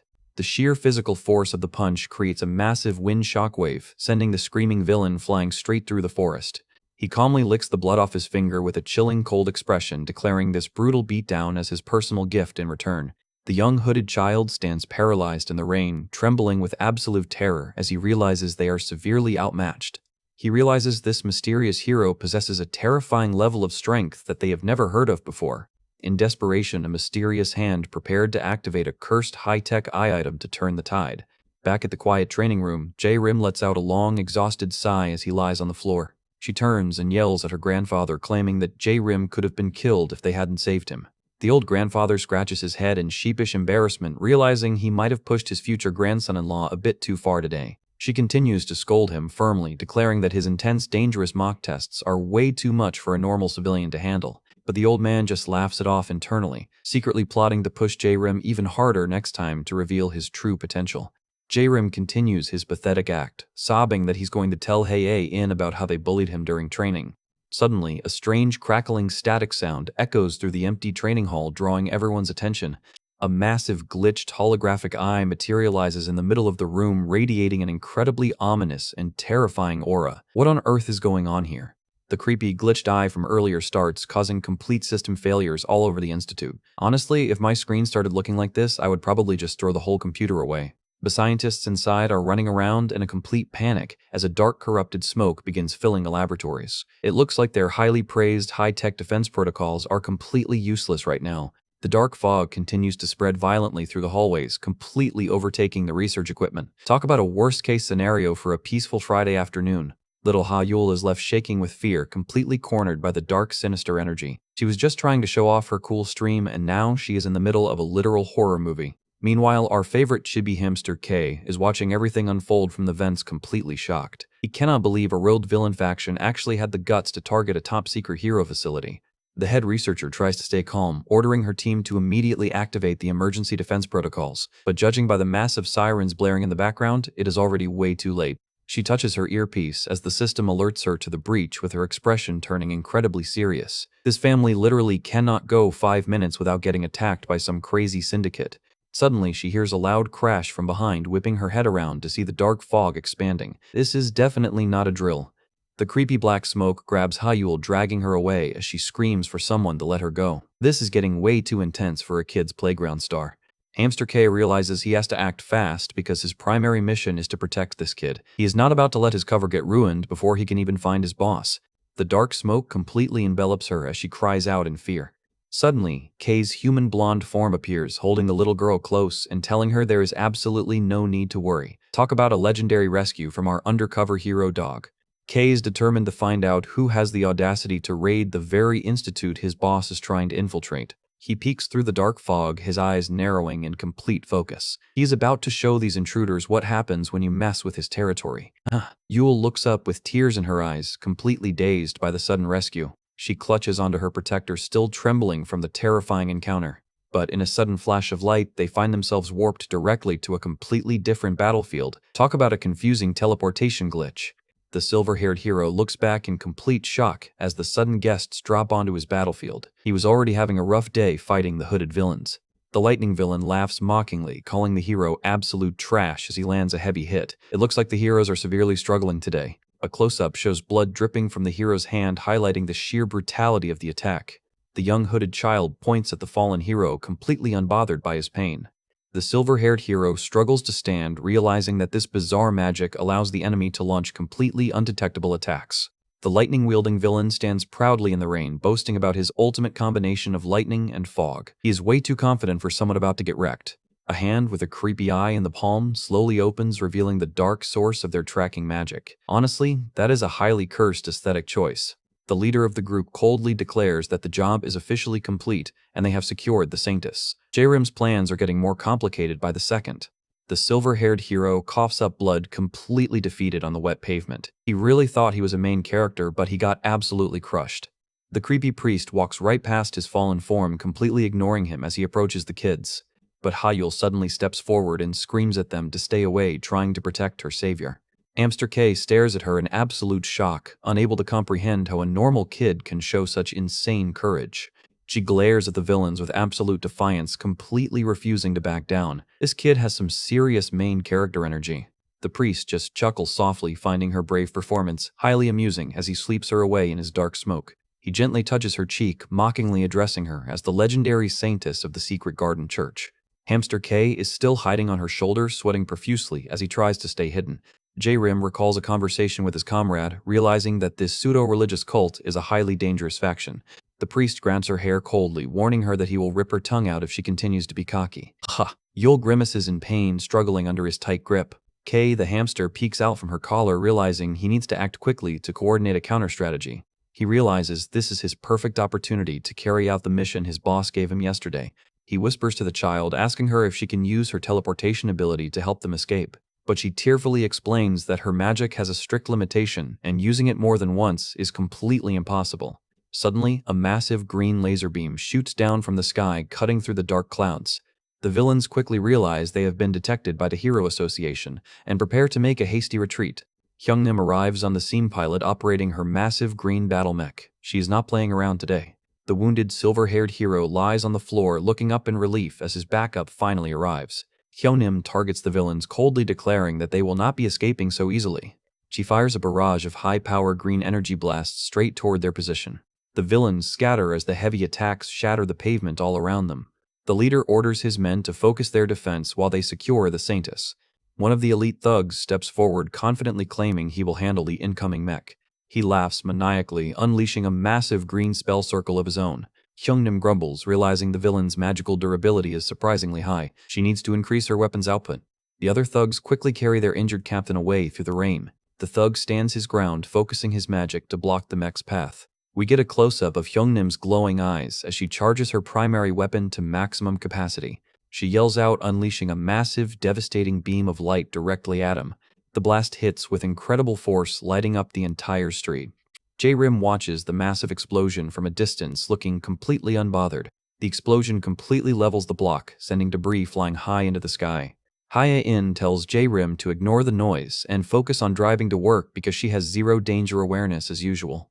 J-Rim lets out an exhausted sigh, muttering about how annoying it is to leave such an interesting fight behind. Meanwhile, back at the estate, the old grandfather gets out of his car in the pouring rain.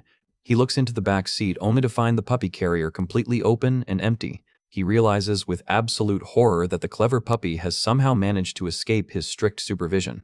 Chibi J-Rim goes completely pale, sweating, as he realizes his subordinate has made a massive mess. The grandfather grinds his teeth, suspecting that the intruder might actually be their own pet. J-Rim is having a complete mental breakdown, desperately wishing his men would stop doing stupid things. And back with Kay, he is currently peeking out of Hyeul's clothes, looking completely smug about his successful escape. J-Rim is completely losing his mind in the middle of the rain, clutching his head in pure panic. He thought his master plan was going fine, but everything is turning into a massive disaster. He turns around and dramatically points a finger, demanding to know if they actually managed to let the kid get kidnapped. The old grandfather just stares back with a highly unsettling, creepy smile on his face. He mockingly points out that J-Rim seems way too worried for just an ordinary, unpowered civilian. J-Rim quickly catches himself and forces a highly strained, polite smile to keep his cover. He claims that even if the puppy is going to a new home, he is still a precious member of his family. The grandfather places a heavy hand on his shoulder, casually offering to send him safely back to his office. J-Rim looks completely startled by the sudden physical contact. The rain continues to pour relentlessly over the dense forest surrounding the ruined facility, setting a highly gloomy atmosphere. Hyungnim stands nearby, gently supporting her injured companion as the team assesses the damage from the battle. The group runs down the muddy path, shouting in surprise as they find Hae-Hun collapsed on the forest floor. It looks like the director got beaten up pretty badly during the raid. J-Rim rushes over to help, frantically asking if they're all right and if they managed to defeat the villains. He is playing his role as a concerned citizen to absolute perfection. The injured director struggles to sit up, coughing weakly while trying to explain the situation. She delivers some devastating news, explaining that while the wounds aren't lethal, the villains managed to escape and kidnap their most valuable VIP guest. The director coughs up blood once again, desperately trying to stand up so she can pursue the fleeing targets. J-Rim watches her struggle in the rain, his mind racing as he tries to piece together the identity of the mysterious target connected to Kay. Grandfather Kim-ho walks over with his arms crossed, looking down at the injured director with a highly stern expression. High in the dark sky above the giant holographic eye continues to glitch and hum with a massive, ominous energy. The grandfather yells out in absolute fury, cursing the villains for daring to attack their family. She clutches his sleeve tightly, weakly, begging her grandfather to protect J-Rim and keep him safe from the crossfire. The pink-haired director looks back with absolute resolve, declaring that as the research head she is going to personally handle this security breach. The injured director sits collapsed against a tree, gritting her teeth in sheer frustration because she let the target slip through her fingers. She looks down in complete shame, admitting that she has absolutely no excuse for her failure today. The grandfather stands watching her silently, noting that she has plenty of talent but still lacks a highly critical quality. We see a comical chibi flashback of her as a baby scientist desperately trying to build complex machines completely on her own. He reminds her that she doesn't have to carry the entire weight of the facility by herself and can easily rely on her family for backup. He points out that her tendency to run wild on her own is her greatest weakness, leaving her completely vulnerable to surprise attacks. J-Rim casually turns his back, stating that he's going to head to the hospital to check on things once he has sorted out his current tasks. He takes a slow step down the wet path, secretly planning to track down the intruders the moment he slips away from the family. But as he walks, a strange sensation catches his attention, making him stop dead in his tracks. He reaches into his pocket and pulls out his glowing smartphone as it starts vibrating violently in his hand. Chibi J-Rim goes completely pale as he looks down at his screen, his mind totally blanking out at the incoming notification. The grandfather looks incredibly distressed, holding his head as he mutters that both the girl and their kid have been kidnapped. The director grins her teeth in pure irritation, wondering if the villains were specifically targeting both children from the very start. A heavy combat boot steps onto the wet pavement with a loud thud, drawing their attention. Through the thick rain, the giant knight steps forward, carrying his massive sword on his shoulder like a true boss. He looks down at them through his helmet, confirming that the little girl has indeed been taken by the intruders. Chibi Knight scratches his head in absolute utter confusion, muttering that his GPS tracker is completely glitching out. The director leaps up from the ground with a start, demanding to know, since when the clumsy hero has a tracking device. The knight is completely starstruck, immediately forgetting about the emergency and bowing respectfully to greet the legendary Kim Ho. He grabs the grandfather's hand for an incredibly enthusiastic handshake, gushing about how much of a massive fan he is. The grandfather quickly pulls his hand back, dryly pointing out that the current situation is far too serious for fan meetings. The knight's visor glows with a menacing red light as he prepares to focus on the mission at hand. The grandfather and director share an incredibly tense look as they wait to see what the legendary warrior will do. The knight leans on his giant sword, coldly remarking that the elite team was completely unable to prevent a single child abduction. He turns around with a heavy sigh, wondering aloud why he should even bother sharing his valuable coordinates with such failures. He mutters to himself that the legendary reputation of the hero family is clearly nothing but a thing of the past. The knight prepares to walk away, totally unbothered by the growing tension behind him. The director's hand instantly ignites with a crackling green energy barrier as she prepares to teach the arrogant hero a lesson. She screams out in absolute rage, refusing to let the knight insult her family's accomplishments. The knight slowly draws his massive sword with a metallic slide, welcoming the challenge with a cool smirk. Hyunnim runs forward with her hands raised in a panic, desperately trying to keep the two hot-headed heroes from starting a civil war. She points back toward the ruined laboratory, reminding them that they are currently standing right outside an active crime scene. The grandfather Ho quickly steps in to separate them, telling them both to stop acting like a bunch of crazy, immature children. J-Rim steps directly in between them with his arms outstretched, desperately pleading for everyone to calm down and stop fighting. The knight calmly slides his sword back into its scabbard, agreeing that now is definitely not the time for petty domestic squabbles. J-Rim runs over to the director, his face pale with worry as he continues to play the role of the helpless, concerned fiancé. He looks at the knight with soft, teary eyes, crying about how his precious family was kidnapped during the chaotic raid. He grabs the knight's heavy shoulder, begging him to share the location so they can immediately launch a rescue operation. J-Rim's phone suddenly vibrates in his pocket, flashing with a highly unexpected incoming text notification. He clicks the link to open the chat screen, and his jaw completely drops as he reads the message from his subordinate. The message from K reveals that there has been a major change of plans, and he is currently tracking the cult on his own. J-Rim's eyes widen in pure, unadulterated horror as his mind tries to process the absolute stupidity of his top officer. He stares at his phone screen in absolute silence, with a heavy, cold sweat dripping down his face. He grabs the knight's arm in a complete panic, frantically begging him to confirm that they didn't head toward the outskirts. The knight looks down at him silently, completely thrown off by the civilian's sudden, highly intense reaction. He sighs, quietly confirming that the GPS coordinates indeed place the intruders at the very edge of the city. J-Rim is left standing there with a completely dead, hollow expression, his veins popping in pure, silent rage. Meanwhile, deep inside the dark, heavy cargo container, little Hot Yule lies tied up and unconscious on the floor. And right next to her, Kay. The hamster peeks out from his hiding spot, looking completely terrified as he realizes he has walked straight into a trap. The screen fades to black with an ominous text declaring Kay's massive upcoming trouble, because there is no way his boss is letting him off easy for this one. Little Ha-Yul looks in absolute sparkling wonder at the tiny creature she just discovered. She cannot believe her eyes, because since when do hamsters know how to use high-tech smartphones? Chibi hamster K completely panics and starts screeching, realizing his secret undercover communication has been instantly spotted by the hostage. He drops his device and immediately attempts a frantic, desperate escape across the wooden floorboards, squeaking about needing to get out of there. But his frantic escape is cut short as a pair of heavy, mud-soaked combat boots steps down with a loud, ominous thud. A mysterious hooded figure peers down with extreme curiosity, letting out a soft hum as he spots the commotion near the crates. He reaches down and effortlessly scoops up the tiny smartphone, mockingly asking what on earth a little girl is doing with a phone in a place like this.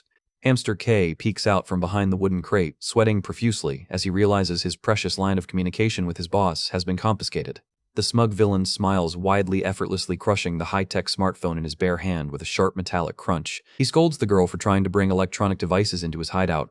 Chibi K clutches his ears and weeps dramatically, completely devastated because the precious device given to him by his beloved commander was just obliterated. The terrified girl looks up, sweating bullets, as she tries to stutter out an explanation. Suddenly, the villain stops and turns his head with a highly alert expression, sensing a presence nearby. He looks down over the edge of the wooden barrier, his face contorting in pure disgust as he spots the hiding hamster. SFX, Vine Boom. Chibi Hamster K freezes, looking up nervously, while the villain screeches in absolute horror, calling him a filthy rat. The scene cuts back to the massive modern glass towers of the official Hero Association headquarters in the middle of the city. Inside, the muscular, scar-faced hero looks down with a highly menacing glare, furious that the villains dared to target their family and a young child. The heroes stand gathered in front of the building, swearing that they will never forgive this blatant disrespect to their security. The silver-haired hero steps forward, explaining that their tech division has finally managed to run a complete analysis on the invaders. The projector screen displays a glitched digital profile identifying the attackers as the notorious rogue faction known as Weatherer. The screen zooms in on the leader of the syndicate, confirming his high-level destructive lightning ability. They learn that this group consists of incredibly reckless criminals who are completely obsessed with violence and combat. We see a flashback of the group using dirty hostage-taking tricks in past conflicts to secure illegal payouts. In response to the sudden, unexpected attack, the association immediately mobilizes its defensive forces. Jae-rim is ordered to stay in his corporate office under the direct, heavy supervision of Yi-hoon for maximum protection. Meanwhile, Hae-in chooses to set up her workstation next to her sister to stay under their family's strict security umbrella. One of the eager hero guards gets his head playfully grabbed as they confidently declare that they are about to strike back against the syndicate. Yi-hoon excitedly thumps his chest, proudly boasting that he will easily protect Jae-rim since he has been training hard. Jae-rim just looks on with a completely deadpan expression, cursing his luck. The team places their hands on the desk, telling Jae-rim to focus on his work while they promise to rescue his precious puppy. Jae-rim sighs dramatically, claiming he is far too nervous and needs to step away to use the restroom for a minute. Chibi Yi-hoon immediately volunteers to accompany him inside the bathroom, while Chibi Jae-rim internally begs the annoying hero to just leave him alone. Yi-hoon stands outside the entrance, keeping active guard to make sure no villains manage to sneak into the bathroom. Talk about extreme dedication. Safe inside the private bathroom stall, Jae-rim quietly speaks into his secret transmitter, asking Jae if there is any news about KJ reports that they still have absolutely no contact. Jae-rim listens quietly as Jae explains that aside from K pursuing the Weatherer group, they have a major concern on their hands. Jae's teddy bear avatar appears on the screen, noting that the presence of the kidnapped child makes K's stealth infiltration highly likely to fail. Jae-rim steps out of the stall, the door swinging shut with a quiet click. He agrees that it's only a matter of time before K clashes with the leader. He calmly adjusts his suit jacket, walking out of the restroom while instructing Jae to prepare Plan D because he is going to handle this matter himself. Outside, Yi-hoon hears the door and turns around smiling as he welcomes Jae-rim back to his corporate post. As Jae-rim walks past, a faint shadow of his terrifying secret identity looms behind his polite civilian facade. Yi-hoon walks alongside him down the corridor, politely asking if they should return to the desk to finish their tasks. Jae-rim quickly agrees. But Yi-hoon narrows his eyes, slightly sensing a sudden, highly subtle shift in his companion's overall presence. He wonders if Jae-rim's aura is somehow different today. The scene cuts to an overview of the towering office buildings as the storm clouds roll over the city skyline. In a flash of incredible speed, the executor leaps across the rooftops, his dark coat whipping in the wind. Jae's tiny insect drone tracks his coordinates through the rain, warning him that the Kim family might run straight into him if they proceed down this path. The executor notes that the Kim family will undoubtedly mobilize their forces to search for the kidnapped child. He reflects on the fact that despite their hypocritical reputation, they are still Hae-in's blood relatives and will fight passionately to protect her family. Back outside the skyscraper, Jae is ordered to halt his surveillance as a new presence steps onto the scene. The prominent association secretary Choi Iseon arrives in her wheelchair, calmly stating that the Kim family has put far too much faith in their organization. She smiles warmly, but her words are incredibly sharp, confirming that the chairman has officially blocked their request to strike back. SFX, neutraldog.jpg. The scar-faced hero whips his head around in fury, unable to believe his eyes at her sudden refusal. Grandfather Kim Ho calmly steps in, telling the hot-headed hero to keep his cool and let him handle the negotiations. He extends his hand, sternly asking the secretary what on earth she thinks she is doing by overstepping her official authority. Choi Iseon smiles calmly, politely addressing him as the head of the Personnel Inspection Division. She reminds him of their ancient binding agreement to remain neutral and avoid launching massive military strikes for minor conflicts. The traditional woman grits her teeth in pure fury, shocked that the kidnapping of their family members is being referred to as a trivial matter. The secretary continues her warm smile, casually telling them that it would be a complete waste of their legendary status to intervene. Suddenly, a confident voice echoes from the hallway as a familiar blonde-haired hero walks down the corridor. Choi Young-won steps into the room with an elegant smile, loudly declaring that he is already planning to take care of the mission himself. The traditional woman glares at him with a popping vein, angrily demanding to know by what right he expects to lead their family's rescue operation. Young one flashes his signature charming smile, calmly explaining the details of their division of labor. He points out that the secluded church, where the children were taken, falls directly within his family's official jurisdiction. Far away, the dark-clothed investigator watches the foggy church from the heights of a nearby building, muttering about how predictably the heroes operate. The executor looks down with a cold, terrifying glare, his eyes glowing with an intense red light as he prepares to execute his plan. Inside his private temple, the high priest slams his fist onto the wooden altar in absolute boiling rage. He cannot believe the rogue lightning syndicate had the absolute audacity to interfere with his plans. He shakes with pure silent fury, cursing those foolish religious fanatics for daring to kidnap their precious saintess. The priest raises his arms to the sky, screaming at the top of his lungs to demand who on earth leaked the top secret information about the saintess. Meanwhile, Rain walks down the stone corridor of the temple alongside her blue-haired companion, her boots clicking loudly. She looks over calmly, asking if the preparations are fully complete and if they can safely proceed with their grand plan. The blue-haired companion smiles warmly, assuring her that he has been waiting for this exact moment for a very long time. Rain's expression turns serious, noting that they can never predict when the heroes or the church will attempt to invade during the ritual. She orders her loyal guards to take up defensive positions at both the main gates and the back gate to secure the perimeter. With the security settled, Rain stands in the center of the chamber as a bright, crackling gold energy begins to swirl around her body. Suddenly, a massive bolt of lightning strikes inside the temple, shattering the stone corridor with a deafening crash. Rain whips her head around in absolute shock, completely caught off guard by the sudden, violent intrusion. The smoke clears to reveal the lightning leader easily breaking straight through the stone wall, looking completely unbothered. The captain stands in the wreckage, coldly claiming that he detected an annoying little mouse sneaking around and decided to take care of it. Rain is left looking completely deadpan and sweat-dropped, utterly speechless at his chaotic, destructive methods. The captain throws his hands up in the air, loudly complaining about how disgusting and annoying the little mouse was. Hidden inside the wall, Chibi Hamster K is shaking and sweating comically, breathing a massive sigh of relief after barely managing to escape with his life. But before they can even recover, a massive wind explosion slams through the corridor, sending stone debris flying everywhere. The captain grabs Rain by her shoulders, aggressively demanding to know if she is finally ready to give him his promised battle. He screams in her face, completely losing his temper over having to stay hidden in the shadows for so long. Rain lets out a tired sigh, noting to herself that the captain's mental stability has been completely ruined ever since their previous defeat. Meanwhile, the blue-haired companion crouches down, deciding that they need to focus on preparing for the upcoming ritual instead of bickering. He walks down the quiet stone hallway alone, muttering about how difficult it is to coordinate such a chaotic group of allies. He stands in front of the stone coffin resting on the altar, preparing to initiate the final sequence. With a heavy metallic creak, the lid of the coffin slowly slides open, revealing a bright, eerie red glow radiating from within. Little Ha-Yul looks up with teary, hopeful eyes, asking if her uncle has finally arrived to rescue her from the scary villains. He throws his arms around her in a tight, protective hug, warmly calling her his dear, innocent niece.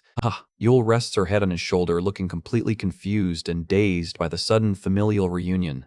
Back at the headquarters, Jay sits in his office, completely unable to comprehend why the Rogue Syndicate is so obsessed with capturing this specific child. Suddenly glowing red energy tentacles erupt from Jay's head, threatening to squeeze his kneeling subordinate to pieces. The subordinate breaks into a nervous sweat, desperately pleading for mercy, while Jay demands a complete report on the Weatherer faction. Jay recalls a grim flashback of a battered prisoner, noting that their tech division has successfully extracted all the necessary files. Jay sits behind his massive wall of monitors, coldly ordering his team to spill out every single detail about the captain's abilities. The subordinate waves his hands in panic, explaining that the Lightning Captain is an exceptionally troublesome opponent to deal with. He warns them that this captain possesses a highly dangerous legendary weapon that belonged to someone who died years ago. Inside the temple, the blue-haired companion mockingly asks the child if she is scared, completely dropping his friendly uncle facade. We get an overhead shot of the circular ritual chamber as the companion prepares to initiate the dark ceremony. He reaches into his coat and pulls out a sharp, gleaming silver dagger with a cold smile on his face. The companion explains that to resurrect their fallen leader, they must use her blood to perform a highly specific, miraculous sacrifice. We see a grim flashback of a medical laboratory morgue where a child stood watching over a covered corpse. The young child tearfully called out to her brother, completely helpless in the face of the tragedy. A cloaked figure stood silently by the metal operating table, monitoring the experimental procedures.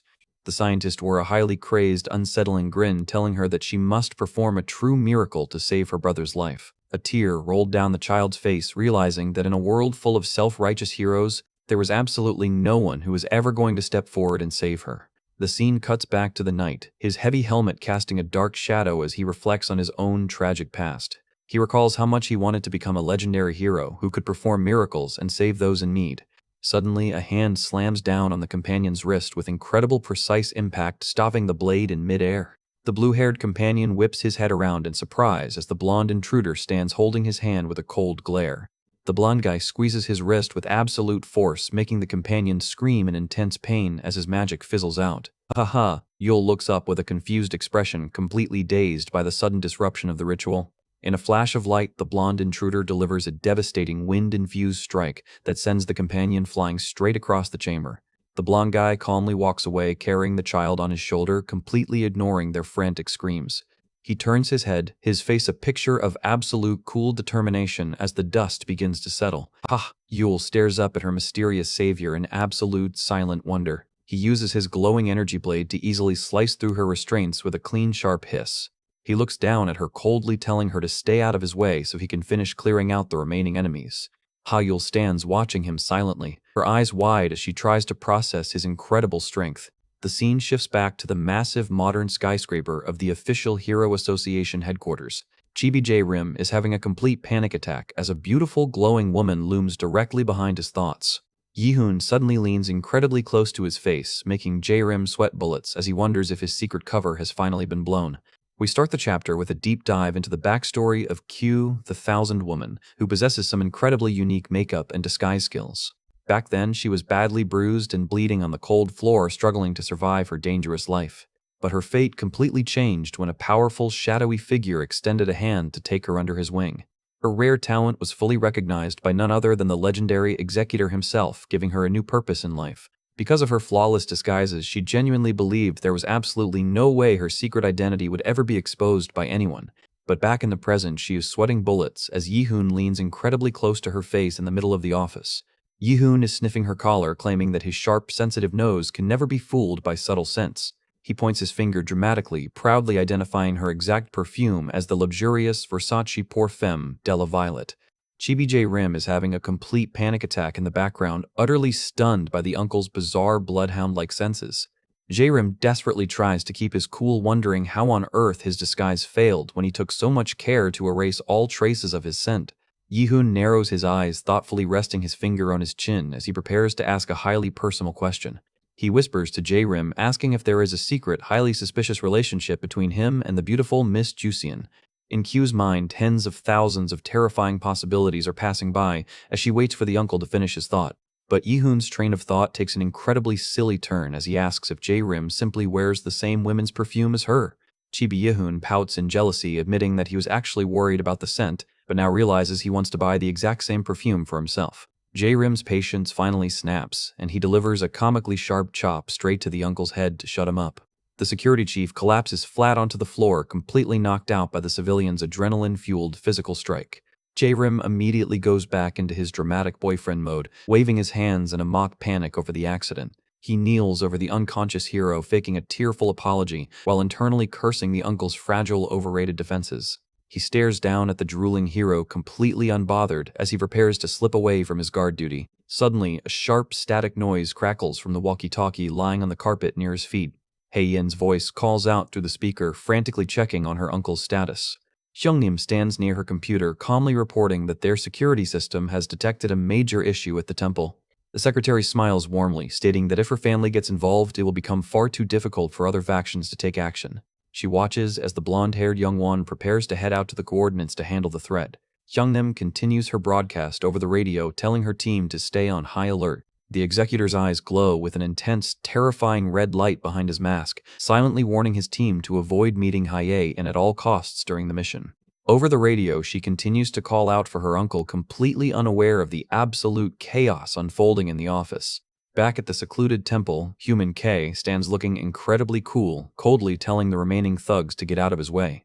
Little Hayul looks up with wide, worried eyes, still trembling from the terrifying ritual preparations. The remaining hooded guards gather in a panic, unable to comprehend how a single intruder managed to breach their main chamber. He charges forward at incredible speed, wind and lightning crackling violently all around his body as he welcomes the strong opponent. He reaches out with a heavy grip, violently pulling Ha-yul back toward his side to secure the saintess. But Kay easily sweeps her onto his shoulders, leaping high into the air with his legs glowing with a bright golden aura.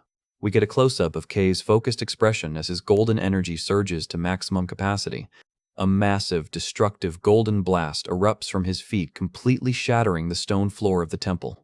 Kay dives gracefully through the falling rubble, shielding the child under his own body. The remaining thugs watch in absolute horror as their primary ritual chamber is completely demolished in a single move. Kay lands safely near the heavy iron gates, easily securing his footing despite the collapsing ceiling. He gently pushes Ha-yul toward the hallway, firmly ordering her to run straight toward the exit while he holds off the guards. The little girl looks back with deep concern, asking her savior what he plans to do about the captain. Kay just smiles calmly, reassuring her that he has plenty of personal experience handling troublesome opponents. Kay leaps back into the air with incredible speed, ready to launch his next strike. The beast captain lunges forward with his sharp claws bared, screaming about his destroyed smartphone. A dark, heavy cloud cover settles over the temple, mirroring the intense battle raging inside. The hooded thugs standing outside the gate look around in confusion, noting that the interior is getting far too noisy. One of the guards turns around, his face turning pale as he senses an incredibly heavy, dark presence approaching from the shadows. He boasts that not a single insect will pass, trying to hide his growing fear. The executor walks calmly through the rain, his black coat rustling as he enters their territory. The guard grinds his teeth in pure panic, unable to comprehend how this monster managed to approach without making a single sound. He desperately launches a barrage of sharp blue ice blades toward the executor's position. An absolute massive explosion of dark red energy rocks the entire outer courtyard, vaporizing the remaining guards on impact. The executor stands tall in the center of the smoking wreckage, looking completely unbothered by their pathetic resistance. The fallen guard weakly looks up, whispering the legendary villain's name in pure, horrifying realization before losing consciousness. The entire courtyard is left completely devastated, showing the absolute raw power of the Dark Ruler. Kay's golden eyes narrow in the darkness as he senses the massive, familiar power surge from outside. The executor walks down a dark, misty corridor as embers fly through the air. He is ready to handle the situation. Jay's tiny surveillance insect drone clings to his shoulder, transmitting real-time tactical updates directly into his earpiece. According to the data recovered from Y, the leader of the syndicate is someone they never expected. Jay sits on his balcony, explaining that the current commander of the Weatherer faction is supposedly a warrior who died 8 years ago, completely shifting their understanding of the threat. The executor's eyes glow with an intense, terrifying red light behind his mask. He finds the mention of a dead leader highly interesting and plans to verify it himself. Jay wonders if it is truly possible to complete the infiltration and rescue the kid before the heroes catch on. A top-down shot shows a red car speeding down the highway through the rain. Inside, J-Rim drives alongside his companions, noting that their plans hit an unexpected complication in the office. They learn that a prominent VIP guest from the association is currently on their way to meet with the family head. J-Rim steers the vehicle, explaining that they made a quick business trip excuse to meet up at coordinate A. The scene splits to show the executor looking down from the heights of the temple ruins as the child huddles below. Suddenly, a hooded thug leaps through the air with his knife bared to attack. But the executor does not even flinch, his hand instantly igniting with a crackling dark red flame. The thug is completely consumed by a massive column of fire, screaming in agony as he is defeated instantly. The executor walks calmly through the smoke, muttering that their VIP guest is waiting for them inside. Little Ha-yul runs down the dark stone corridor, her boots pounding against the floor. She wonders who that mysterious, terrifying person was who just saved her life. She desperately tries to push open the massive wooden double doors of the chamber to escape. But a dark, scary shadow with glowing pink eyes suddenly looms directly over her. A sudden wind blast hits her with incredible force, throwing her onto the stone floor with a loud crash. Rain grabs her collar to pull her back, looking down with a cold, mocking smirk. She smiles wickedly, telling her that there is absolutely no way out of this hideout. The little girl looks up with teary eyes, completely terrified by the villain's cruel words. Rain drags her down the corridor, asking her why she is making things so difficult for them. She whispers that even if she manages to return home, there isn't anyone waiting to welcome her anyway. In a flashback, her father stands extending his hands with a warm, welcoming smile. But his smile is nothing but a lie, as he is actually a corrupt cult leader who exploits his own daughter's abilities. He presents a glowing purple orb, coldly ordering her to eat it so she can perform better miracles for their church. The father bows before her, begging his saintess to save them while she is left looking completely helpless and distressed. The giant knight observes them quietly, noting that she is trapped in a highly dangerous domestic situation. Ha ha ha, reaches out to push the door, her hand shaking as she tries to find her own path. Human K pulls down his hood, coldly ordering the priest to follow him if he wants to secure their business deal. Chibi Hayul looks on blankly, her eyes wide as she watches the exchange. The priest looks startled as gold energy begins to swirl violently around his body. The priest collapses onto his knees, looking up in absolute shock at the intruder's power. A dark energy claw reaches out, slowly enveloping them in shadow. Kay gently pats the child's head, telling the father that he should keep his mouth shut if he wants to live. Rain clutches her shoulder in anger, claiming that this tragedy is simply her father's punishment for bringing such villains into their home. Suddenly, a massive surge of gold electricity overloads her brain, making her scream in intense pain. Rain collapses onto her knees as her companion watches in absolute utter shock. Hayul stands with gold energy flaring around her eyes, her hidden power finally awakening. Rain clutches her head in absolute agony, realizing with horror that this child possesses a rare, highly potent healing ability. A framed picture of Hayul and her father smiling happily together lies shattered on the floor.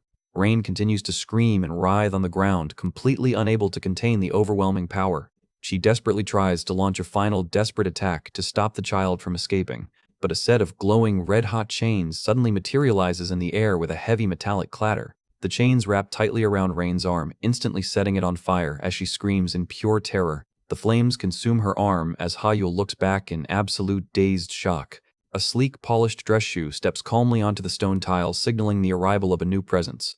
Rain stares at his mask, her voice trembling as she recognizes the dark ruler of the underworld. Hayul peeks out from behind his heavy black coat, looking up with wide, curious eyes. The executor pulls his gloves tight, preparing to clean up the remaining opposition. The child asks if he is also an intruder from the same side as the blonde savior from earlier. She recalls the blonde guy crouching near her, trying to keep her safe from the guards. The executor smiles coldly behind his mask, telling her that she tells quite a fun tale. Hayul looks up with a flustered expression, her face red as she tries to find her words. She nervously mutters that she's only 11 years old, clutching her hands tightly. The executor gently drapes his heavy black coat over her shoulders to shield her from the cold. He turns his back calmly, telling her to close her eyes and not to look at what is about to happen. Rain lunges forward with her claws bared, crying out in absolute rage as she demands to know why he betrayed them. She charges at him with absolute lethal intent. The executor stands calmly, telling the child to simply count to 30 seconds. A massive column of dark red fire erupts inside the chamber, completely leveling the stone walls. The executor grabs the lightning captain by his throat with a single effortless hand, completely neutralizing his power. He looks down at his thrashing opponent, coldly remarking that his legendary abilities are actually quite pathetic. The defeated hooded thug trembles on his knees in the rain, completely paralyzed by the overwhelming power of his opponent.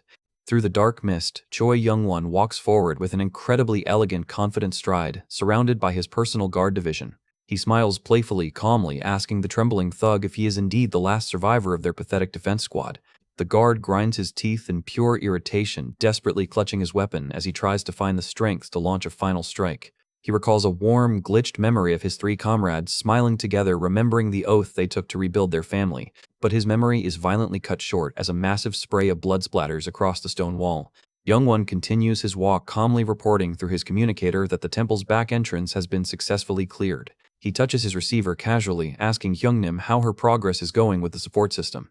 Safe near the perimeter, she slides a high-tech green stone device into the brick wall with a quiet click, confirming that the ability nullification network has been successfully installed. The screen of the device hums to life, indicating that the power suppression gauge has officially processed up to 10%. The executor stands watching the stone corridor, calmly ordering the child to count to 30 seconds. Suddenly, Rain lunges through the air, her face contorted in pure, boiling rage as she prepares to strike. Her nails instantly extend into long, sharp purple blades, activating her signature poison magic. She swings her hand with absolute lethal force, pouring her dark poison like rain across the corridor. But the executor easily deflects her strike with a single, precise movement of his gloved hand. His fingers instantly ignite with a crackling dark red flame as he prepares to counter her magic. His feet slide smoothly across the stone floor, easily closing the distance between them. With a single swift motion, he strikes her shoulder and coldly commands his flame to explode. A massive explosion of dark red fire rocks the entire hallway, sending Rain flying backward into the stone pillars. She collapses onto the floor, coughing weakly as her body struggles to withstand the physical toll of the blast. The executor calmly adjusts his coat as he walks away, completely unbothered by her desperate screams. Ayul peeks out from under his heady black coat, looking up with wide, curious eyes. She whispers his legendary title in awe, realizing she is currently being carried by the country's worst villain. The executor continues his calm stride down the corridor, his heavy boots clicking against the wet tiles. Behind them, Rain clenches her fist on the floor, her body trembling with intense rage as she mutters a dark curse. Her eyes flare with a dangerous purple energy as she prepares to activate her final hidden trump card. The executor addresses Jay through his transmitter, calmly guiding him to initiate their next extraction coordinates. Suddenly, a deep crack spreads violently through the stone column of the temple, radiating a massive, ominous pressure. The executor halts his steps, whipping his head around as his instincts warn him of an immediate threat. A massive vortex of dark purple fog suddenly expands behind them, completely blocking their escape route.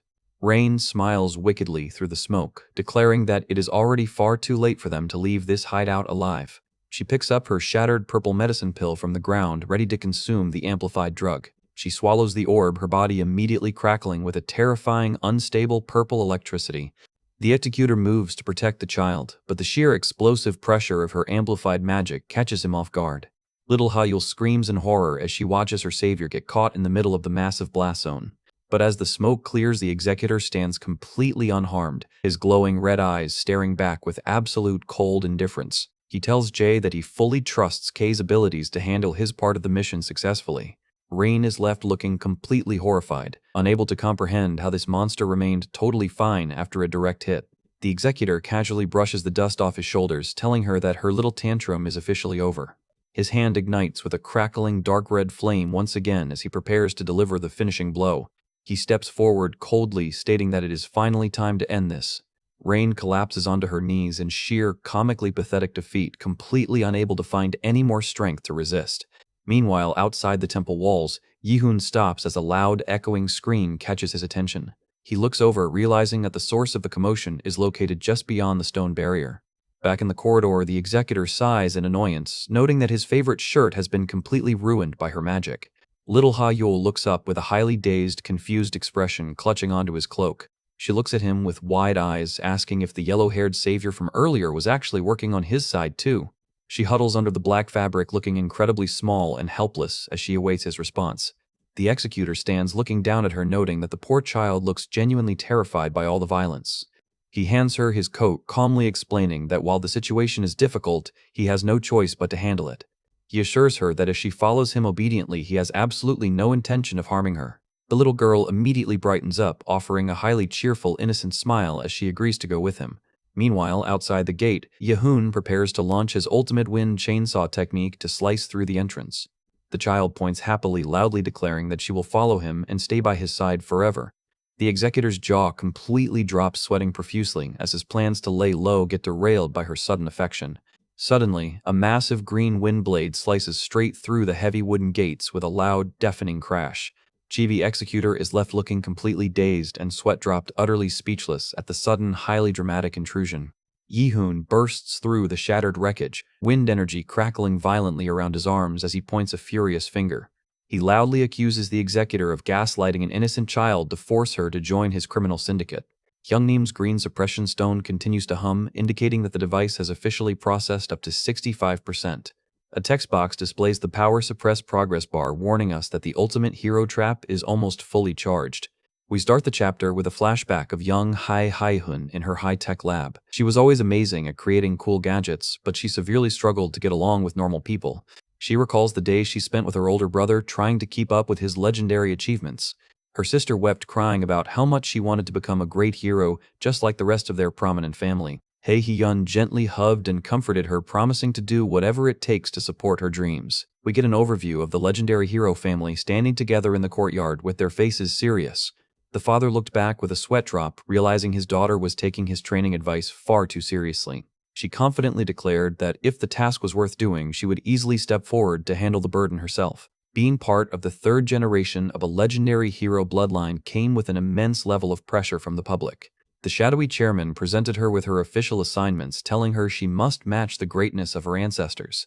Her evaluation documents displayed her average combat abilities, rating her as a B+ with support gear, but only a C+ without it. She let out a heavy sigh, realizing that her shadow was far too large, and her actual raw strength was severely lacking compared to her prominent relatives. She admitted to herself that she didn't possess the typical hero mindset of wanting to save everyone she meets. She stared down quietly, noting that her evaluation score for a hero mindset was literally at 0 points.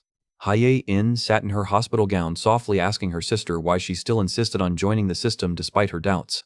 The IV drip in the quiet hospital room continued to drip slowly, setting a highly somber mood.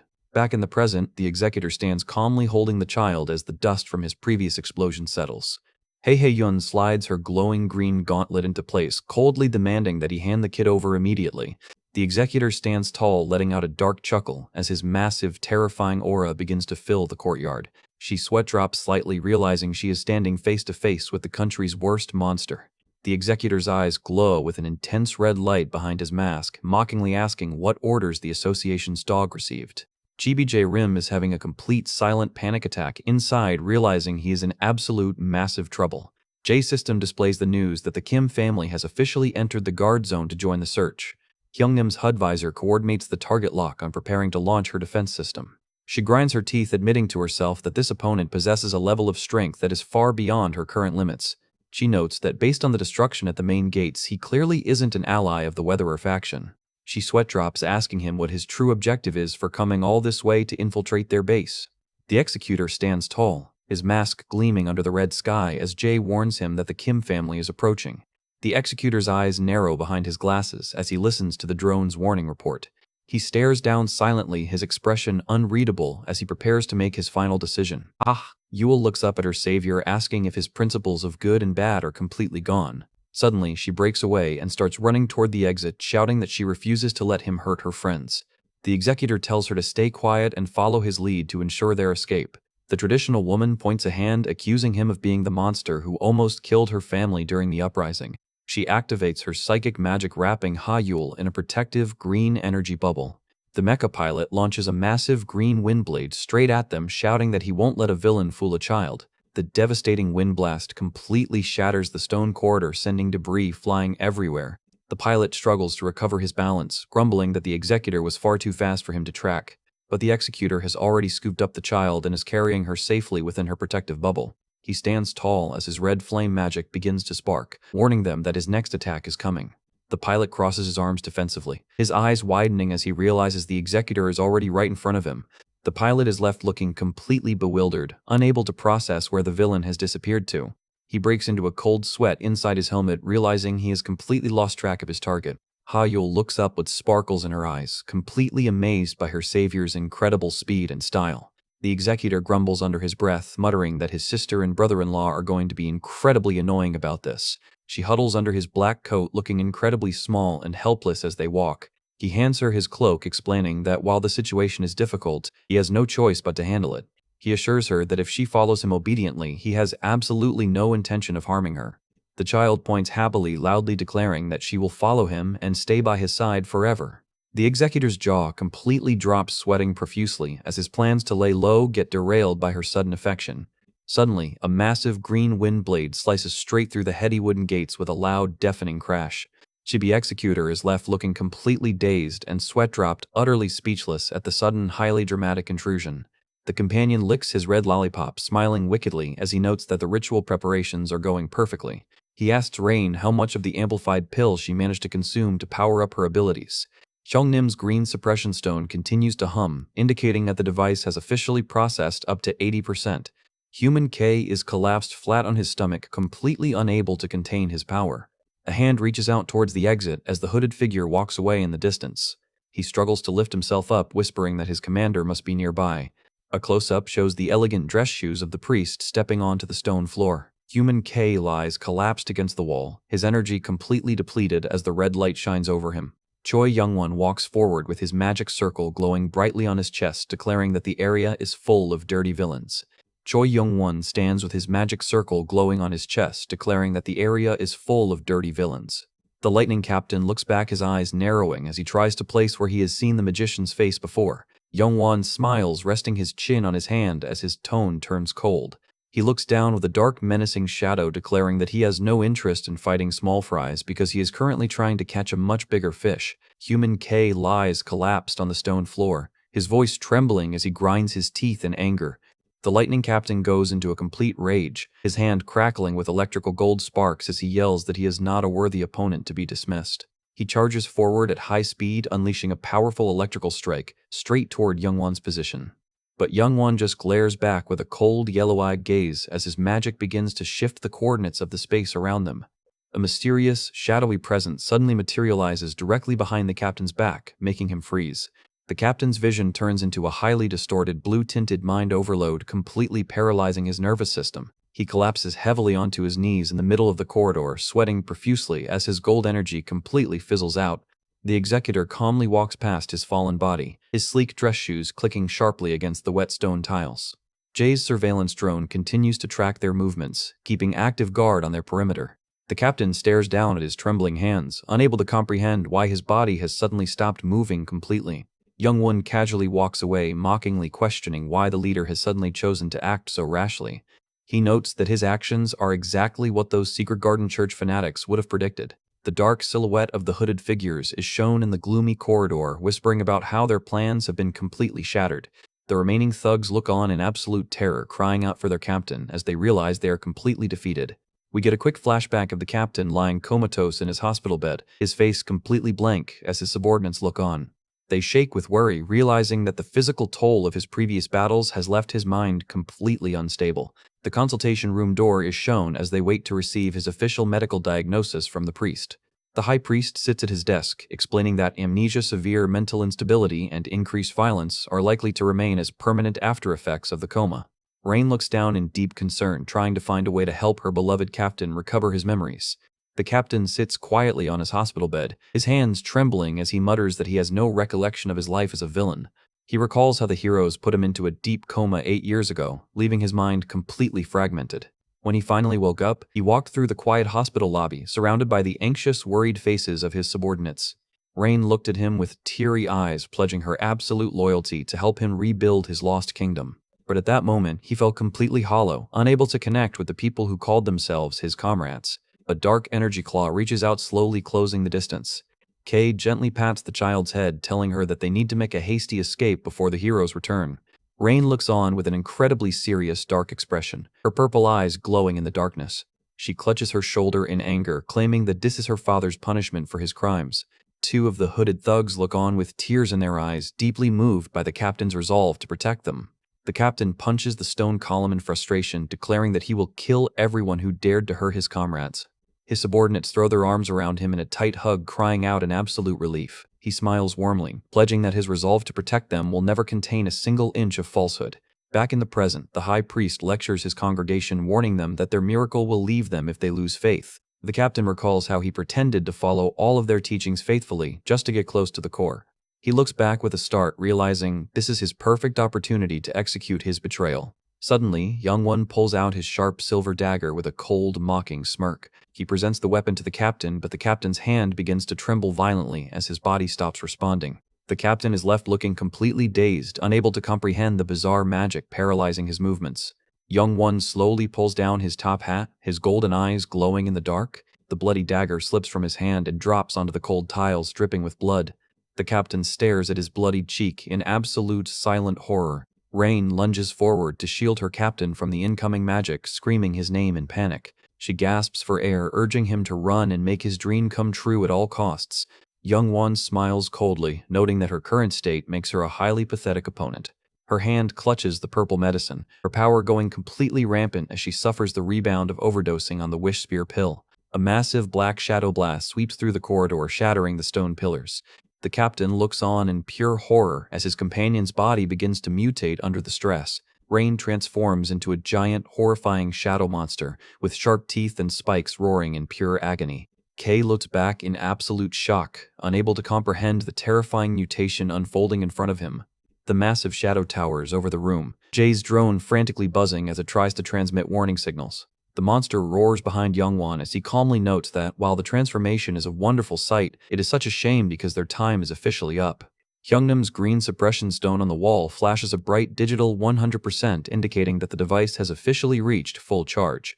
A massive glowing green energy grid barrier slams down from the ceiling, completely sealing the courtyard. Youngwon looks up with a start, realizing his magic wand has stopped glowing entirely as his power is neutralized. The giant shadow monster's energy quickly fizzles out as its ability is completely suppressed by the barrier. Youngwon stares in disbelief as his magic fails to activate, leaving him defenseless. A massive razor-sharp light blade suddenly slices downwards through the center of the chamber with a loud metallic crash.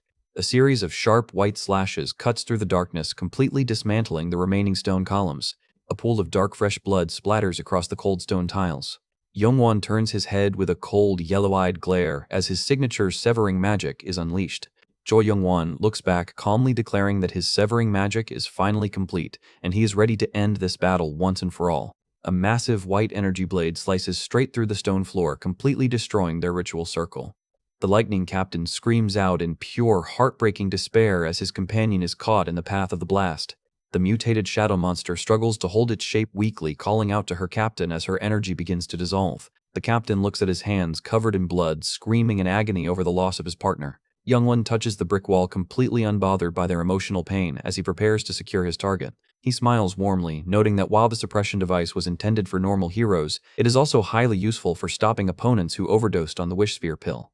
The captain clenches his fist on the cold stone floor, his body shaking with intense, burning rage. He lunges forward once again, screaming that he won't let the magician escape after what he did. But Youngwon easily sidesteps the clumsy attack, looking completely relaxed as his magic activates once again. A massive white magic circle flashes in the air, cutting through the space with a loud metallic ring. The captain is thrown backward, coughing up blood as the sheer force of the magic slices through his chest. Youngwon looks down coldly, asking what he could possibly hope to achieve by charging forward without his abilities. The captain clutches his chest in absolute despair, realizing that his family's dream has finally come to an end. He collapses onto the wet stone tiles, his blood pooling around his head as his vision fades into darkness. Youngwon casually walks away from the body, declaring that the mission is officially complete. Chibi hamster K is shown flying away high in the sky, happily carrying the child's smartphone like a trophy. The scene cuts to an overview of the heavily ruined high-rise building under the cloudy city sky.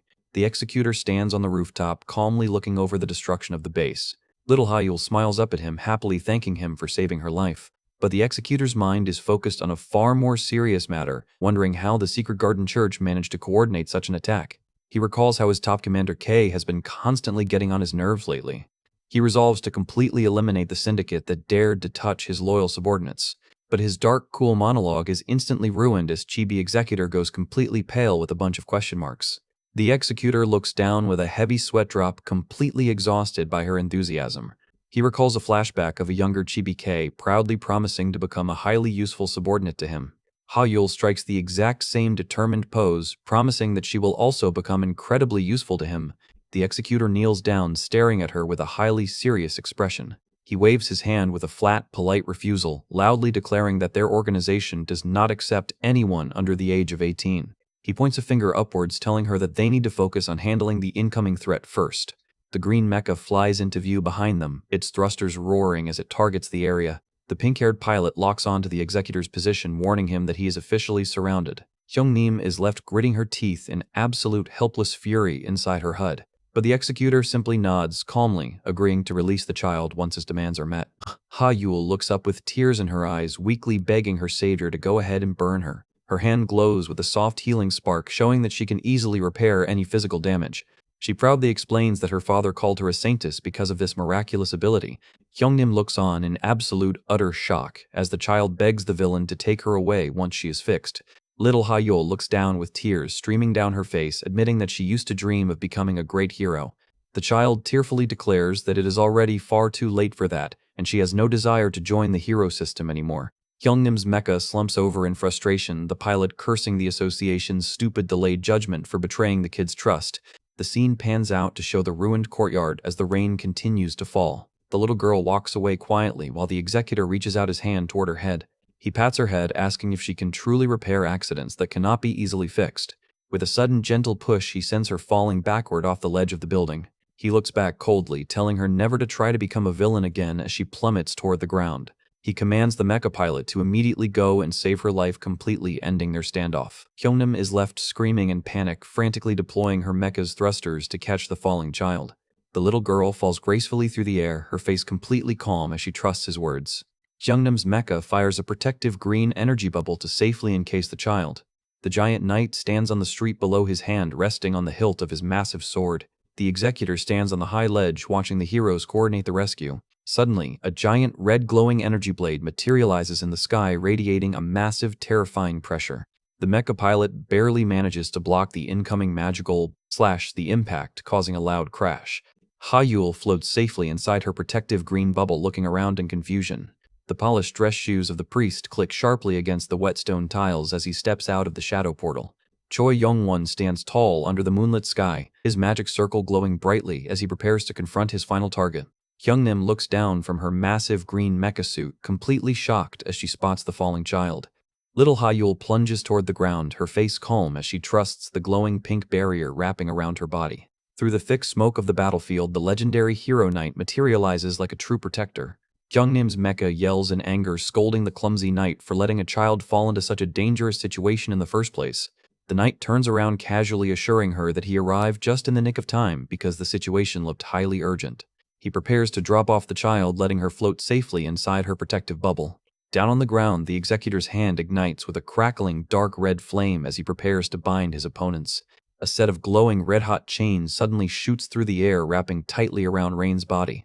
She screams in agony as the intense heat burns her arm, completely neutralizing her magic. Hyungnim's mecha watches the explosion, the pilot cursing the executor for trying to kill the child again. The executor's mask gleams with an ominous light as his flame magic surges to maximum capacity. He unleashes a massive, devastating blast of gold fire that completely levels the outer courtyard. He leaps through the air at high speed, carrying the child on his shoulder. The knight watches him go, thoroughly impressed that he managed to catch the kid without causing any harm. The knight raises his massive sword, unleashing a powerful red energy slash straight toward the building. The glowing red blade hovers in the sky, radiating an incredibly intense pressure. It launches forward like a missile, slicing through the air with a deafening whistle. The heavy blade strikes the side of the concrete structure, sending rubble flying everywhere. The glowing sword slams into the stone roof with a loud metallic ring. The executor lands gracefully on the sword's hilt with a light click of his dress shoes. He stands balanced on the blade, cradling the child in his arms as the smoke clears. The knight looks back in absolute, utter shock, unable to believe the villain managed to dodge his attack at that speed. The executor's eyes narrow behind his glasses, his mask casting a dark shadow over his face. Both the knight and Hyungnim are left sweating profusely, completely paralyzed by the horrifying aura of the Dark Ruler. The child sits safely inside her green bubble, softly asking him to save the rest of the victims. Hyungnim's green mecha stands in the ruined courtyard, looking highly confused. The executor looks back over his shoulder, his red eyes glowing in the dark. The three heroes stand gathered in the rubble, completely out of their depth in a conflict with the executor. He recalls how the child promised to become a highly useful companion to him in their future missions. The executor gently places her on the ground, telling him to take her with them and get out of his way. The knight stands cross-armed, grumbling about how the legendary villain suddenly barged into their operation. The green mecha cradles the bubble-encased child protectively in its massive metal hands. Hyungnim looks serious inside her HUD, demanding to know what his true objective is for releasing the hostage. The executor turns his head with a cold, lazy gaze, flatly stating that the entire conversation has become incredibly boring. He mockingly tells them to focus on protecting their scrap metal mecha from the powerful Kim family instead. He walks off, leaving them standing in the rain as the mecha pilot curses his absolute arrogance. A massive red glowing sword suddenly materializes in the sky, radiating an incredibly intense pressure behind them. The sword launches forward like a missile, slicing through the air with a deafening whistle. The knight catches his massive sword hilt in mid-air with a sharp metallic click. He tells the research director to take the child to safety, admitting that they are severely outmatched by the monster in front of them. He prepares his glowing blade defensively, declaring that he is furious at anyone who dares to target his escort. The executor prepares his golden fire magic with a cold smirk, welcoming the challenge. Little Hayul looks down with a sad, tired expression, muttering that she hates all this fighting. She trembles with exhaustion, her body shaking as the physical toll of her power-up begins to set in. The executor turns his head, his face a picture of absolute cool determination. Yul's eyes suddenly flare with a bright golden magic, her aura crackling violently as she yells at them to stop deciding where she should go. A massive, invisible wave of psychic energy expands through the courtyard, catching both the executor and knight off guard. The executor clutches his head in intense pain, his mind reeling from a highly destructive, brain-wrecking shockwave. The knight reaches out his hand in a panic, trying to stop the child's power from going completely out of control. Yul screams as her golden energy surges to maximum capacity, completely enveloping the courtyard. A massive golden wave of energy expands in circular waves across the neighborhood, shattering windows and cracking the concrete.